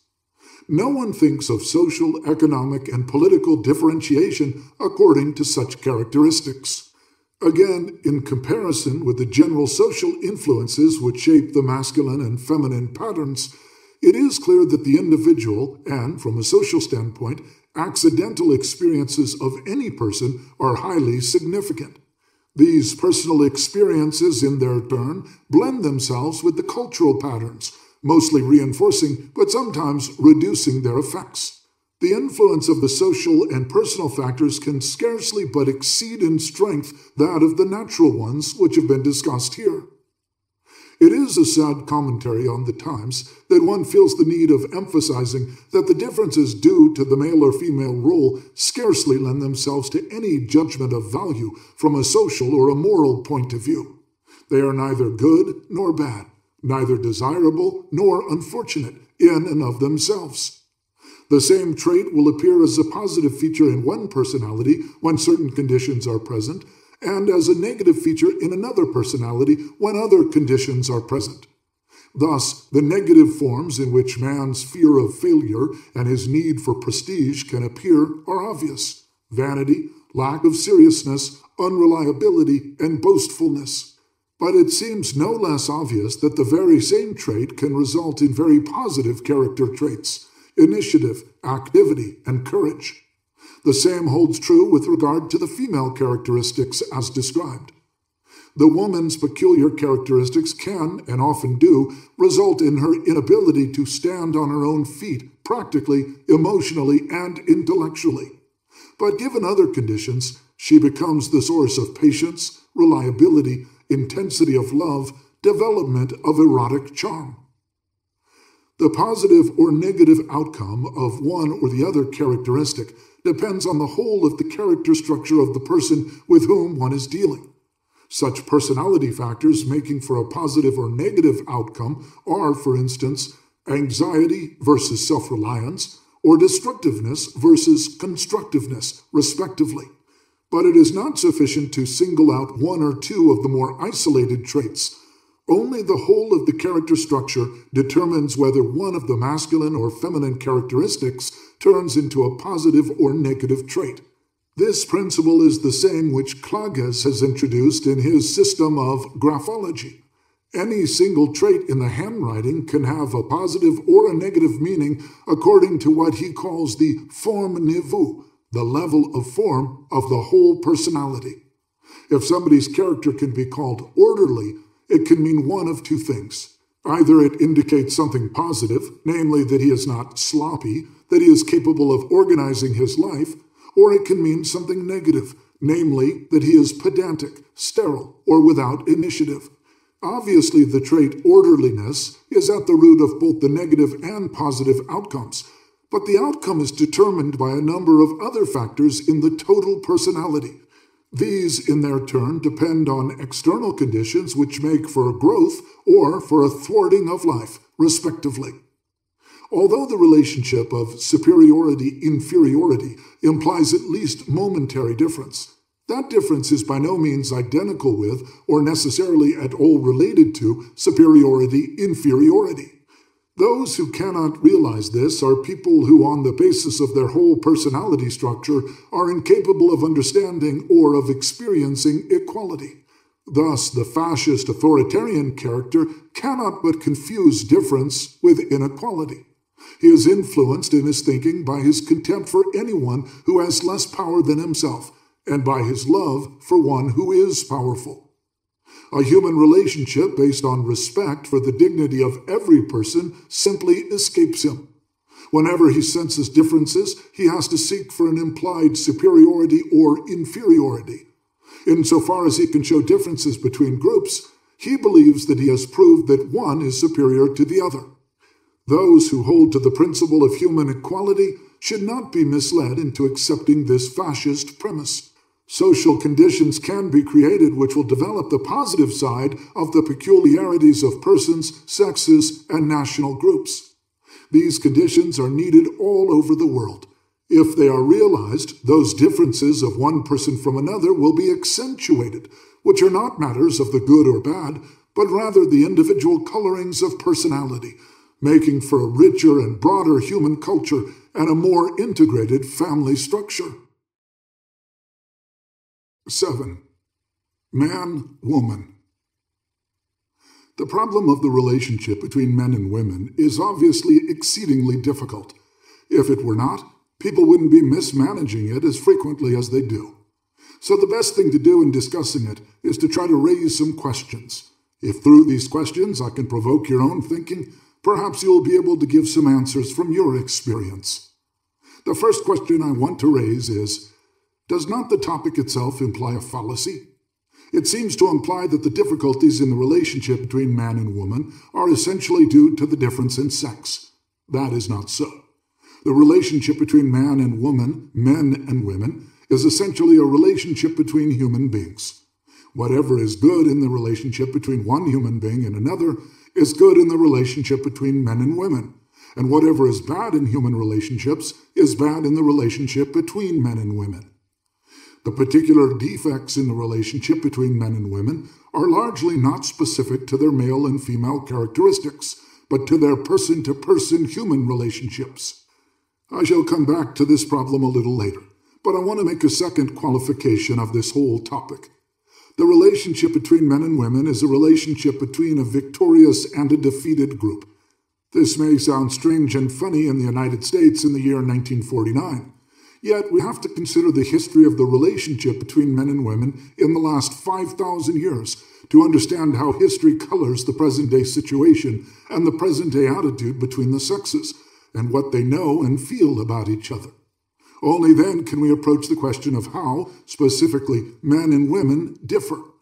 Only then can we determine what is characteristic of the relationship between men and women, and what is a problem in its own right, and not a problem merely of human relationships.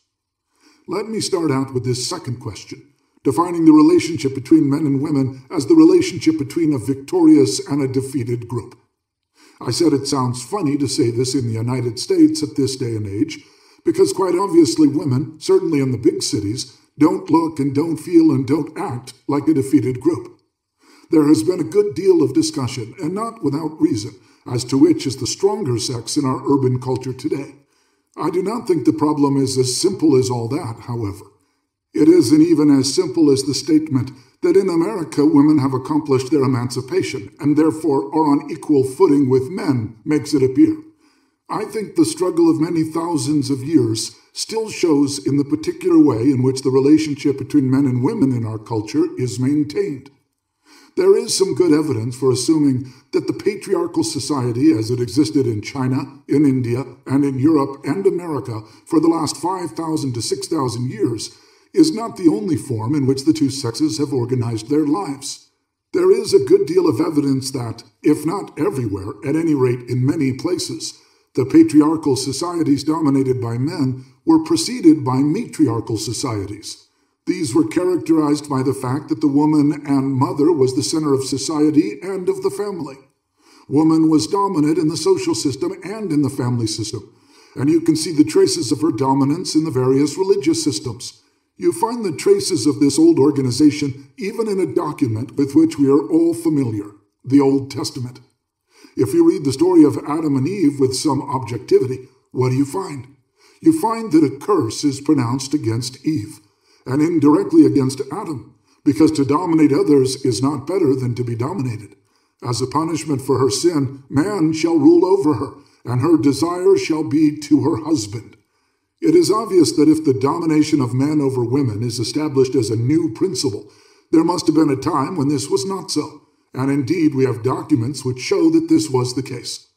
If you compare the Babylonian account of the creation with the biblical story, you find that in this Babylonian story, which antecedes the biblical story in time, something quite different existed. In the center of the Babylonian account, you find not a masculine god, but a goddess, Tiamat.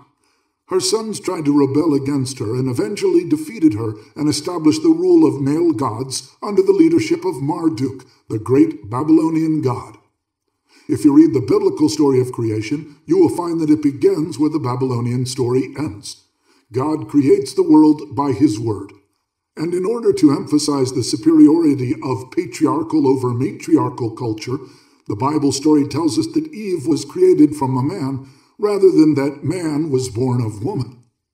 The patriarchal culture, the culture in which men appear to be destined to rule over women, to be the stronger sex, has persisted all over the world.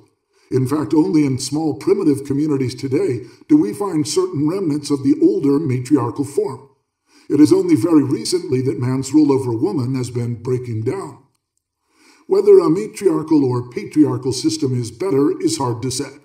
In fact, I think the question in this form is wrong, because you might say that the matriarchal system emphasizes the elements of natural ties, of natural equality, of love.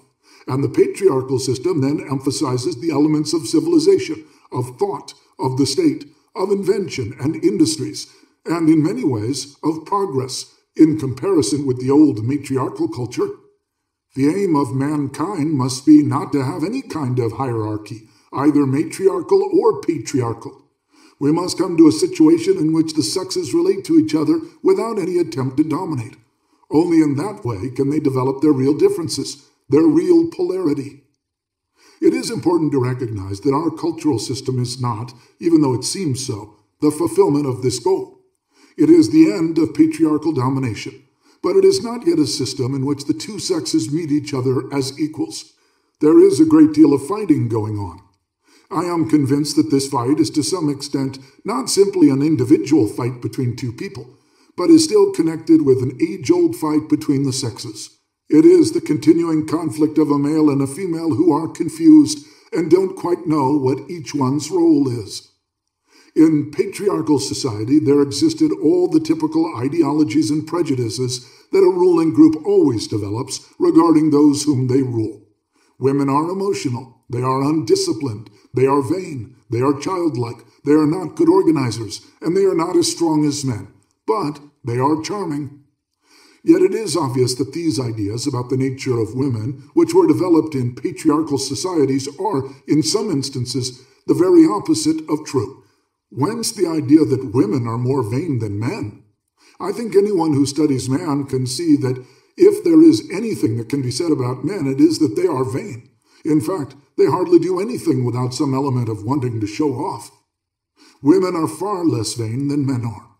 It is true enough that women are sometimes forced to show some vanity because they either are or were in the position of those who have to seek favors, being the so-called weaker sex. But certainly the legend that women are more vain than men are is disproved by any dispassionate observation. Take another prejudice. Take the idea that men are tougher than women are. Every nurse can tell you that the percentage of men fainting when they get an injection or a blood test is much greater than the percentage of women, that women on the whole are much better able to endure pain, which turns men into helpless children and makes them run to mother. Yet men over the centuries, or rather over thousands of years, have succeeded in spreading the idea that they are the stronger and the tougher sex. Well, there is nothing surprising about that. It is the typical ideology of a group of people who have to prove that they have a right to rule. If you are not the majority, but almost exactly half of the human race, and have claimed for thousands of years that you have a right to rule over the other half, then your ideologies must be plausible in order to convince the other half, and particularly in order to convince yourself. In the 18th and 19th centuries, the problem of equality between men and women really became acute. A very interesting phenomenon developed during that period, namely that those who claimed that women should have equal rights with men also claimed that there was no difference between the two sexes psychologically. As the French formulated it, the soul is sexless. There is no psychological difference whatsoever. Those who were against the political and social equality of women emphasized, often very intelligently and subtly, how different women were from men psychologically. Of course, the point they came to again and again was that because of these psychological differences, women were better off and fulfilled their destiny better if they did not participate in social and political life on an equal footing. Up to this day, we find a similar attitude among many feminists, progressives, liberals, or any group who are in favor of equality between human beings in general and between the two sexes specifically. Those of this attitude claim that there are no differences or minimize these differences. They say that whatever differences exist, they are due only to cultural environment and to education, and that there are no intrinsic psychological differences between the sexes that are not the result of such environmental or educational factors. I am afraid that this viewpoint, which is so popular among the defenders of the equality of men and women, is a bad one in many ways. Perhaps its worst fault is that it isn't true. It is about the same as saying that there are no psychological differences among various national groups, and that anyone who uses the word race is then and there saying something terrible. While it may very well be that scientifically the word race is not a good word, it is true that there are differences in body and temperament among the peoples of various nations. The second reason I think this kind of reasoning is bad is that it suggests false principles. It suggests that equality implies that everyone is like everybody else, that equality implies identity. Actually, equality and the demand for equality imply the very opposite, namely that despite all differences, no person should be made a tool of the purpose of anyone else, that every human being is an end and purpose in himself or herself. This means that each person is free to develop his or her peculiarity as an individual, as a member of a given sex, as a member of a given nationality. Equality does not imply the negation of difference, but the possibility for its fullest realization. If we imply that equality means that there are no differences, we shall fortify the very tendencies which lead to the impoverishment of a culture, that is, to the automatization of individuals, and the weakening of that which is the most valuable part of human existence, the unfolding and development of the peculiarities of each person. In using the word peculiarities, I should like to remind you how strange a fate this word has had. If we say today that someone is peculiar, we don't mean anything particularly pleasant. Yet this should be the greatest compliment we can pay. Saying that someone is peculiar should mean that he has not given in, that he has retained the most valuable part of human existence, his individuality, that he is a unique person, different from anyone else under the sun. I think that in America, the fallacy of assuming that equality is synonymous with identity is one of the reasons for this peculiar phenomenon in our culture.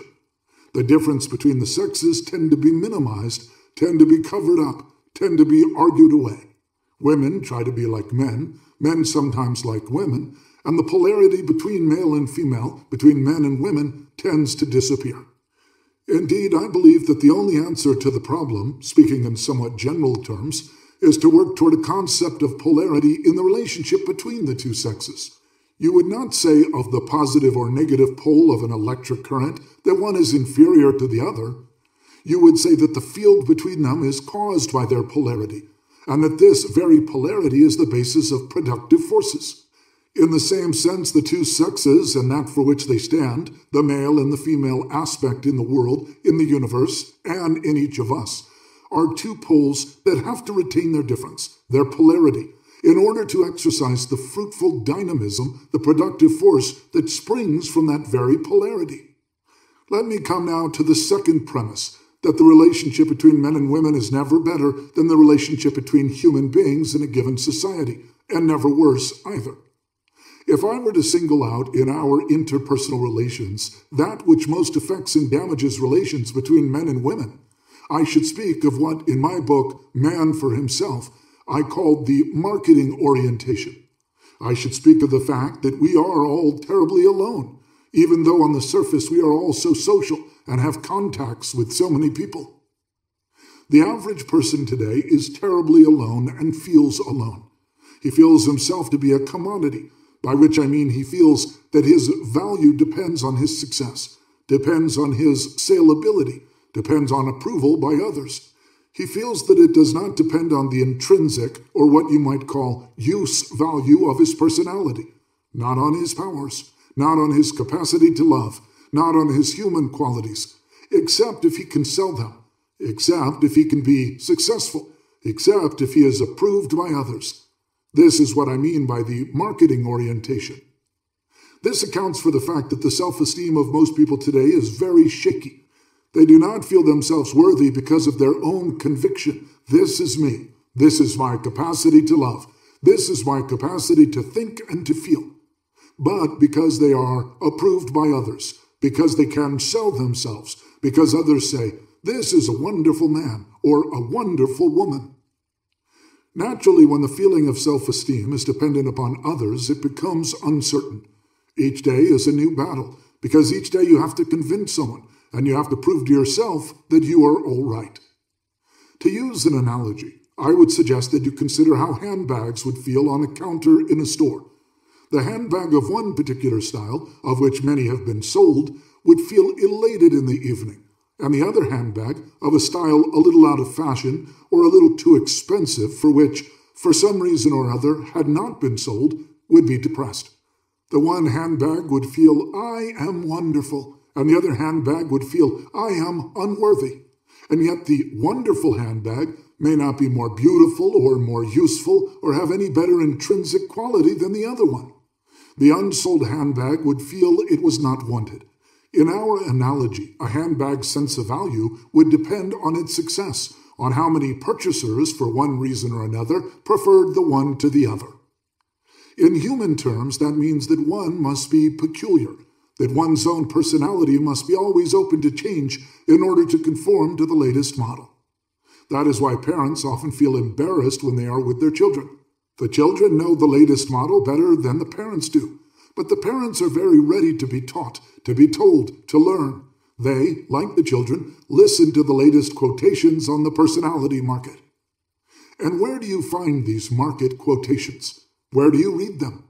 In the movies? In the liquor ads? In the clothing ads? In the indications of the ways that important people dress and talk? A model is considered outmoded after only a few years. I read in the Sunday Times magazine of a little girl of 14 who said that her mother was so old-fashioned that she still thought it was 1945. At first I didn't understand. I thought it was a misprint until I understood that for this girl, 1945 seemed awfully out of date. But I am sure her mother knew, nevertheless, that she had to hurry. How does this marketing orientation affect the relationship between the sexes, between men and women? I think, in the first place, that a great deal of what goes under the name of love is the seeking for success, for approval. One needs someone to tell one, not only at 4 o'clock in the afternoon, but also at 8 and at 10 and at 12, "You're fine, you're all right, you are doing well." That is one factor. The other factor is that one also proves one's value by choosing the right person. One needs to be the latest model oneself, but one then has a right also and a duty to fall in love with the latest model. That can be put as crudely as it was put by a boy of 18 who was asked what the ambition of his life was. He said he wanted to buy a better car. He wanted to change from a Ford to a Buick so that he could pick up a better class of girls. Well, this boy was at least frank, but I think he expressed something that, in a more subtle way, determines the choice of partners to a large extent in our culture. The marketing orientation has another effect on the relationship between the sexes. In the marketing orientation, everything is patterned, and we are eager to live up to the latest model and to act in the latest way. Accordingly, the roles we choose, particularly our sex roles, are highly patterned, but the patterns are not even or uniform. Frequently, they are conflicting. Man ought to be aggressive in business and tender at home. He ought to live for his work, but not be tired in the evening when he comes home. He ought to be ruthless with his customers or competitors, but he ought to be very honest with his wife and children. He ought to be liked by everyone, and yet he should have the deepest feeling for his family. Well, the poor man tries to live up to these patterns. Only the fact that he does not take them too seriously probably protects him from going crazy. The same holds true with women. They too have to live patterns that are as contradictory as those for the males. There always were, of course, in every culture, patterns for what was considered to be male and female, masculine and feminine. But formerly these patterns had at least a certain stability. In a culture in which we depend so much on the latest pattern, on being just right, on approval, on fitting in with what is expected, the real qualities that belong to our male and female roles become obscured. Very little specific is left in the relationship between men and women. If the choices in relationships between men and women are made on the basis of market orientation, of highly patterned roles, one thing must happen. People get bored. I think that the word bored does not get the attention it deserves. We speak of all sorts of terrible things that happen to people, but we rarely speak about one of the most terrible things of all. That is being bored alone, and worse than that, being bored together. Many people see only two solutions for this boredom. They avoid being bored by using any of the many avenues our culture offers. They go to parties, make contacts, drink, play cards, listen to the radio, and so kid themselves every day, every evening. Or, and this is partly a matter of to what social class they belong, they think things are changed by a change of partner. They think this or that marriage was no good because they got the wrong partner, and they suppose that a change of partner will dispel boredom. People do not see that the main question is not, am I loved, which is to a large extent the question, am I approved of, am I protected, am I admired? The main question is, can I love? This is indeed difficult. To be loved and to fall in love is very simple for a while until you get boring and bored. But to love, to stand in love, as it were, is indeed difficult, although not superhuman. In fact, it is the most essential human quality. If one cannot be alone with oneself, if one cannot be genuinely interested in others and in oneself, then one cannot be together with anyone else without being bored after a certain time. If the relationship between the sexes becomes a refuge for the loneliness and isolation of the individual, it has very little to do with the potentialities that the real relationship between male and female implies. There is another fallacy I want to mention. That is the fallacy that the real problem between the sexes is sex. We felt very proud 30 years ago, or many of us did, when during the era of sexual emancipation, it seemed that the chains of the past were breaking, and that a new phase of human relations between the sexes was opening up. Yet the results were not so wonderful as many thought they would be, because all that glitters isn't sex. There are many motivations for the sexual urge that in themselves are not sexual. Vanity is one of the greatest stimuli for sex, much more than anything else, perhaps. But so is loneliness, so is rebelliousness against an existing relationship. A man who is driven to make new sexual conquests thinks he is motivated by the sexual attraction women have for him, but actually he is motivated by his vanity, by the drive to prove that he is superior to all other males.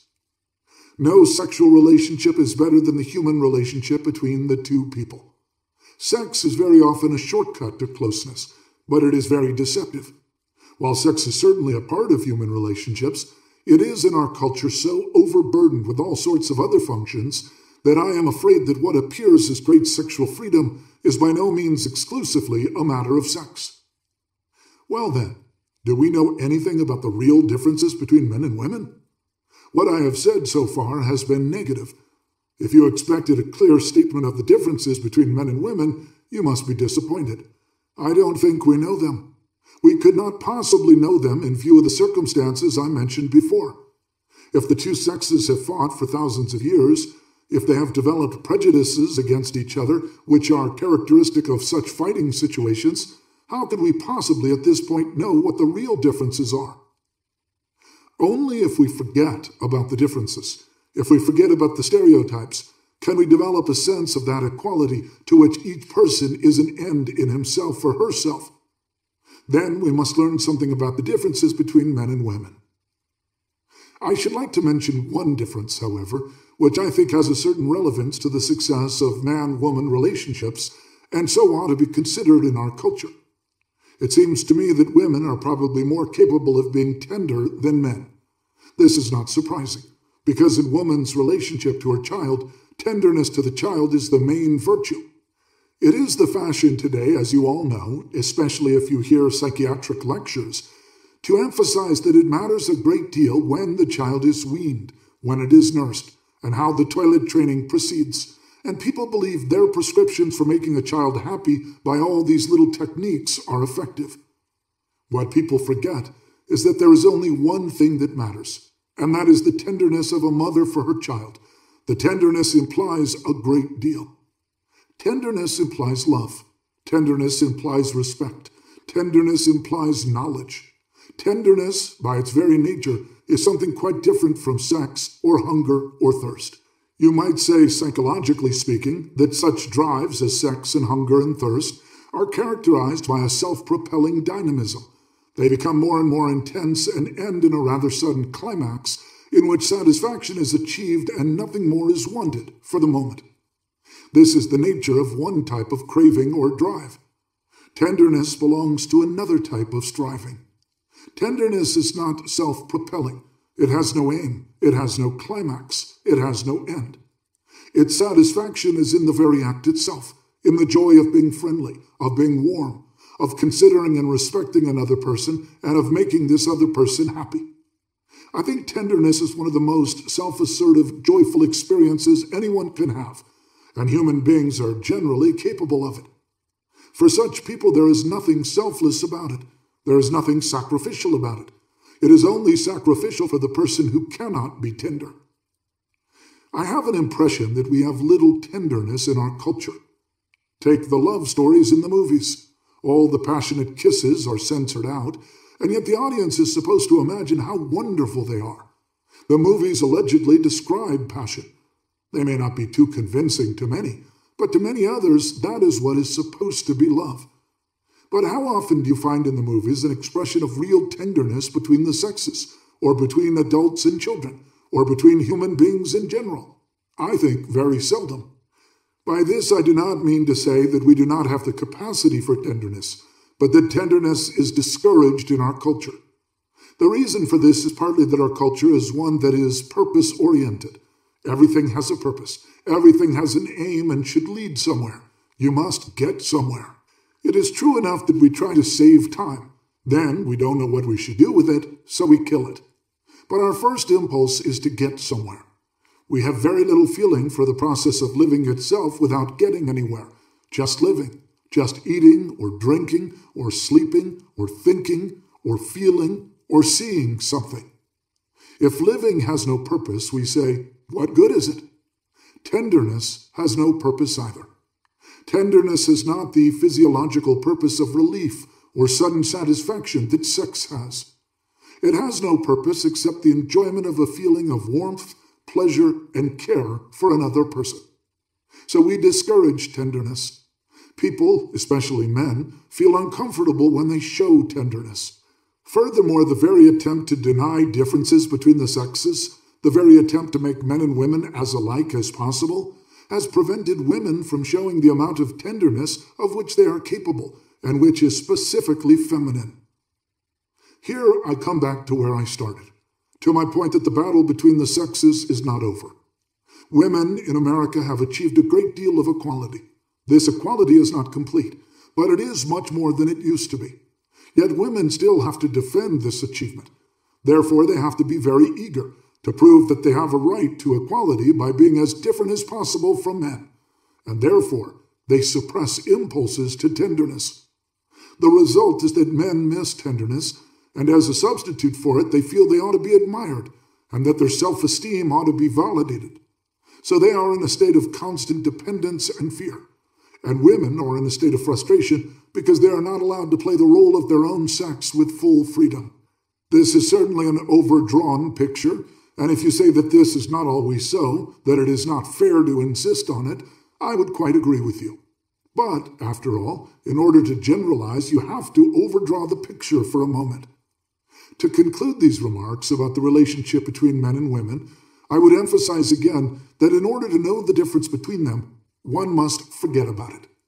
One must permit oneself to live fully and spontaneously as a human being, and not become preoccupied with the questions, am I the typical male or the typical female? Do I fit the role prescribed by the culture? Am I successful in my sex role? Only if one forgets such questions, only then will the profound polarity that exists between the sexes and within every human being develop into a productive force. Gender and sexuality.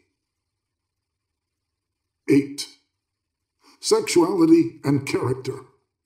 Freud's theory of sex, first published in the beginning of this century, was a challenge to a generation which still had an unshaken belief in the sex taboos of the Victorian age.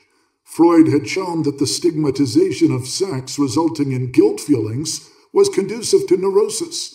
Furthermore, he had demonstrated that deviations from the so-called normal sexual behavior were not rare monstrosities, but a part of the normal sexual development from infancy to adolescence, and that the sexual aberrations in the adult were remnants of earlier sexual patterns and ought to be understood as neurotic symptoms rather than morally condemned as vices. The view of the fact that Freud and his school put sexuality into the center of their psychological theory, it is all the more amazing that an extensive survey of sexual behavior has not been undertaken by psychoanalysts prior to Kinsey's report in 1948. One would imagine that his report would be highly welcome to all psychoanalysts as a report on facts which support the general trend of the psychoanalytic position, even though this report deals only with manifest behavior and not with the problem of unconscious motivations and character. However, quite in contrast to this expectation, the Kinsey report has been received with unfriendly criticism by a number of psychoanalysts, a minority only, I hope. One criticism, for instance, goes as far as asserting that Kinsey could not possibly have unearthed such wealth of data in so short a time, when, in contrast, psychoanalysts found it very difficult to gather comparative data about one individual even in numerous interviews. Such an argument, indeed, can always be used if one researcher is more successful than his predecessors, but it is obviously not a valid criticism. In examining the significance of the Kinsey report from the standpoint of the psychoanalyst, we must first consider the theoretical differences of psychoanalytic schools in regard to the role of sex in human behavior. Freud and his followers assumed that the energy source of human behavior was largely sexual. The assumption was made that the normal development of the libido can be arrested or distorted by the impact of environmental influences, particularly those in early childhood, and that peculiarities of behavior and of character in the adult were rooted in the peculiarities of the sexual desires and aims. The characteristics of a person's sexual life were held to be exemplary for his total personality. Sadistic strivings, for instance, are a case in point. Freud assumed that sadistic impulses were part of the sexual strivings in the child during a certain period of its development. Provided that this early phase of the child's sexual development remained predominant in his sexual life, he would, as an adult, either develop sadism as a sexual perversion or as a character structure in which the desire to overpower, dominate, and belittle his fellow men is paramount. Another illustration is that of oral cravings. Freud assumed that before the sexual drive has become focused on the genitals, it finds expression in more diffuse ways in connecting with other bodily zones. In this view, the infant is characterized by the predominance of libidinous pleasure connected with the mouth and its functions of drinking and eating. If this phase of sexual organization becomes fixated, behavior of the adult will still be determined by this underlying oral craving. Such a person will tend to be fed and supported by others, to be dependent on them, to want to be taken care of, and to remain essentially passive. Ford's assumption is that a person's attitude toward others is a sublimation of or a reaction formation against those sexual strivings which are the dominant ones in his personality. That it is the particular kind of sexual adjustment which determines the emotional adjustment and the kind of interpersonal relationship the individual develops. Freud tried to account for the dynamic nature of character traits by combining his characterology with his libido theory. In accordance with the type of materialistic thinking prevalent in the natural sciences of the late 19th century, which assumed that energy was a substantial rather than a relational concept, Freud believed that the sexual drive was the source of energy for the formation of character. By a number of complicated and brilliant assumptions, he explained different character traits as sublimations of or reaction formations against the various forms of the sexual drive. He interpreted the dynamic nature of character traits as an expression of their libidinous source. The development of psychoanalytic theory led, parallel to the development in the natural sciences emphasizing dynamic interrelations, to a new concept which was based on the relationship of man to others, to nature, and to himself, discarding the older concept of an isolated individual, a homo psychologicus. This concept was very adequately formulated by H.S. Sullivan in defining psychoanalysis as a study in interpersonal relations. Interpersonal relationships, assumed by Freud to be the result of varying forms of sexual desire, are considered to be the factor determining sexual strivings. In this view, it is not sexual behavior that determines character, but character that determines sexual behavior. A few illustrations may help to understand this relational concept. If the dominant trait of a person's character is that of manipulating other people as things to be used for one's own purposes, his sexual attitude will be in accordance with this character trait. This person experiences others as a means of satisfying his sexual needs, and at best his principle is that of fair play, an exchange in which neither partner gives more than he receives. In this character orientation, sexual relations are experienced as a fair exchange, rather than as intimate relatedness and love. The authoritarian character, whose relation to others is determined by his wish for power and domination, shows the same characteristics also in his sexual attitude, ranging from complete disregard for the sexual partner to pleasure in inflicting physical or emotional pain. In the submissive person, on the other hand, the masochistic tendency to suffer and to be dominated is a character trait which determines his sexual behavior and often results in impotence and frigidity.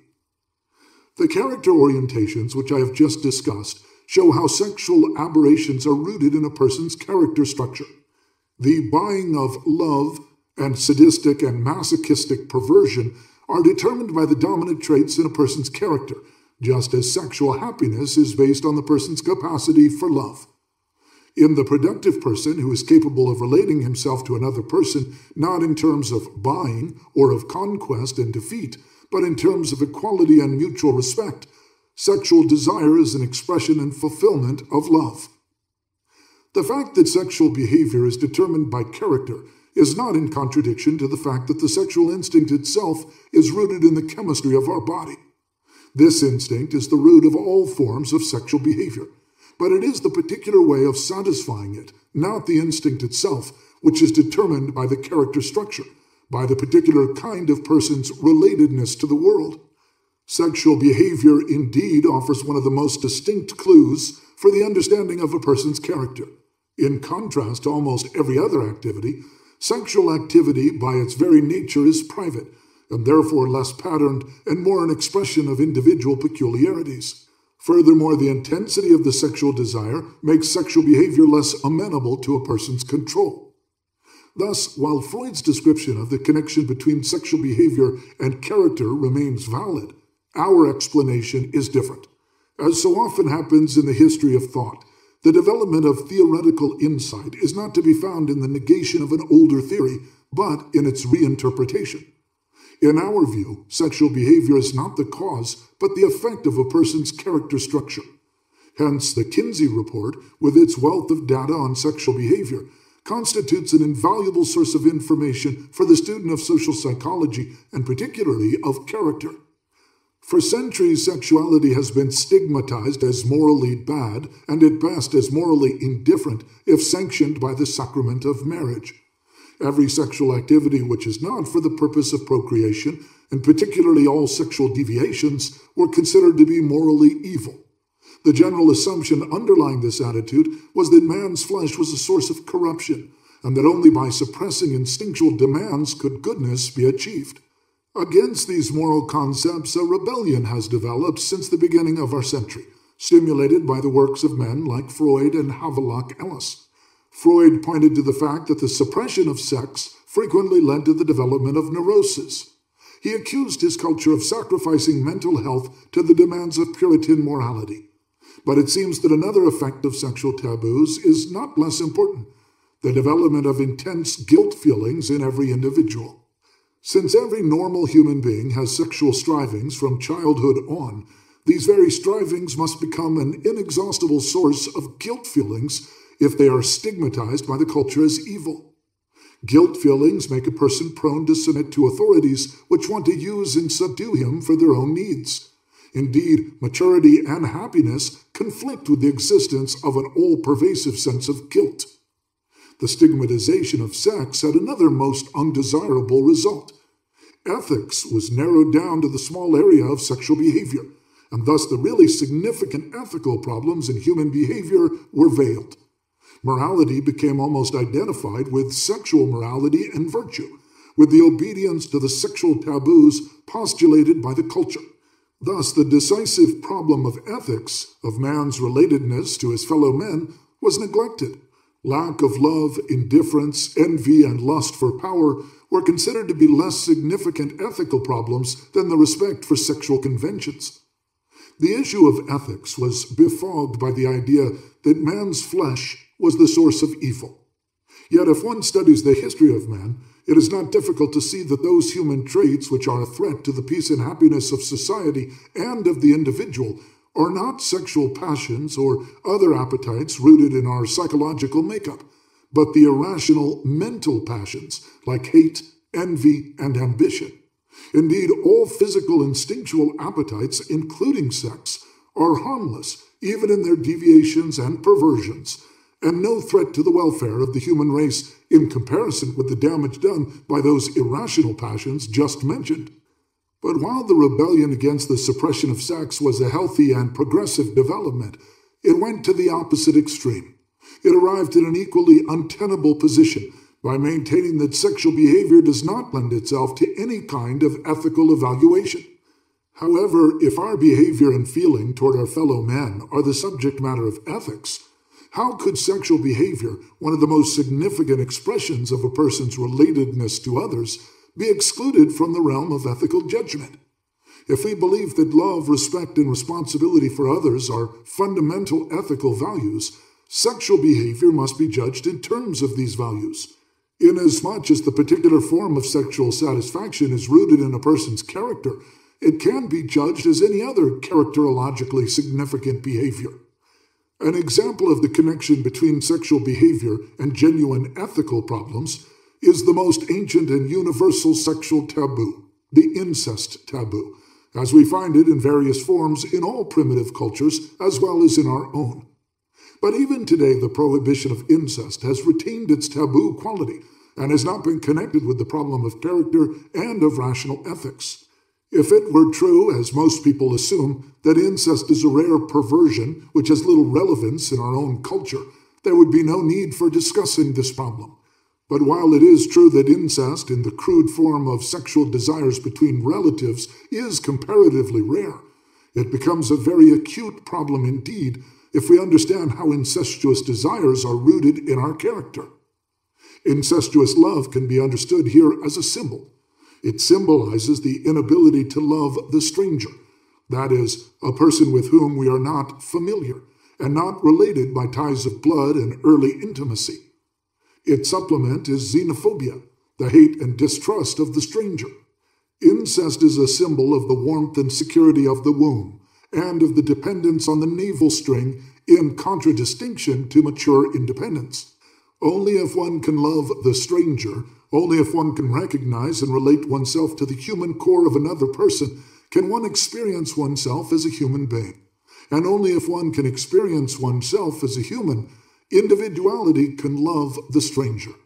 We have overcome incest in the narrow sense of the word as sexual relations between members of the same family. But we still practice incest not in a sexual, but in a characterological sense, inasmuch as we are not capable of loving the stranger, a person with different social background. Race and nationalistic prejudices are the symptoms of incestuous elements in our contemporary culture. We shall have overcome incest only when we, every one of us, are able not only to think of, but to feel and to accept the stranger as our brother. The problem of incest may suffice as an illustration for what I want to say about the general problem of the relationship between ethics and sexual desires. Here, as with regard to many other sexual problems, it is not sexuality as such, but the implied basic attitude to other human beings which is ethically significant.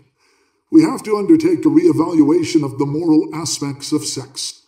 Both the moral condemnation of sexuality and the reaction to it, the position of complete ethical relativism in matters of sex, have failed as guiding principles.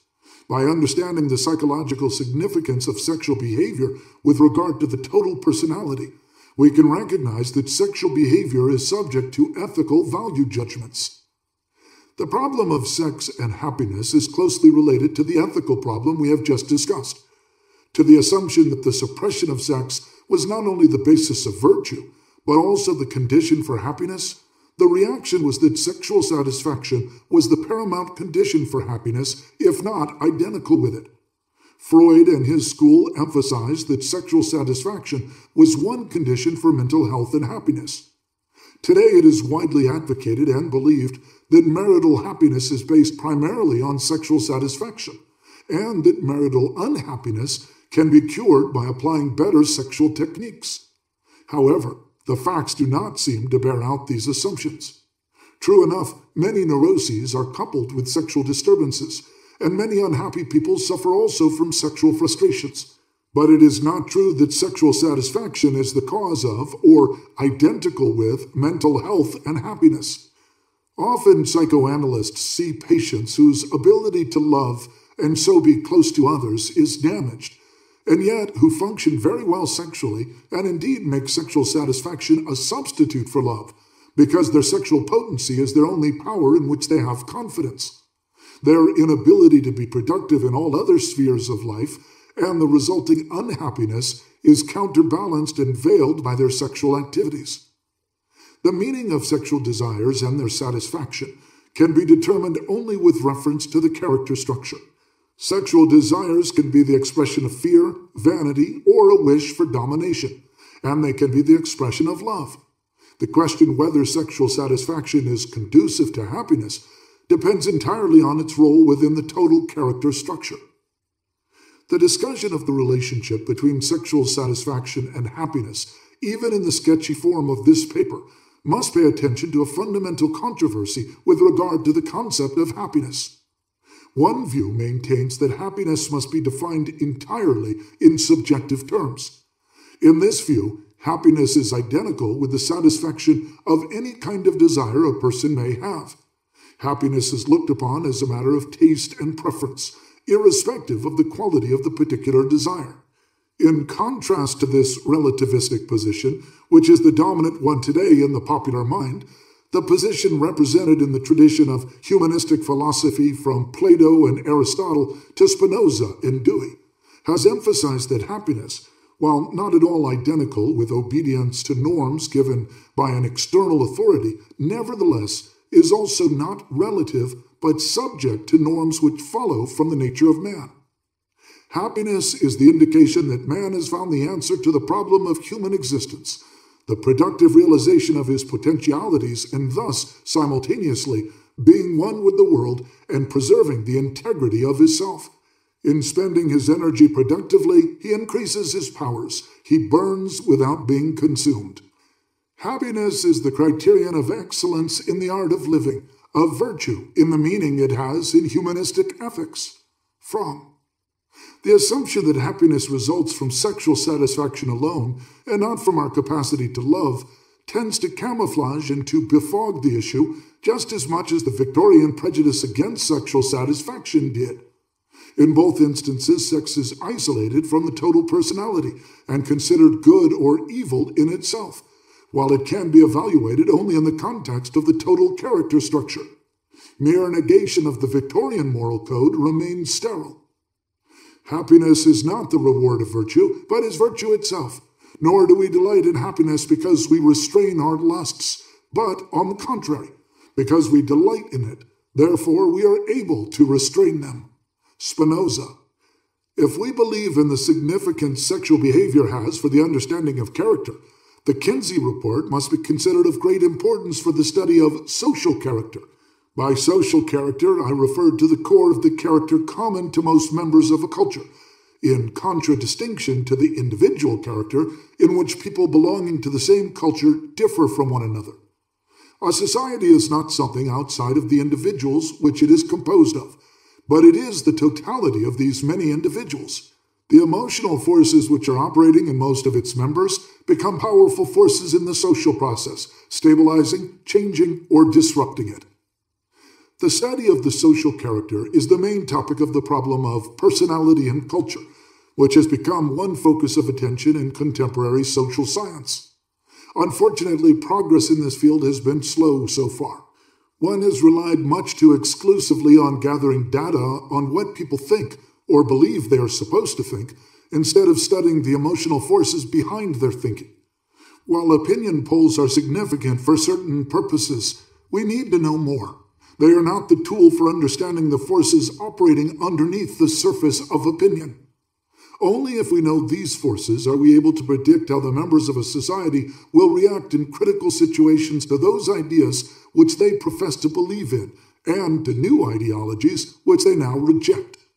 From the standpoint of social dynamics, every opinion is worth only as much as the emotional matrix in which it is rooted. But far from having a picture of the social character in its totality, we do not even have studies of the most urgent specific problems.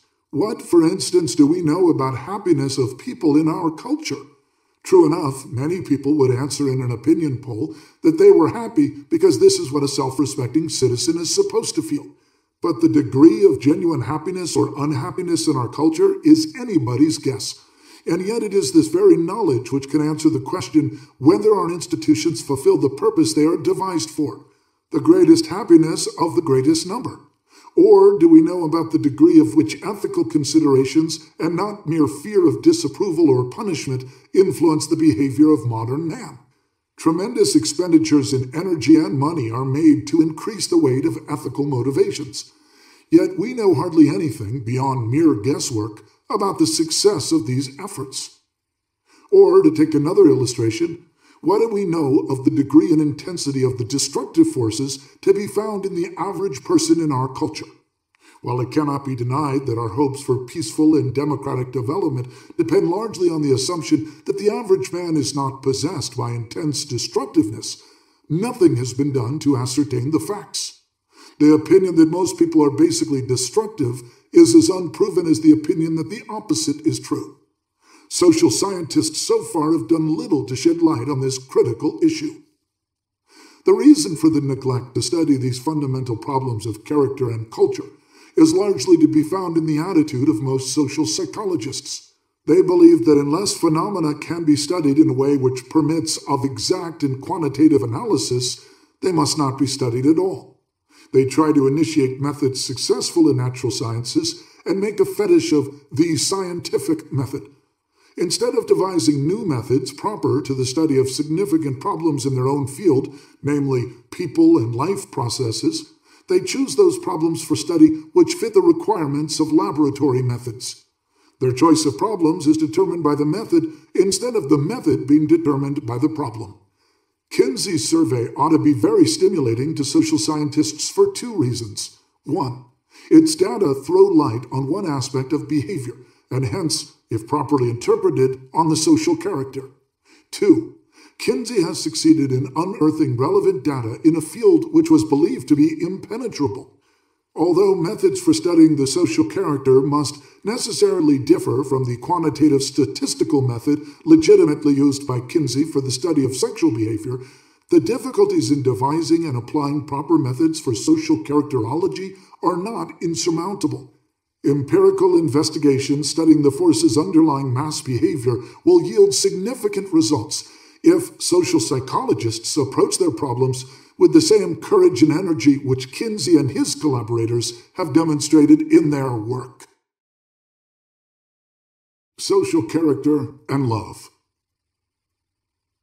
9. Selfishness and self-love. Modern culture is pervaded by a taboo on selfishness. It teaches that to be selfish is sinful, and that to love others is virtuous. To be sure, this doctrine is not only in flagrant contradiction to the practices of modern society, but it also is in opposition to another set of doctrines which assumes that the most powerful and legitimate drive in man is selfishness, and that each individual, by following this imperative drive, also does the most for the common good. The existence of this latter type of ideology does not affect the weight of the doctrines which declare that selfishness is the arch-evil and love for others the main virtue. Selfishness, as it is commonly used in these ideologies, is more or less synonymous with self-love. The alternatives are either to love others, which is a virtue, or to love oneself, which is a sin. This principle has found its classic expression in Calvin's theology. Man is essentially bad and powerless. He can do nothing, absolutely nothing good, on the basis of his own strength or merits. We are not our own, says Calvin in his Institutes of the Christian Religion. Therefore, neither our reason nor our will shall predominate in our deliberations and actions. We are not our own. Therefore, let us not propose it as our end, to seek what may be expedient for us according to the flesh. We are not our own. Therefore, let us, as far as possible, forget ourselves in all things that are ours. On the contrary, we are God's. To him, therefore, let us live and die. For as it is the most devastating pestilence which ruins people if they obey themselves, it is the only haven of salvation not to know or to want anything by oneself, but to be guided by God who walks before us. Man should not only have the conviction of his absolute nothingness, he should do everything to humiliate himself. For I do not call it humility, says Calvin. If you suppose that we have anything left, we cannot think of ourselves as we ought to think without utterly despising everything that may be supposed an excellence in us. This humility is unfeigned submission of a mind overwhelmed with a weighty sense of its own misery and poverty. For such is the uniform description of it in the Word of God. This emphasis on the nothingness and wickedness of the individual implies that there is nothing he should like about himself. This doctrine is rooted in contempt and hatred for oneself. Calvin makes this point very clear. He speaks of self-love as of a pest. If the individual finds something in himself on the strength of which he finds pleasure in himself, he betrays this sinful self-love. This fondness for himself will make him sit in judgment over others and despise them. Therefore, to be fond of oneself, to like anything about oneself, is one of the greatest imaginable sins. It excludes love for others and is identical with selfishness. There are fundamental differences between Calvin's theology and Kant's philosophy, yet the basic attitude toward the problem of love for oneself has remained the same. According to Kant, it is a virtue to want the happiness of others, while to want one's own happiness is ethically indifferent, since it is something which the nature of man is striving for, and a natural striving cannot have positive ethical sense. Kant admits that one must not give up one's claims for happiness. Under certain circumstances, it can even be a duty to be concerned with one's happiness, partly because health, wealth, and the like can be means which are necessary to fulfill one's duty, partly because the lack of happiness, poverty, can seduce a person from fulfilling his duty. But love for oneself, striving for one's own happiness, can never be a virtue. As an ethical principle, the striving for one's own happiness is the most objectionable one, not merely because it is false, but because the springs it provides for morality are such as rather undermine it and destroy its sublimity. Kant differentiates in egotism, self-love, philaudia, a benevolence of oneself, and arrogance, the pleasure in oneself. Rational self-love must be restricted by ethical principles. The pleasure in oneself must be battered down, and the individual must come to feel humiliated in comparing himself with the sanctity of moral laws. The individual should find supreme happiness in the fulfillment of his duty. The realization of the moral principle, and therefore of the individual's happiness, is only possible in the general whole, the nation, the state. Yet the welfare of the state, salus rei publicae suprema lex est, is not identical with the welfare of the citizens and their happiness. In spite of the fact that Kant shows a greater respect for the integrity of the individual than did Calvin or Luther, he states that even under the most tyrannical government, the individual has no right to rebel and must be punished no less than with death if he threatens the sovereign.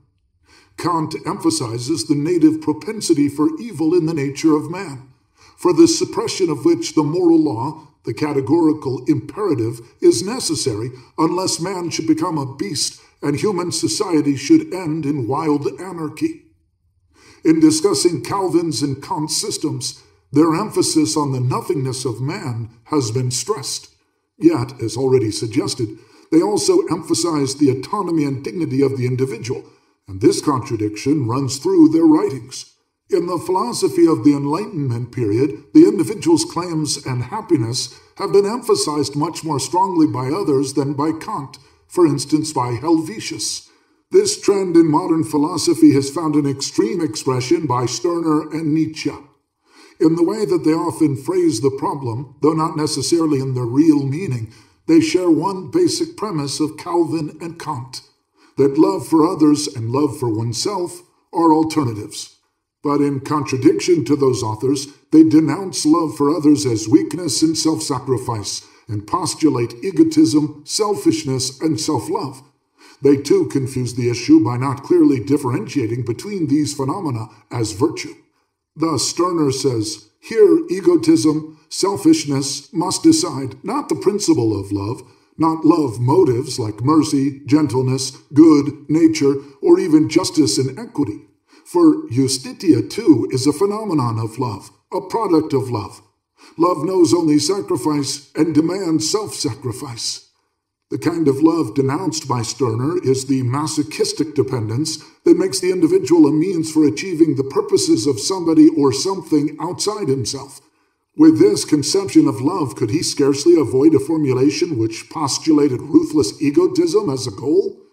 The formulation is therefore highly polemical and overstates the point. The positive principle with which Stirner was concerned was directed against an attitude which had run through Christian theology for many centuries, and which was vivid in the German idealism which was passing in his time, namely to bend the individual to submit to and find his center in a power and a principle outside of himself. To be sure, Stirner was not a philosopher of the stature of Kant or Hegel. Yet he had the courage to make a radical rebellion against that side of idealistic philosophy which negated the concrete individual and thus helped the absolute state to retain its oppressive power over the individual. Although there is no comparison between the depth and scope of the two philosophers, Nietzsche's attitude in many respects is similar to that of Stirner. Nietzsche also denounces love and altruism as the expressions of weakness and self-negation. For Nietzsche, the quest for love is typical of slaves who cannot fight for what they want, and therefore try to get it through love. Altruism and love for mankind is thus a sign of degeneration. For him, it is the essence of a good and healthy aristocracy that is ready to sacrifice countless people for its interests without having a guilty conscience. Society should be a foundation and scaffolding by means of which a select class of beings may be able to elevate themselves to their higher duties, and in general to their higher existence. Many quotations could be added to document this spirit of sadism, contempt, and brutal egotism. This side of Nietzsche has often been understood as the philosophy of Nietzsche. Is this true? Is this the real Nietzsche? To answer this question would require a detailed analysis of his work, which cannot be attempted here. There are various reasons which made Nietzsche express himself in the sense mentioned earlier. First of all, as in the case of Stirner, his philosophy is a reaction, a rebellion, against the philosophical tradition of subordinating the empirical individual to a power and a principle outside of himself. His tendency to overstatements shows this reactive quality. Second, there were traits in Nietzsche's personality, a tremendous insecurity and anxiety which explained that, and why he had sadistic impulses which led him to those formulations. Yet these trends in Nietzsche do not seem to me to be the essence of his personality, nor the corresponding views the essence of his philosophy. Finally, Nietzsche shared some of the naturalistic ideas of his time, as they were expressed in the materialistic biologistic philosophy, for which the concepts of the physiological roots of psychic phenomena and the survival of the fittest were characteristic. This interpretation does not do away with the fact that Nietzsche shared the view that there is a contradiction between love for others and love for oneself. Yet it is important to notice that Nietzsche's views contain the nucleus from development of which this wrong dichotomy can be overcome. The love which he attacks is one which is rooted not in one's own strength, but in one's own weakness. Your neighbor love is your bad love for yourselves. You flee into your neighbor from yourselves, and would fain make a virtue thereof. But I fathom your unselfishness. He states explicitly, you cannot stand yourselves, and you do not love yourselves sufficiently. The individual has for Nietzsche an enormously great significance. The strong individual is the one who has true kindness, nobility, greatness of soul, which does not give in order to take, which does not want to excel by being kind. Waste as type of true kindness, wealth of the person as a premise. He expresses the same thought also in Thus Spake Zarathustra. The one goeth to his neighbor because he seeketh himself, the other one because he would fain lose himself. The essence of these views is, love is a phenomenon of abundance. Its premise is the strength of the individual who can give. Love is affirmation. It seeketh to create what is loved. To love another person is only a virtue if it springs from this inner strength, but it is detestable if it is the expression of the basic inability to be oneself. However, the fact remains that Nietzsche left the problem of the relationship between self-love and love for others as unsolved antinomy, even if by interpreting him one may surmise in what direction his solution would have been found. Compare the important paper by Max Horkheimer, 1936, which deals with the problem of egotism in modern history. The doctrine that selfishness is the arch-evil that one has to avoid, and that to love oneself excludes loving others, is by no means restricted to theology and philosophy. It is one of the stock patterns used currently in home, school, church, movies, literature, and all the other instruments of social suggestion. Don't be selfish is a sentence which has been impressed upon millions of children generation after generation. It is hard to define what exactly it means.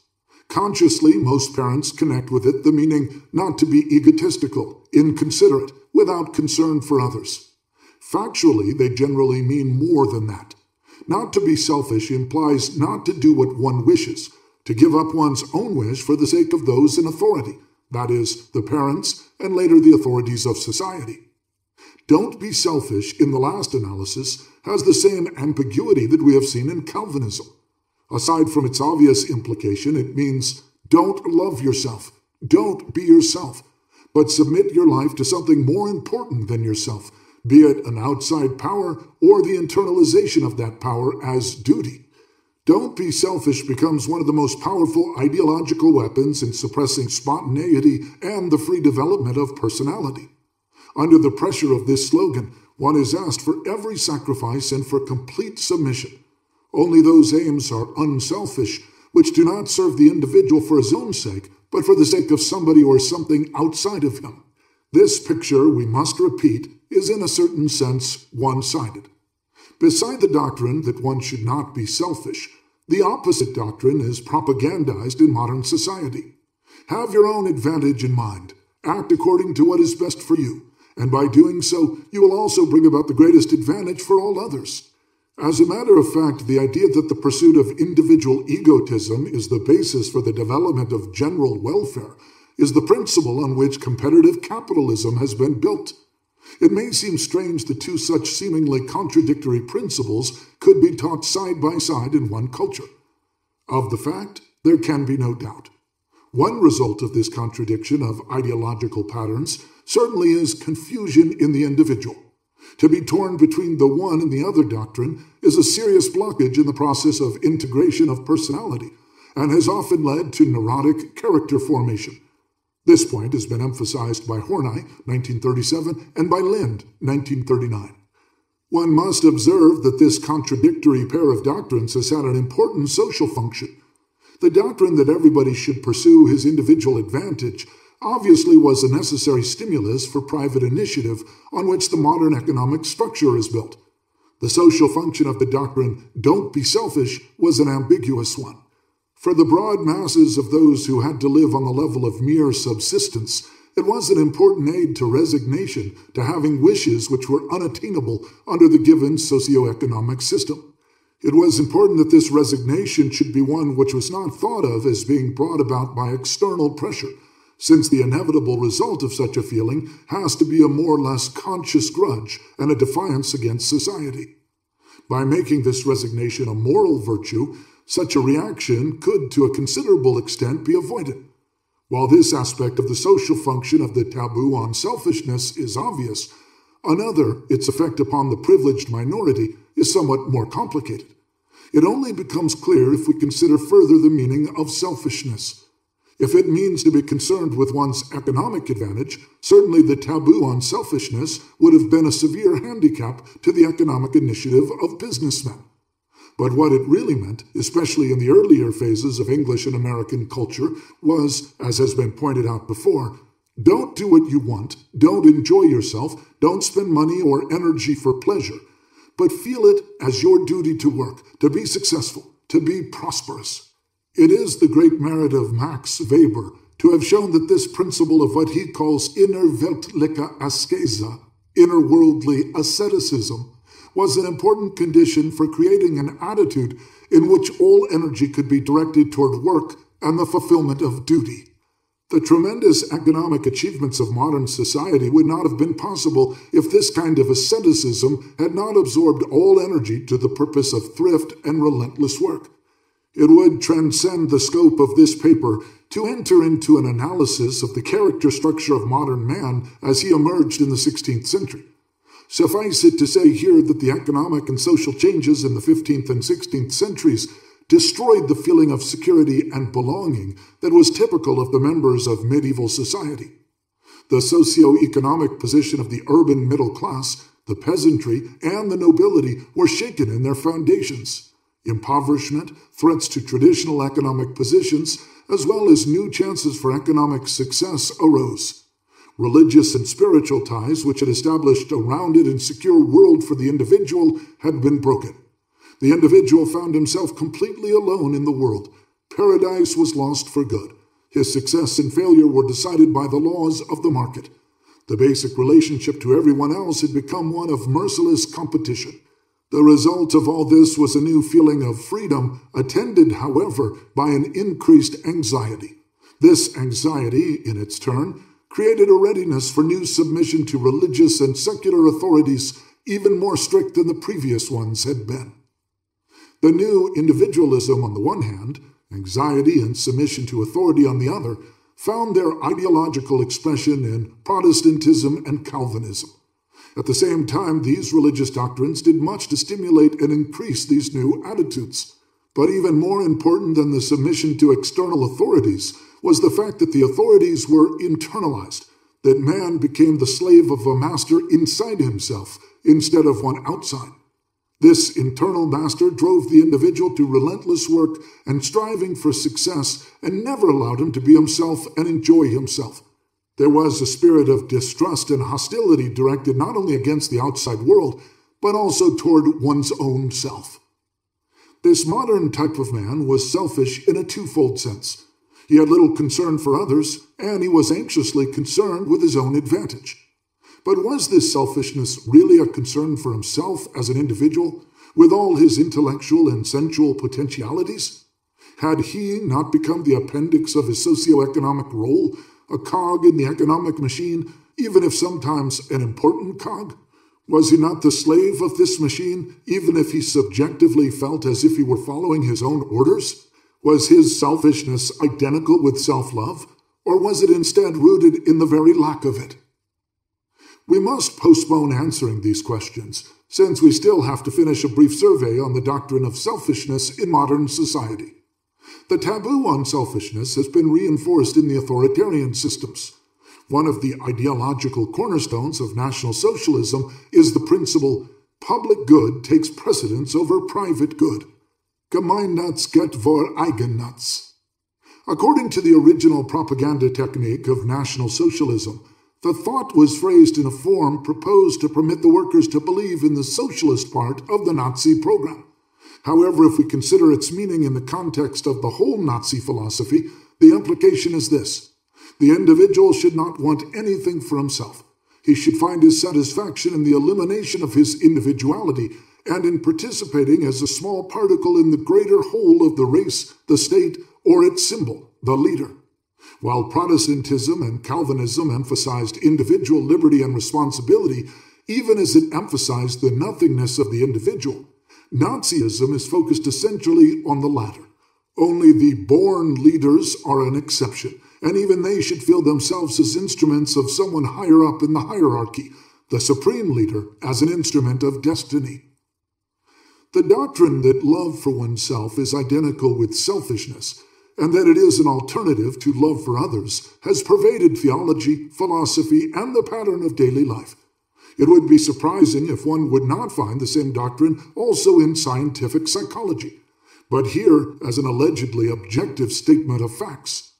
A case in point is Freud's theory on narcissism. He says, in short, that man has a certain quantity of libido. Originally, in the infant, all this libido has as its objective the child's own person, primary narcissism. Later on, the libido is directed from one's own person toward other objects. If a person is blocked in his object relationships, the libido is withdrawn from the object and returned to one's own person, secondary narcissism. According to Freud, there is an almost mechanical alternative between ego love and object love. The more love I turn toward the outside world, the less love I have for myself, and vice versa. Freud is thus moved to describe the phenomenon of falling in love as an impoverishment of one's self-love, because all love is turned to an object outside of oneself. Freud's theory of narcissism expresses basically the same idea that runs through Protestant religion, idealistic philosophy, and the everyday patterns of modern culture. This by itself does not indicate that he is right or wrong. Yet, this translation of the general principle into the categories of empirical psychology gives us a good basis for examining the principle. These questions arise. Does psychological observation support the thesis that there is a basic contradiction and the state of alternation between love for oneself and love for others? Is love for oneself the same phenomenon as selfishness? Is there a difference, or are they in fact opposites? Before we turn to the discussion of the empirical side of the problem, it may be noted that from a philosophical viewpoint, the notion that love for others and love for oneself are contradictory is untenable. It is a virtue to love my neighbor as a human being. Why must not I love myself too? A principle which proclaims love for man, but which taboos love for myself, exempts me from all other human beings. The deepest experience of human existence, however, is to have this experience with regard to oneself. There is no solidarity of man in which I myself am not included. A doctrine which proclaims such an exclusion proves its objective insincerity by this very fact. We have come here to the psychological premises on which the conclusions of this paper are built. Generally, these premises are not only others, but also we ourselves are the object of our feelings and attitudes. The attitude toward others and toward ourselves, far from being contradictory, runs basically parallel. With regard to the problem under discussion, this means love for others and love for ourselves are not alternatives. Neither are hate for others and hate for ourselves alternatives. On the contrary, an attitude of love for themselves will be found in those who are at least capable of loving others. Hatred against oneself is inseparable from hatred against others, even if on the surface the opposite seems to be the case. In other words, love and hatred in principle are indivisible as far as the difference between objects and one's own self is concerned. To clarify this thesis, it is necessary to discuss the problem of hatred and love. With regard to hatred, one can differentiate between reactive hatred and character-conditioned hatred. By reactive hatred, I mean a hatred which is essentially a reaction to an attack on one's self, security, or ideals, or on some other person that one loves and identifies oneself with. Its premise is one's positive attitude toward one's life, toward other persons, and toward ideals. If there is a strong affirmation of life, a strong hatred necessarily is aroused if life is attacked. If there is love, hatred must be aroused if the loved one is attacked. There is no passionate striving for anything which does not necessitate hatred if the object of this striving is attacked. Such hatred is the counterpoint of life. It is aroused by a specific situation. Its aim is the destruction of the attacker, and in principle, it ends when the attacker is defeated. Character-conditioned hatred is different. To be sure, the hatred rooted in the character structure once arose as a reaction to certain experiences undergone by the individual in his childhood. It then became a character trait in the person. He is hostile. His basic hostility is observable even when it is not giving rise to manifest hatred. There is something in the facial expression, gestures, tone of voice, kind of jokes, little unintentional reactions which impress the observer as indications of the fundamental hostility, which also could be described as a continuous readiness to hate. It is the basis from which reactive hatred springs if and when it is aroused by a specific stimulus. This hate reaction can be perfectly rational, as much so, as a matter of fact, as is the case in the situations which were described in arousing reactive hatred. There is, however, a fundamental difference. In the case of reactive hatred, it is the situation which creates the hatred. In the case of character-conditioned hatred, an idling hostility is actualized by the situation. In the case where the basic hatred is aroused, the person involved appears to have something like a feeling of relief, as though he were happy to have found the rational opportunity to express his lingering hostility. He shows a particular kind of satisfaction and pleasure in his hatred, which is missing in the case of an essentially reactive hatred. In the case of a proportionality between hate reaction and external situation, we speak of a normal reaction, even if it is the actualization of character-conditioned hatred. From this normal reaction to an irrational reaction found in the neurotic or psychotic person, there are innumerable transitions and no sharp demarcation line can be drawn. In the irrational hate reaction, the emotion seems disproportionate to the actual situation. Let me illustrate by referring to a reaction which psychoanalysts have ample opportunity to observe. An analysand has to wait 10 minutes because the analyst is delayed. The analysand enters the room. wild with rage at the offense done to him by the analyst. Extreme cases can be observed more clearly in psychotic persons. In those, the disproportionality is still more striking. Psychotic hatred will be aroused by something which, from the standpoint of reality, is not at all offensive. Yet from the standpoint of his own feeling, it is offensive, and thus the irrational reaction is irrational only from the standpoint of external objective reality, not from the subjective premises of the person involved. The lingering hostility can also be purposely aroused and turned into manifest hatred by social suggestion, that is, propaganda. If such propaganda which wants to instill people with hatred toward certain objects is to be effectual, it must build upon the character-conditioned hostility in the personality structure of the members of the groups to which it appeals. A case in point is the appeal of Nazism to the group which formed its nucleus, the lower middle class. Latent hostility was peculiarly the lot of the members of this group long before it was actualized by Nazi propaganda, and that is why they were such fertile soil for this propaganda. Psychoanalysis offers ample opportunity to observe the conditions responsible for the existence of hatred in the character structure. The decisive factors for arousing character-conditioned hatred may be stated to be all the different ways by which spontaneity, freedom, emotional and physical expansiveness, and the development of the self of the child are blocked or destroyed. The means of doing this are manifold. They vary from open, intimidating hostility and terror to a subtle and sweet kind of anonymous authority, which does not overtly forbid anything, but says, "No, you will or will not like this or that." Simple frustration of instinctual impulses does not create deep-seated hostility. It only creates a reactive hate reaction. Yet this was Freud's assumption, and his concept of the Oedipus complex is based on it. It implies that the frustration of sexual wishes directed toward the father or the mother creates hatred, which in turn leads to anxiety and submission. To be sure, frustration often appears as a symptom of something which does create hostility. Not taking the child seriously, blocking his expansiveness, not allowing him to be free. But the real issue is not isolated frustration, but the fight of the child against those forces which tend to suppress his freedom and spontaneity. There are many forms in which the fight for freedom is fought, and many ways in which the defeat is disguised. The child may be ready to internalize the external authority and be good. It may overtly rebel and yet remain dependent. It may feel that it belongs by completely conforming to the given cultural patterns at the expense of the loss of its individual self.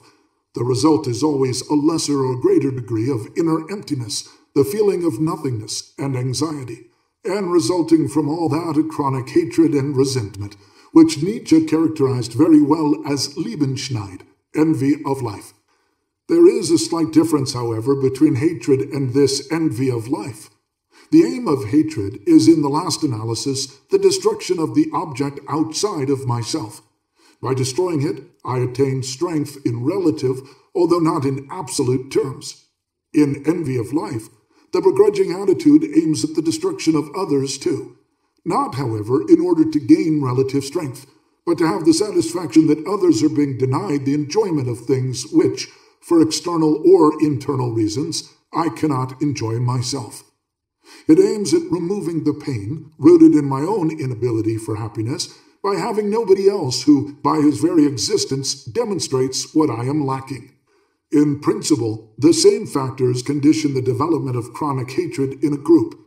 The difference here, as in general, between individual psychology and social psychology is only to be found in this.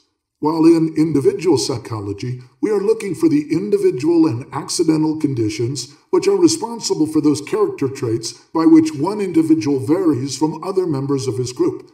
In social psychology, we are interested in the character structure as far as it is common to, and therefore typical of, the majority of the members of that group. As to the conditions, we are not looking for accidental individual conditions, like an over-strict father or the sudden death of a beloved sister, but for those conditions of life which are a common experience for the group as such.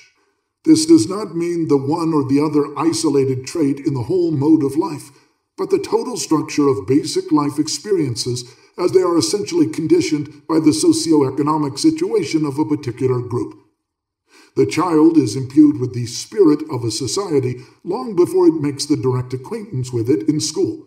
The parents represent in their own character structure the spirit prevalent in their society and class, and transmit this atmosphere to the child from the day of his birth onward. The family thus is the psychic agency of society. The bearing on our problem of the differentiation in hatred will have become clear by now. While in the case of reactive hatred, the stimulus, which is at the same time the object, constitutes the cause for the hatred.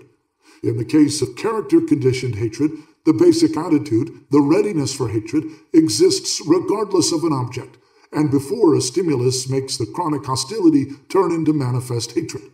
As has been indicated, originally in childhood, this basic hatred was brought into existence by certain people, but later it has become part of the personality structure, and objects play but a secondary role. Therefore, in its case, there is, in principle, no difference between objects outside of myself and my own self. The idling hostility is always there. Its outside objects change according to circumstances, and it but depends on certain factors whether I myself become one of the objects of my hostility. If one wants to understand why a certain person is hated in one case, why I myself am hated in another case, one has to know the specific factors in the situation which make others or myself the object of manifest hatred. What interests us in this context, however, is the general principle that character-conditioned hatred is something radiating from an individual, and like a searchlight focusing sometimes on this and sometimes on that object, among them myself. The strength of basic hatred is one of the major problems of our culture. In the beginning of this paper, it was shown how Calvinism and Protestantism pictured man as essentially evil and contemptible. Luther's hatred against the revolting peasants is of extraordinary intensity. Max Weber has emphasized the distrust for and hostility toward others, which runs through the Puritan literature, replete with warnings against having any confidence in the help and friendliness of our fellow men. Deep distrust, even toward one's closest friend, is recommended by Baxter. Thomas Adams says, "He, the knowing man, is blind in no man's cause, but best sighted in his own. He confines himself to the circle of his own affairs, and thrusts not his fingers in needless fires. He sees the falseness of it, the world, and therefore learns to trust himself ever. Others, so far as not to be damaged by their disappointments." Hobbes assumed that man's nature was that of a predatory animal, filled with hostility, set to kill and rob. Only by the consensus of all, submitting to the authority of the state, could peace and order be created. Kant's opinion of man's nature is not too distant from Hobbes. He too thought that man's nature had a fundamental propensity for evil. Among psychologists, chronic hatred as an inherent part of human nature has been a frequent assumption. William James considered it as being so strong that he took for granted that we all feel a natural repulsion against physical contact with other persons.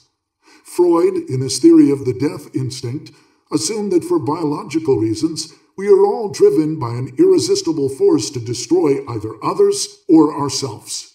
Although some of the philosophers of the Enlightenment period believed that the nature of man was good, and that his hostility was the product of the circumstances under which he lived, the assumption of hostility as an inherent part of man's nature runs through the ideas of representative thinkers of the modern era, from Luther up to our days.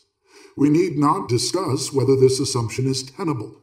At any rate, the philosophers and psychologists who held this belief were good observers of man within their own culture, even though they made the mistake of believing that modern man in his essence is not a historical product, but is as nature made him to be. While important thinkers clearly saw the strength of hostility in modern man, popular ideologies and the convictions of the average man tend to ignore the phenomenon. Only a relatively small number of people have an awareness of their fundamental dislike of others. Many have only a feeling of just having little interest or feeling for others. The majority are completely unaware of the intensity of the chronic hatred in themselves as well as in others. They have adopted the feeling that they know they are supposed to have, to like people, to find them nice, unless or until they have actually committed an act of aggression. The very indiscriminateness of this liking people shows its thinness, or rather its compensatory quality, a basic lack of fondness. While the frequency of underlying distrust and dislike for others is known to many observers of our social scene, the dislike for oneself is a less clearly recognized phenomenon. Yet this self-hatred may be considered rare only so long as we think of cases in which people quite overtly hate or dislike themselves. Mostly this self-dislike is concealed in various ways. One of the most frequent indirect expressions of self-dislike are the inferiority feelings so widespread in our culture. Consciously, these persons do not feel that they dislike themselves. What they do feel is only that they are inferior to others, that they are stupid, unattractive, or whatever the particular content of the inferiority feelings is. To be sure, the dynamics of inferiority feelings are complex, and there are factors other than the one with which we are dealing with. Yet this factor is never missing, and dislike for oneself, or at least a lack of fondness for one's own person, is always present and is dynamically an important factor. A still more subtle form of self-dislike is the tendency toward constant self-criticism. These people do not feel inferior, but if they make one mistake, discover something in themselves which should not be so, their self-criticism is entirely out of proportion to the significance of the mistake or the shortcoming. They must either be perfect according to their own standards, or at least perfect enough according to the standards of the people around them so that they get affection and approval. If they feel that what they did was perfect, or if they succeed in winning other people's approval, they feel at ease.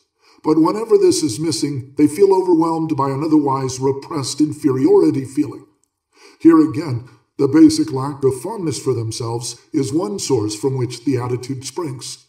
This becomes more evident if we compare this attitude toward oneself with the corresponding one toward others.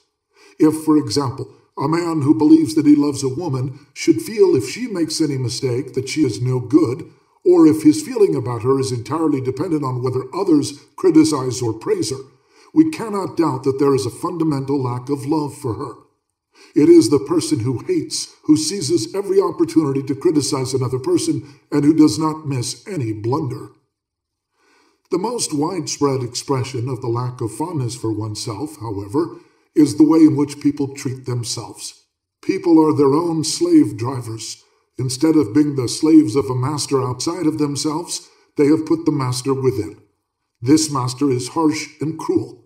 He does not give them a moment's rest. He forbids them the enjoyment of any pleasure, does not allow them to do what they want. If they do so, they do it furtively and at the expense of a guilty conscience. Even the pursuit of pleasure is as compulsory as his work. It does not lead them away from the continual restlessness that pervades their lives. For the most part, they are not even aware of this. There are some exceptions. Thus, the banker James Stillman, who, when in the prime of his life, had attained wealth, prestige, and power reached only by but few people, said, "I never in my life have done what I wanted, and never shall do so." The role of conscience, as the internalization of external authorities, and as the bearer of deep-seated hostility against oneself, has been seen clearly by Freud in the formulation of his concept of the superego. He assumed that the superego contains a great deal of the basic destructiveness inherent in man, and turns it against him in terms of duty and moral obligation. In spite of objections to Freud's superego theory, which cannot be presented here, Freud undoubtedly has sensed keenly the hostility and cruelty contained in the conscience as it was conceived in the modern era. What holds true of hostility and hatred holds also true of love. Yet love for others and self-love is by far a more difficult problem to discuss, and this for two reasons. One is the fact that while hatred is a phenomenon to be found elsewhere in our society, and therefore an easy object for empirical observation and analysis, love is a comparatively rare phenomenon, which lends itself to empirical observation only under difficulties. Any discussion of love, therefore, implies the danger of being unempirical and merely speculative. The other difficulty is perhaps even greater. There is no word in our language which has been so much misused and prostituted as the word love. It has been preached by those who are ready to condone every cruelty if it served their purpose. It has been used as a disguise under which to force people into sacrificing their own happiness, into submitting their whole self to those who profited from this surrender. It has been used as the moral basis for unjustified demands. It has been made so empty that for many people, love may mean no more than that two people have lived together for 20 years just without fighting more often than once a week. It is dangerous and somewhat embarrassing to use such a word. Yet a psychologist may not properly succumb to this embarrassment. To preach love is at best bad taste. But to make a cool and critical analysis of the phenomenon of love and to unmask pseudo-love, tasks which cannot be separated from each other, is an obligation that the psychologist has no right to avoid. It goes without saying that this paper will not attempt to give an analysis of love. Even to describe the psychological phenomena which are conventionally covered by the term love would require a good part of a book. One must attempt, however, the presentation necessary to the main trend of thought of this paper. Two phenomena closely connected with each other are frequently presented as love, the masochistic and sadistic love. In the case of masochistic love, one gives up oneself, one's initiative and integrity, in order to become submerged entirely in another person who is felt to be stronger. Because of deep anxieties which give rise to the feeling that one cannot stand on one's own feet, one wants to be rid of one's own individual self and to become part of another being, thus becoming secure and finding a center which one misses in oneself. This surrender of one's own self has often been praised as the example of the great love. It is actually a form of idolatry, and also an annihilation of the self. The fact that it has been conceived as love has made it the more seductive and dangerous. The sadistic love, on the other hand, springs from the desire to swallow its object, to make him a will-less instrument in one's own hands. This drive is also rooted in a deep anxiety and an inability to stand alone. But instead of finding increased strength by being swallowed, strength and security are found in having a limited power over the other person. The masochistic as well as the sadistic kind of love are expressions of one basic need which springs from a basic inability to be independent. Using a biological term, this basic need may be called a need for symbiosis. The sadistic love is frequently the kind of love that parents have for their children. Whether the domination is overtly authoritarian or subtly modern makes no essential difference. In either case, it tends to undermine the strength of the self of the child and leads in later years to the development in him of the very same symbiotic tendencies. The sadistic love is not infrequent among adults. Often in relationships of long duration, the respective roles are permanent, one partner representing the sadistic, the other one the masochistic pole of the symbiotic relationship. Often the roles change constantly, a continuous struggle for dominance and submission being conceived as love. It appears from what has been said that love cannot be separated from freedom and independence. In contradiction to the symbiotic pseudo-love, the basic premise of love is freedom and equality. Its promise is the strength, independence, integrity of the self, which can stand alone and bear solitude. This premise holds true for the loving as well as for the loved person. Love is a spontaneous act, and spontaneity means, also literally, the ability to act of one's own free volition. If anxiety and weakness of the self makes it impossible for the individual to be rooted in himself, he cannot love. This fact can be fully understood only if we consider what love is directed toward. It is the opposite of hatred. Hatred is a passionate wish for destruction. Love is a passionate affirmation of its object. That means that love is not an effect, but an active striving, the aim of which is the happiness, development, and freedom of its object. This passionate affirmation is not possible if one's own self is crippled, since genuine affirmation is always rooted in strength. The person whose self is thwarted can only love in an ambivalent way. That is, with the strong part of his self he can love, with the crippled part he must hate. The term passionate affirmation easily leads to misunderstanding. It does not mean intellectual affirmation in the sense of purely rational judgment. It implies a much deeper affirmation, in which one's personality takes part as a whole, one's intellect, emotion, and senses. One's eyes, ears, and nose are often as good or better organs of affirmation than one's brain. If it is a deep and passionate one, the affirmation is related to the essence of the object, not merely toward partial qualities. There is no stronger expression of God's love for man in the Old Testament than the saying at the end of each day of creation, "And God saw that it was good." There is another possible misunderstanding which should particularly be avoided.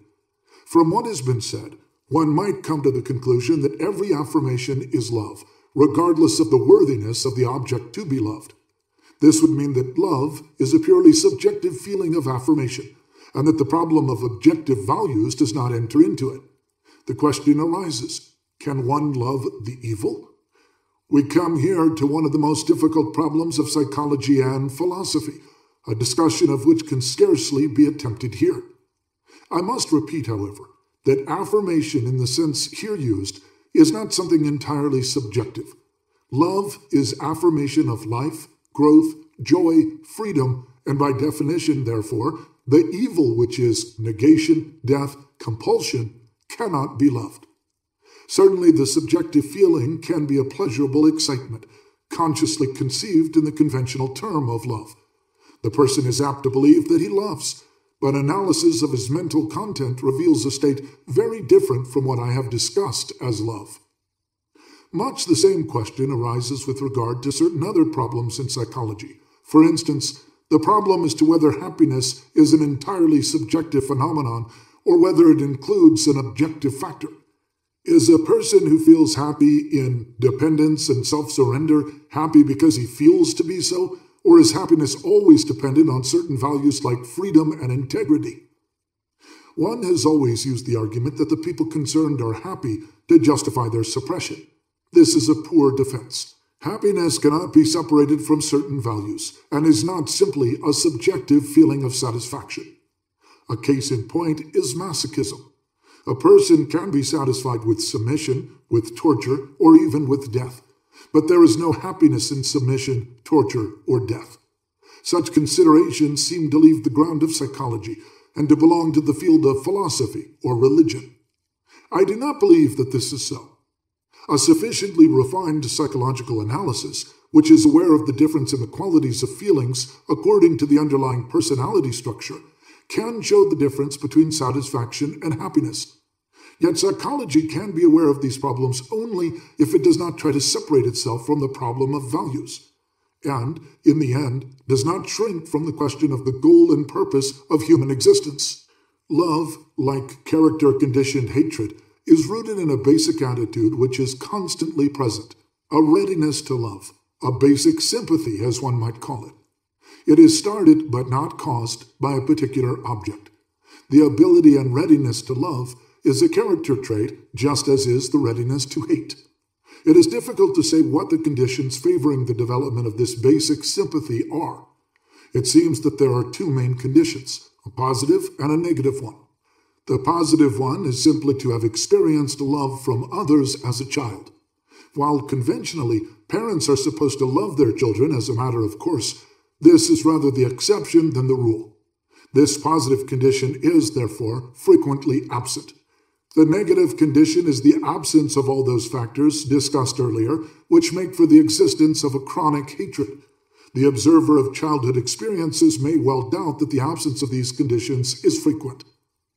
From the premise that actual love is rooted in a basic sympathy, there follows an important conclusion with regard to the objects of love. The conclusion is, in principle, the same as was stated with regard to the objects of chronic hatred. The objects of love do not have the quality of exclusiveness. To be sure, it is not accidental that a certain person becomes the object of manifest love. The factors conditioning such a specific choice are too numerous and too complex to be discussed here.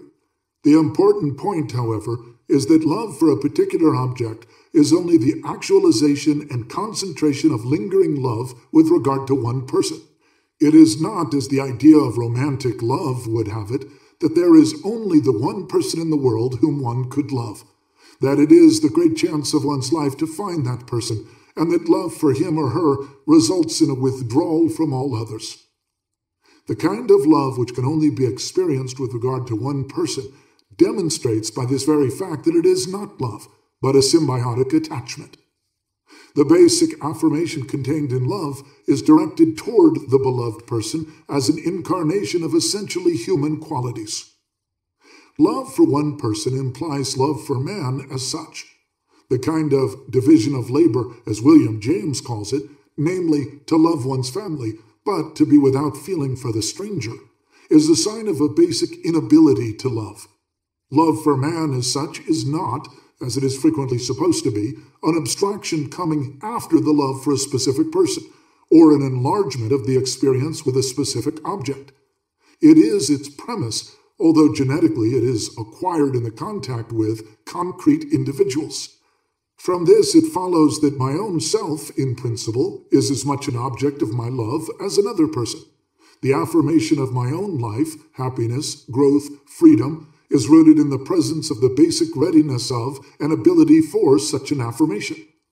If an individual has this readiness, he has it also toward himself. If he can only love others, he cannot love at all. In one word, love is as indivisible as hatred with regard to its objects. The principle which has been pointed out here, that hatred and love are actualizations of a constant readiness, holds true for other psychic phenomena. Sensuality, for instance, is not simply a reaction to a stimulus. The sensual, or as one might say, the erotic person, has a basically erotic attitude toward the world. This does not mean that he is constantly excited sexually. It means that there is an erotic atmosphere which is actualized by a certain object, but which is there underneath before the stimulus appears. What is meant here is not the physiologically given ability to be sexually excited, but an atmosphere of erotic readiness, which under a magnifying glass could be observed also when the person is not in a state of actual sexual excitement. On the other hand, there are persons in whom this erotic readiness is lacking. In them, sexual excitement is essentially caused by a stimulus operating on the sexual instinct. Their threshold of stimulation can vary between wide limits, but there is a common quality in this type of sexual excitement. Namely, it separates from the whole personality in its intellectual and emotional qualities. Another illustration of the same principle is the sense of beauty. There is a type of personality who has a readiness to see beauty. Again, that does not mean that he is constantly looking at beautiful pictures, or people, or scenery. Yet when he sees them, a continuously present readiness is actualized, and his sense of beauty is not simply aroused by the object. Here, too, a very refined observation shows that this type of person has a different way of looking at the world, even when he looks at objects which do not stimulate an acute perception of beauty. We could give many more examples for the same principle, if space permitted. The principle should already be clear. While many psychological schools have thought of human reactions in terms of stimulus response, the principle presented here is that character is a structure of numerous readinesses of the kind mentioned, which are constantly present and are actualized but not caused by an outside stimulus. This view is essential for such a dynamic psychology as psychoanalysis is. Freud assumed that all these readinesses are rooted in biologically given instincts. It is here assumed that although this holds true for some of them, many others have arisen as a reaction to the individual and social experiences of the individual. One last question remains to be discussed. Granted that love for oneself and for others in principle runs parallel, how do we explain the kind of selfishness which obviously is a contradiction to any genuine concern for others? The selfish person is only interested in himself, wants everything for himself, is unable to give with any pleasure, but is only anxious to take. The world outside himself is conceived only from the standpoint of what he can get out of it. He lacks interest in the needs of others, or respect for their dignity and integrity. He sees only himself, judges everyone and everything from the standpoint of its usefulness to him, is basically unable to love. This selfishness can be manifest or disguised by all sorts of unselfish gestures. Dynamically, it is exactly the same. It seems obvious that with this type of personality, there is a contradiction between the enormous concern for oneself and the lack of concern for others. Do we not have the proof here that there exists an alternative between concern for others and concern for oneself? This would certainly be the case if selfishness and self-love were identical. But this assumption is the very fallacy which has led to so many mistaken conclusions with regard to our problem. Selfishness and self-love, far from being identical, actually are opposites. The German word Selbstsucht, addiction to self, very adequately expresses this quality common to all Sucht.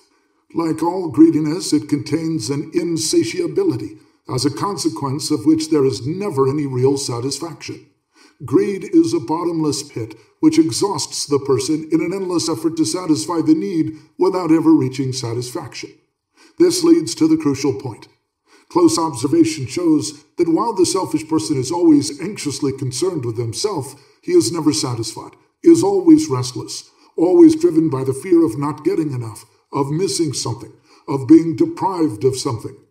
He is filled with burning envy of anyone who might have more. If we observe still closer, especially the unconscious dynamics, we find that this type of person is basically not fond of himself, but deeply dislikes himself. The puzzle in this seeming contradiction is easy to solve. The selfishness is rooted in this very lack of fondness for oneself. The person who is not fond of himself, who does not approve of himself, is in a constant anxiety concerning his own self. He has not the inner security which can exist only on the basis of genuine fondness and affirmation. He must be concerned about himself, greedy to get everything for himself, since basically his own self lacks security and satisfaction. The same holds true with the so-called narcissistic person, who is not so much over-concerned with getting things for himself as with admiring himself. While on the surface it seems that these persons are very much in love with themselves, they actually are not fond of themselves, and their narcissism, like selfishness, is an overcompensation for the basic lack of self-love. Freud has pointed out that the narcissistic person has withdrawn his love from others and turned it toward his own person. While the first part of this statement is true, the second one is a fallacy. He neither loves others nor himself. It is easier to understand this mechanism when we compare it with over-concern and over-protectiveness for others. Whether it is an over-solicitous mother or an over-concerned husband, sufficiently deep observation shows always one fact. While these persons consciously believe that they are particularly fond of the child or husband, there actually is a deep repressed hostility toward the very objects of their concern. They are over-concerned because they have to compensate not only for a lack of fondness, but for an actual hostility. The problem of selfishness has still another aspect. Is not the sacrifice of one's own person the extreme expression of unselfishness? And, on the other hand, could a person who loves himself make that supreme sacrifice? The answer depends entirely on the kind of sacrifice that is meant. There is one sacrifice, as it has been particularly emphasized in recent years by fascist philosophy. The individual should give himself up for something outside of himself which is greater and more valuable. The leader, the race. The individual by himself is nothing, and by the very act of self-annihilation for the sake of the higher power finds his destiny. In this concept, sacrificing oneself for something or someone greater than oneself is in itself the greatest attainable virtue. If love for oneself as well as for another person means basic affirmation and respect, this concept is in sharp contrast to self-love. But there is another kind of sacrifice. If it should be necessary to give one's life for the preservation of an idea which has become part of oneself, or for a person whom one loves, the sacrifice may be the extreme expression of self-affirmation. Not, of course, an affirmation of one's physical self, but of the self in the sense of the kernel of one's total personality. In this case, the sacrifice in itself is not the goal. It is the price to be paid for the realization and affirmation of one's own self. While in this latter case, the sacrifice is rooted in self-affirmation, in the case of what one might call the masochistic sacrifice, it is rooted in the lack of self-love and self-respect. It is essentially nihilistic. The problem of selfishness has a particular bearing on psychotherapy. The neurotic individual often is selfish in the sense that he is blocked in his relationship to others or over-anxious about himself. This is to be expected, since to be neurotic means that the integration of a strong self has not been achieved successfully. To be normal certainly does not mean that it has. It means for the majority of well-adapted individuals that they have lost their own self at an early age and replaced it completely by a social self offered to them by society. They have no neurotic conflicts because they themselves, and therefore the discrepancy between themselves and the outside world, have disappeared. Often the neurotic person is particularly unselfish, lacking in self-assertion and blocked in following his own aims. The reason for this unselfishness is essentially the same as for the selfishness. What he is practically always lacking is self-love. This is what he needs to become well.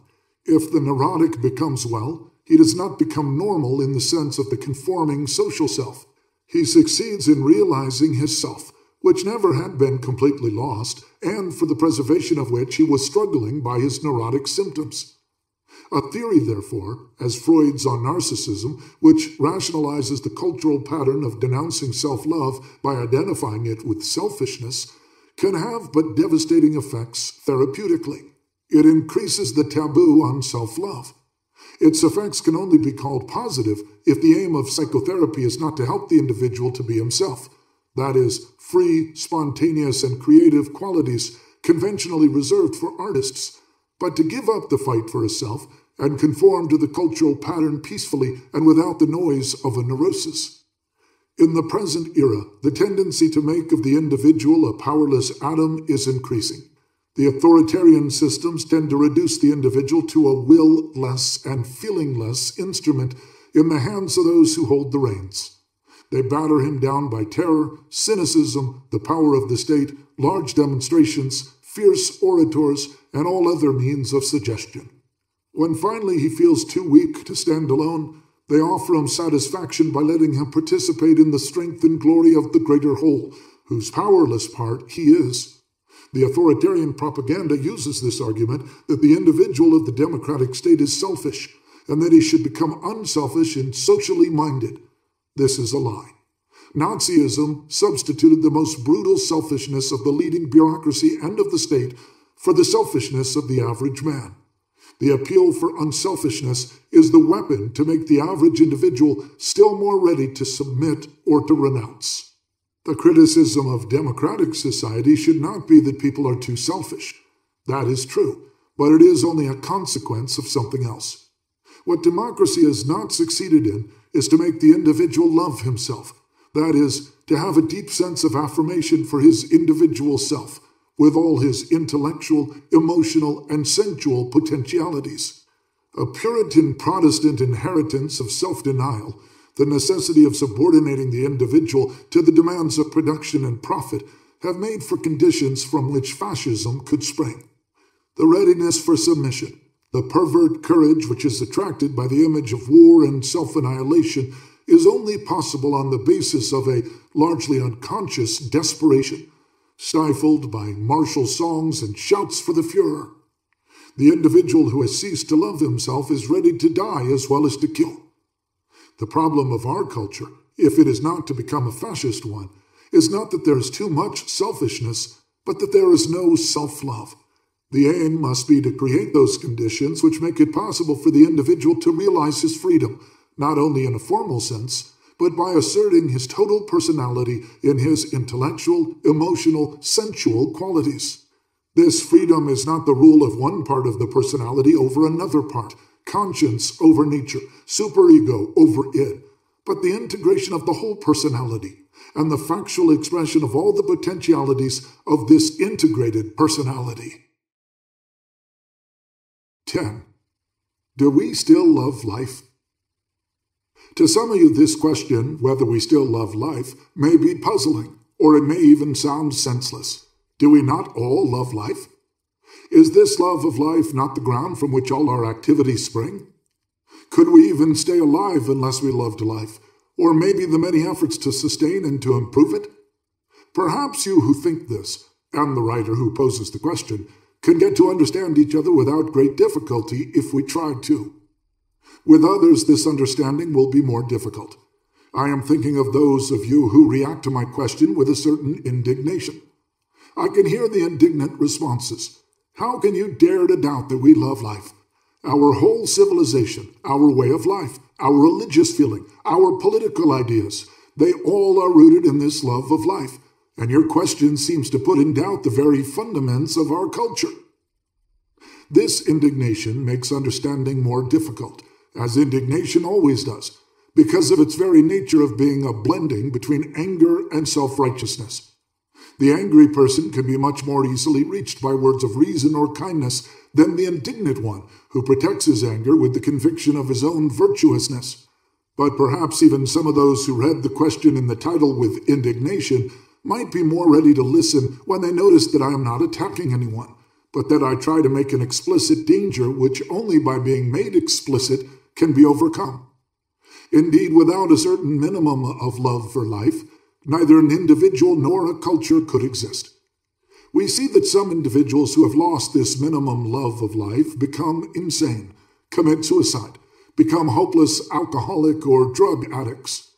We also note that whole societies have been so emptied of love of life and filled with destructiveness that they crumbled and perished, or almost perished. Think of the Aztecs, whose power vanished like dust before a small group of Spaniards. Or think of Nazi Germany, who would have committed mass suicide if Hitler's will had prevailed. Thus far, we in the Western world are not crumbling, but there are symptoms indicating that it could happen. If we speak of love of life, we must first try to understand one another better about the concept of life. It may seem simple to you. You will say life is the opposite of death. The person or animal that is alive can move by himself and react to stimuli. The dead organism can do nothing of the kind, and in addition it decays and cannot preserve itself, as a stone or a piece of wood can. True enough, that is an elementary way to define life. However, we might try to describe the quality of life a little further. Life always tends to unite and integrate. In other words, life by necessity is a process of constant growth and change. Indeed, when growth and change cease, there is death. Life does not grow wild and unstructured. Every living being has its own form and structure implanted in its chromosomes. It can grow more fully, more perfectly, but it cannot grow into what it was not born to become. Life is always a process of changing and unfolding, a process also of constant interaction between the constitutional structure and the environment into which it has been born. An apple tree can never become a cherry tree, but each can become a more or less beautiful tree, depending on their constitutional endowment and on the environment in which it lives. The degree of moisture and sun that may be a blessing to one plant will be a curse for another. It is not different with man, but unfortunately most parents and teachers know less about humans than a good gardener knows about plants. To say that life grows according to a structural pattern and not wildly and unpredictably does not mean, however, except in a broad sense, that the very individual aspects of a living being are predictable. This is one of the great paradoxes of all life. It is predictable, yet it is not. We know more or less in a broad outline what any living being is to become. Yet life is full of surprises. It is disorderly compared with the order that non-living matter presents. If one is so filled with expectations of order, which is, after all, a category of his own mind, that he expects order in a living being, he will be disappointed. If his desire for order is very strong, he may try to force life into orderly patterns to control it, and in his frustration and fury when he finds out that it cannot be controlled, he may eventually try to strangle and kill it. He has become a hater of life because he could not free himself from the compulsion to control. He has failed in his love for life because, as the French song puts it, love is the child of liberty. It should be added that this holds true not only in our attitude toward the life of others, but also toward the life within ourselves. We all know the person who can never be spontaneous, who can never feel free, because he insists on controlling his feelings, thoughts, and actions. He can never act unless he knows precisely what the result will be. He cannot stand any doubt. He frantically seeks certainty, often to be tormented by more doubt when this certainty cannot be found. Such people who are obsessed with the need to control may be kind or cruel, but one condition must be fulfilled. The subject of their interest must be controllable. When this need to control reaches a certain point, the psychiatrist says that such a person suffers from an obsessive-compulsive neurosis and a good deal of sadism. This is a good way of expressing it if one is dealing with the classifications of mental illnesses. From a slightly different viewpoint, however, one might say that this person is suffering from his inability to love life, that he is afraid of life, just as he is afraid of everything that he cannot control. And this brings us to a principle inherent in love, whether it is love for life or love for a person, an animal, a flower. I can love only when my love is adequate and corresponds to the needs and the nature of that which is loved. If a plant needs little moisture, my love is expressed by letting it have the moisture it needs. If I have preconceived ideas of what is good for the plant, for instance, the idea that lots of water is good for everything, I will cripple or kill the plant because I was not capable of loving it in the way it needed to be loved. It is simply not enough to love. It is not enough to want the best for another living being. Unless I know the need of the plant, the animal, the child, the man or woman, and unless I can let go of my concept of what is best, of my wish to control, my love becomes destructive, a kiss of death. Many people cannot understand why, in spite of loving another person deeply or even passionately, they fail to keep his or her love or even drive him away. They complain about the cruelty of their fate, and they cannot understand why their love fails to evoke love in the other person. If they can stop feeling sorry for themselves and blaming life, it would help them, and it might even change the tragic course of events if they could ask themselves whether their love corresponds to the needs of the loved person, or whether it is a result of their own fixed ideas about what is best. There is only a small step from controlling to using force. What holds true of the former is equally true of the latter. Love and force are irreconcilable contradictions, and perhaps there is no more fundamental polarity in human behavior than that between love and force. Both are deeply rooted in our nature. They are the basic possibilities of approaching the world and coping with it. If I speak of force, you must not think immediately of violence, aggression, assault, war. These are drastic symptoms of force, but they are not the same as the principle of force. To most people, the principle of force appears so natural and self-evident that they do not even recognize that it is a particular principle and not just part of human nature. The principle of force often appears to be the most adequate and simple solution of a problem. Think of a mother whose child refuses to do what is necessary. What gets better and quicker results than to force Johnny? You have the power. He must give in. Why not use it? Of course, there are many ways of making use of your force, some friendlier and some nastier ones. You can begin by persuading him and not even mentioning the threat of force, which you keep only as your last resource. Or you can threaten immediately. You can use force moderately and only to the extent to which the purpose requires it.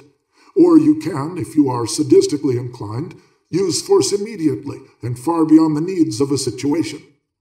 Force is not necessarily a physical threat. It can be psychological, using the child's suggestibility or ignorance to deceive him, lie to him, brainwash him.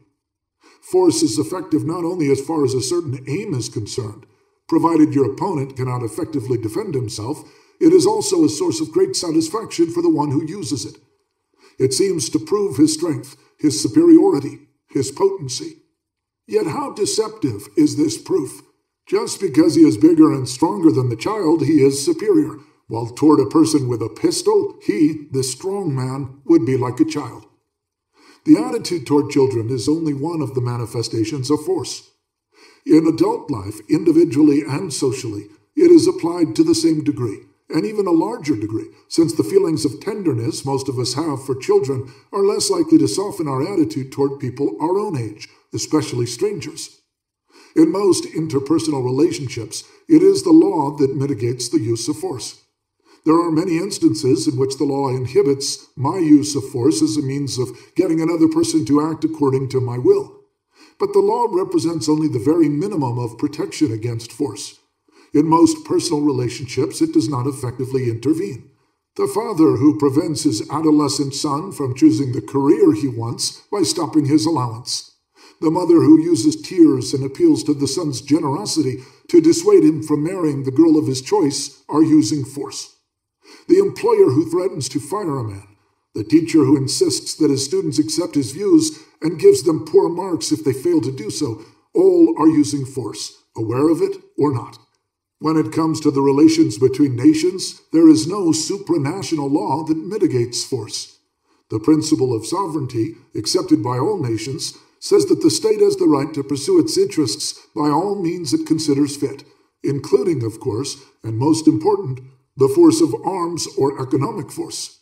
We persuade ourselves that our use of force is justified defense, yet we are not disturbed by the fact that, in order to attain our own aims, we do not accept any limits to our inflicting death and destruction.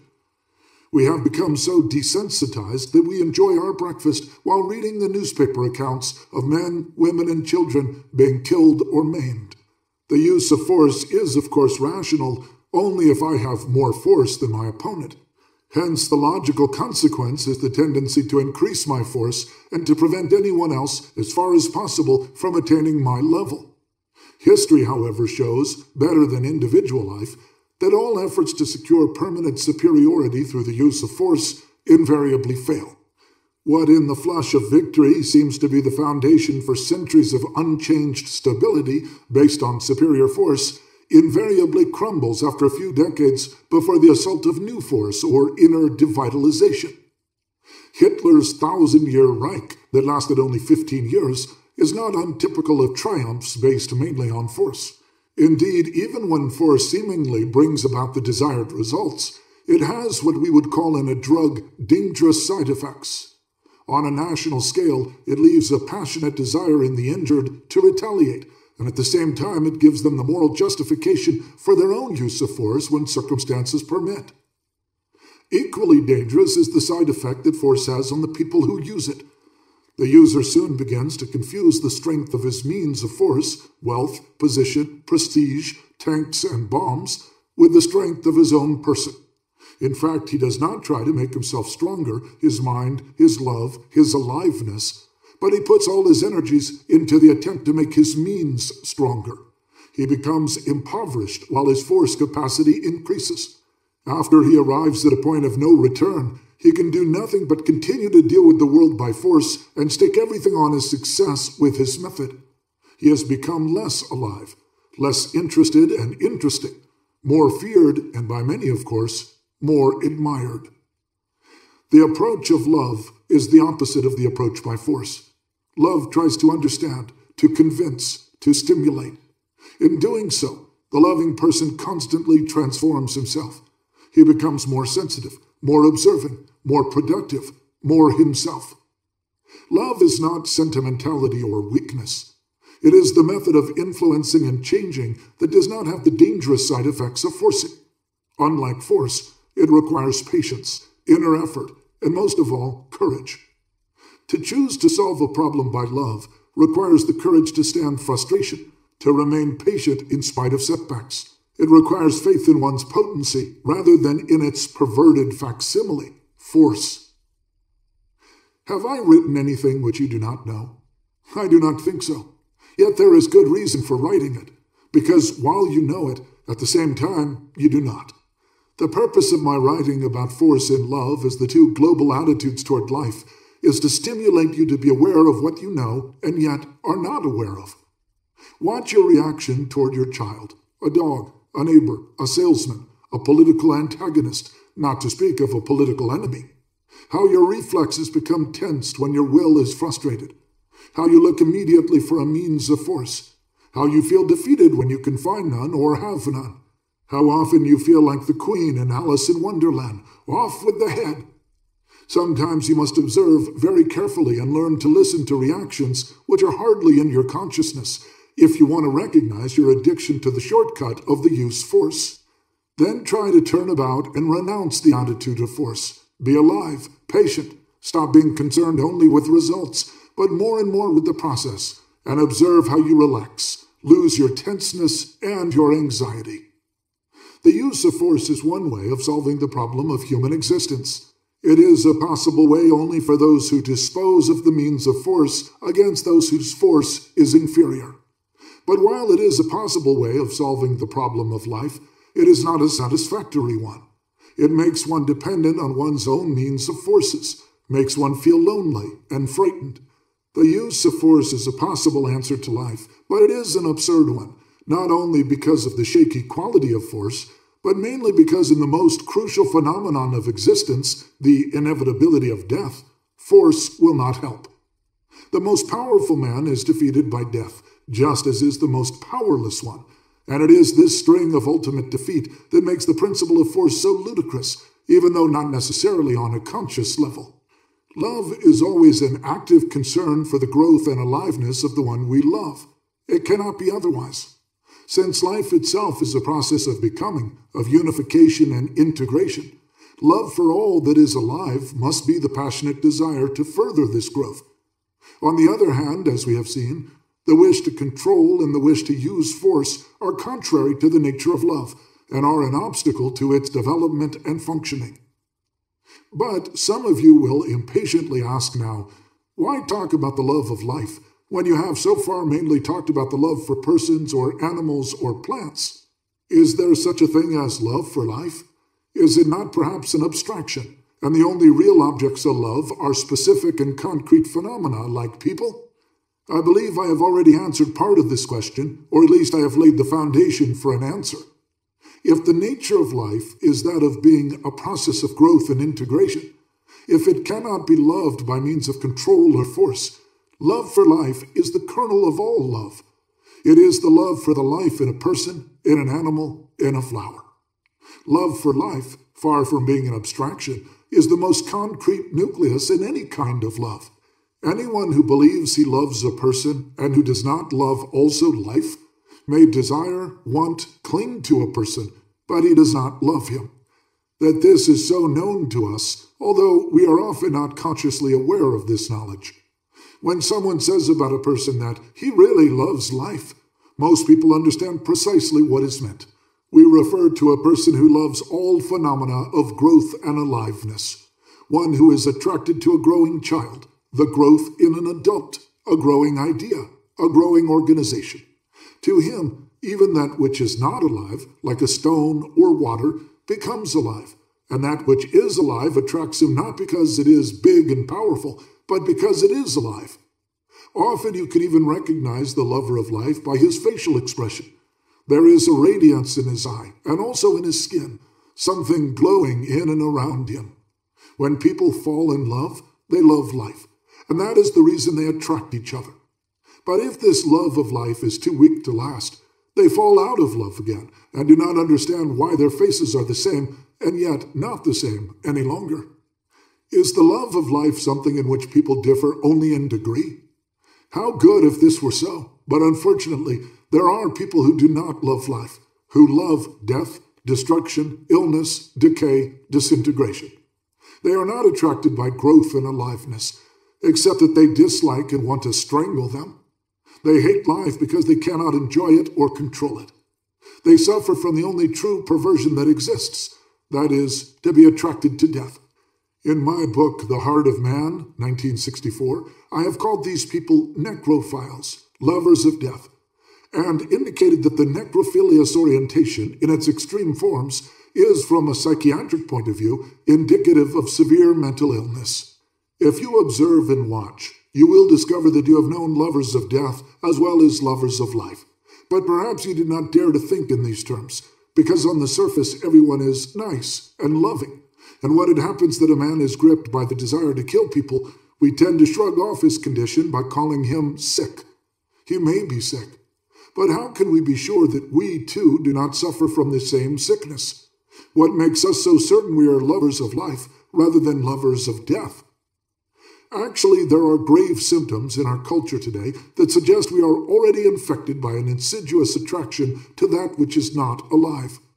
We see manifestations of this attraction all around us. Destructive violence and sadism on the international level, crime and cruelty on the national level. the degree of tension and anxiety, which can almost be measured quantitatively by the amount of tranquilizing pills sold in our country. Drug addiction, which is an effort to substitute thrills and excitement for a genuine love of life. We do not need statistics to be convinced. Most of us show the symptoms in one degree or another. Consider the need so many of us have to take a drink before we can be comfortable in company. Our synthetic expressions of gaiety and sorrow when the occasion seems to demand them. Our tendency to think rather than to feel what is appropriate to the situation. A wedding, a funeral, the painting of a celebrated artist. The increasing use of sex to achieve intimacy and excitement without any feeling toward the other person except desire. Another evidence for anxiety and tension is compulsive cigarette smoking. Anyone who has tried to stop smoking has made the experience that the temptation is greatest when he is to meet people or in any other situation which makes him afraid or tense.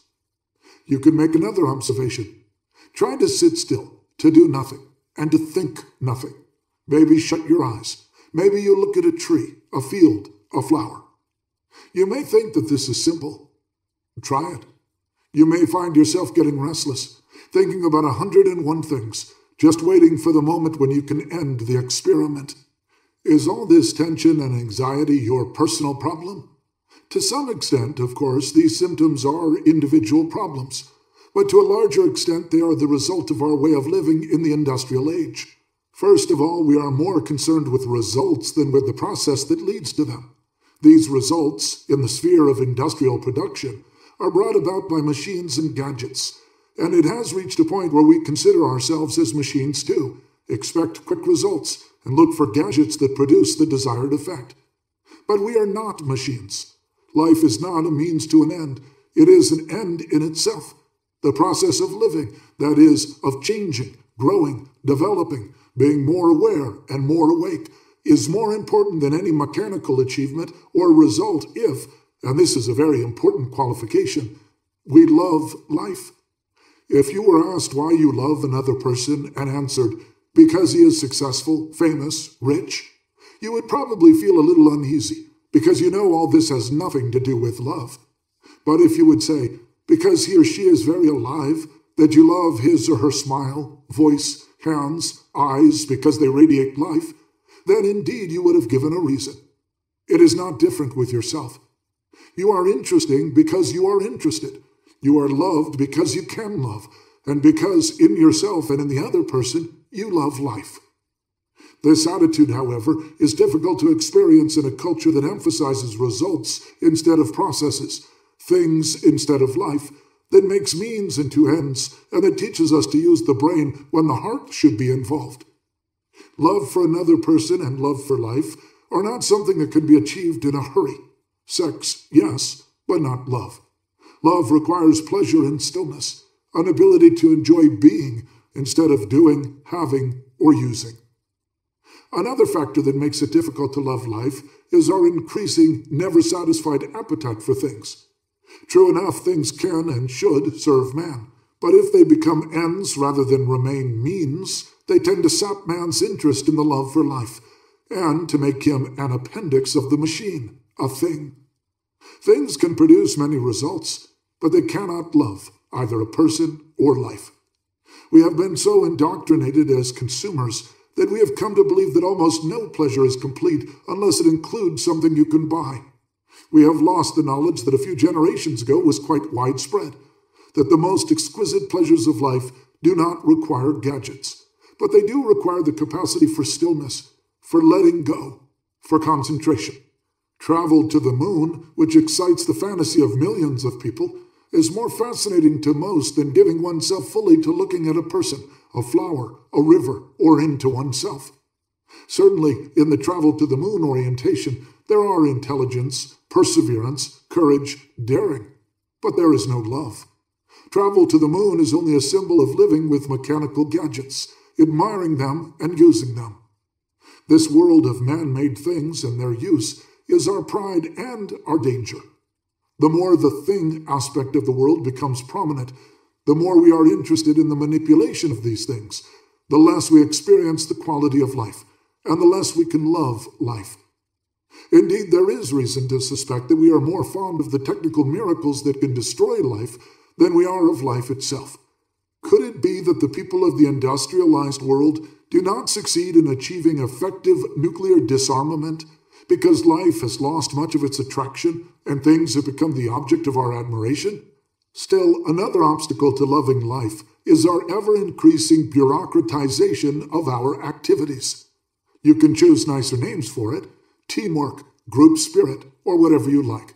The essential fact, however, is that for the sake of maximal economic efficiency, we tend to cut each individual down to the proper size that makes it possible for him to become one of the group, efficient, disciplined, but not himself, not fully alive, and hence paralyzed in his capacity to love life. But what can we do to change all this, you may well ask at this point? Is it necessary to give up our system of mass production, our technical achievements, in order to love life again? I do not think so. But what is necessary is to be aware of the danger, to put material things in their place, to cease transforming ourselves into things and manipulators of things. If instead of manipulating we love all that is alive, then even a thing, a glass for instance, can become alive through our life-giving approach to it, such as the artist has. Then we shall learn that if you look at someone or something long enough, he or it will talk to you. But you must truly look. Forget about getting something out of it, and be able to be really still. If you find it necessary to describe your feelings with enraptured statements like, "Isn't it divine?" or "I am dying to see it again," then your sentiments are not likely to be worth much. If you can look at a tree in such a way that it seems to be looking back at you, you probably will not feel like saying anything. There are no prescriptions for loving life, but much can be learned. If you can shred illusions, seeing others and yourself as they are and you are, if you can learn how to be still rather than always going places, if you can grasp the distinction between life and things, between happiness and thrill, between means and ends, and most of all, between love and force, you will have made the first steps toward loving life. After you have made these first steps, ask again. You will find meaningful answers in a number of books, and most of all, within yourself. One question should not be ignored. You might be afraid that the more one loves life, the more one suffers from the hourly assault on truth, beauty, integrity, and life. Indeed, this is so, and especially today. But to save oneself from pain by becoming indifferent to life produces only greater pain. Any severely depressed person can tell you that to feel sad would be a relief from the torture of feeling nothing. Happiness is not the most important thing in life. Aliveness is. Suffering is not the worst thing in life. Indifference is. One more remark. If we suffer, we might try to stop the causes of suffering.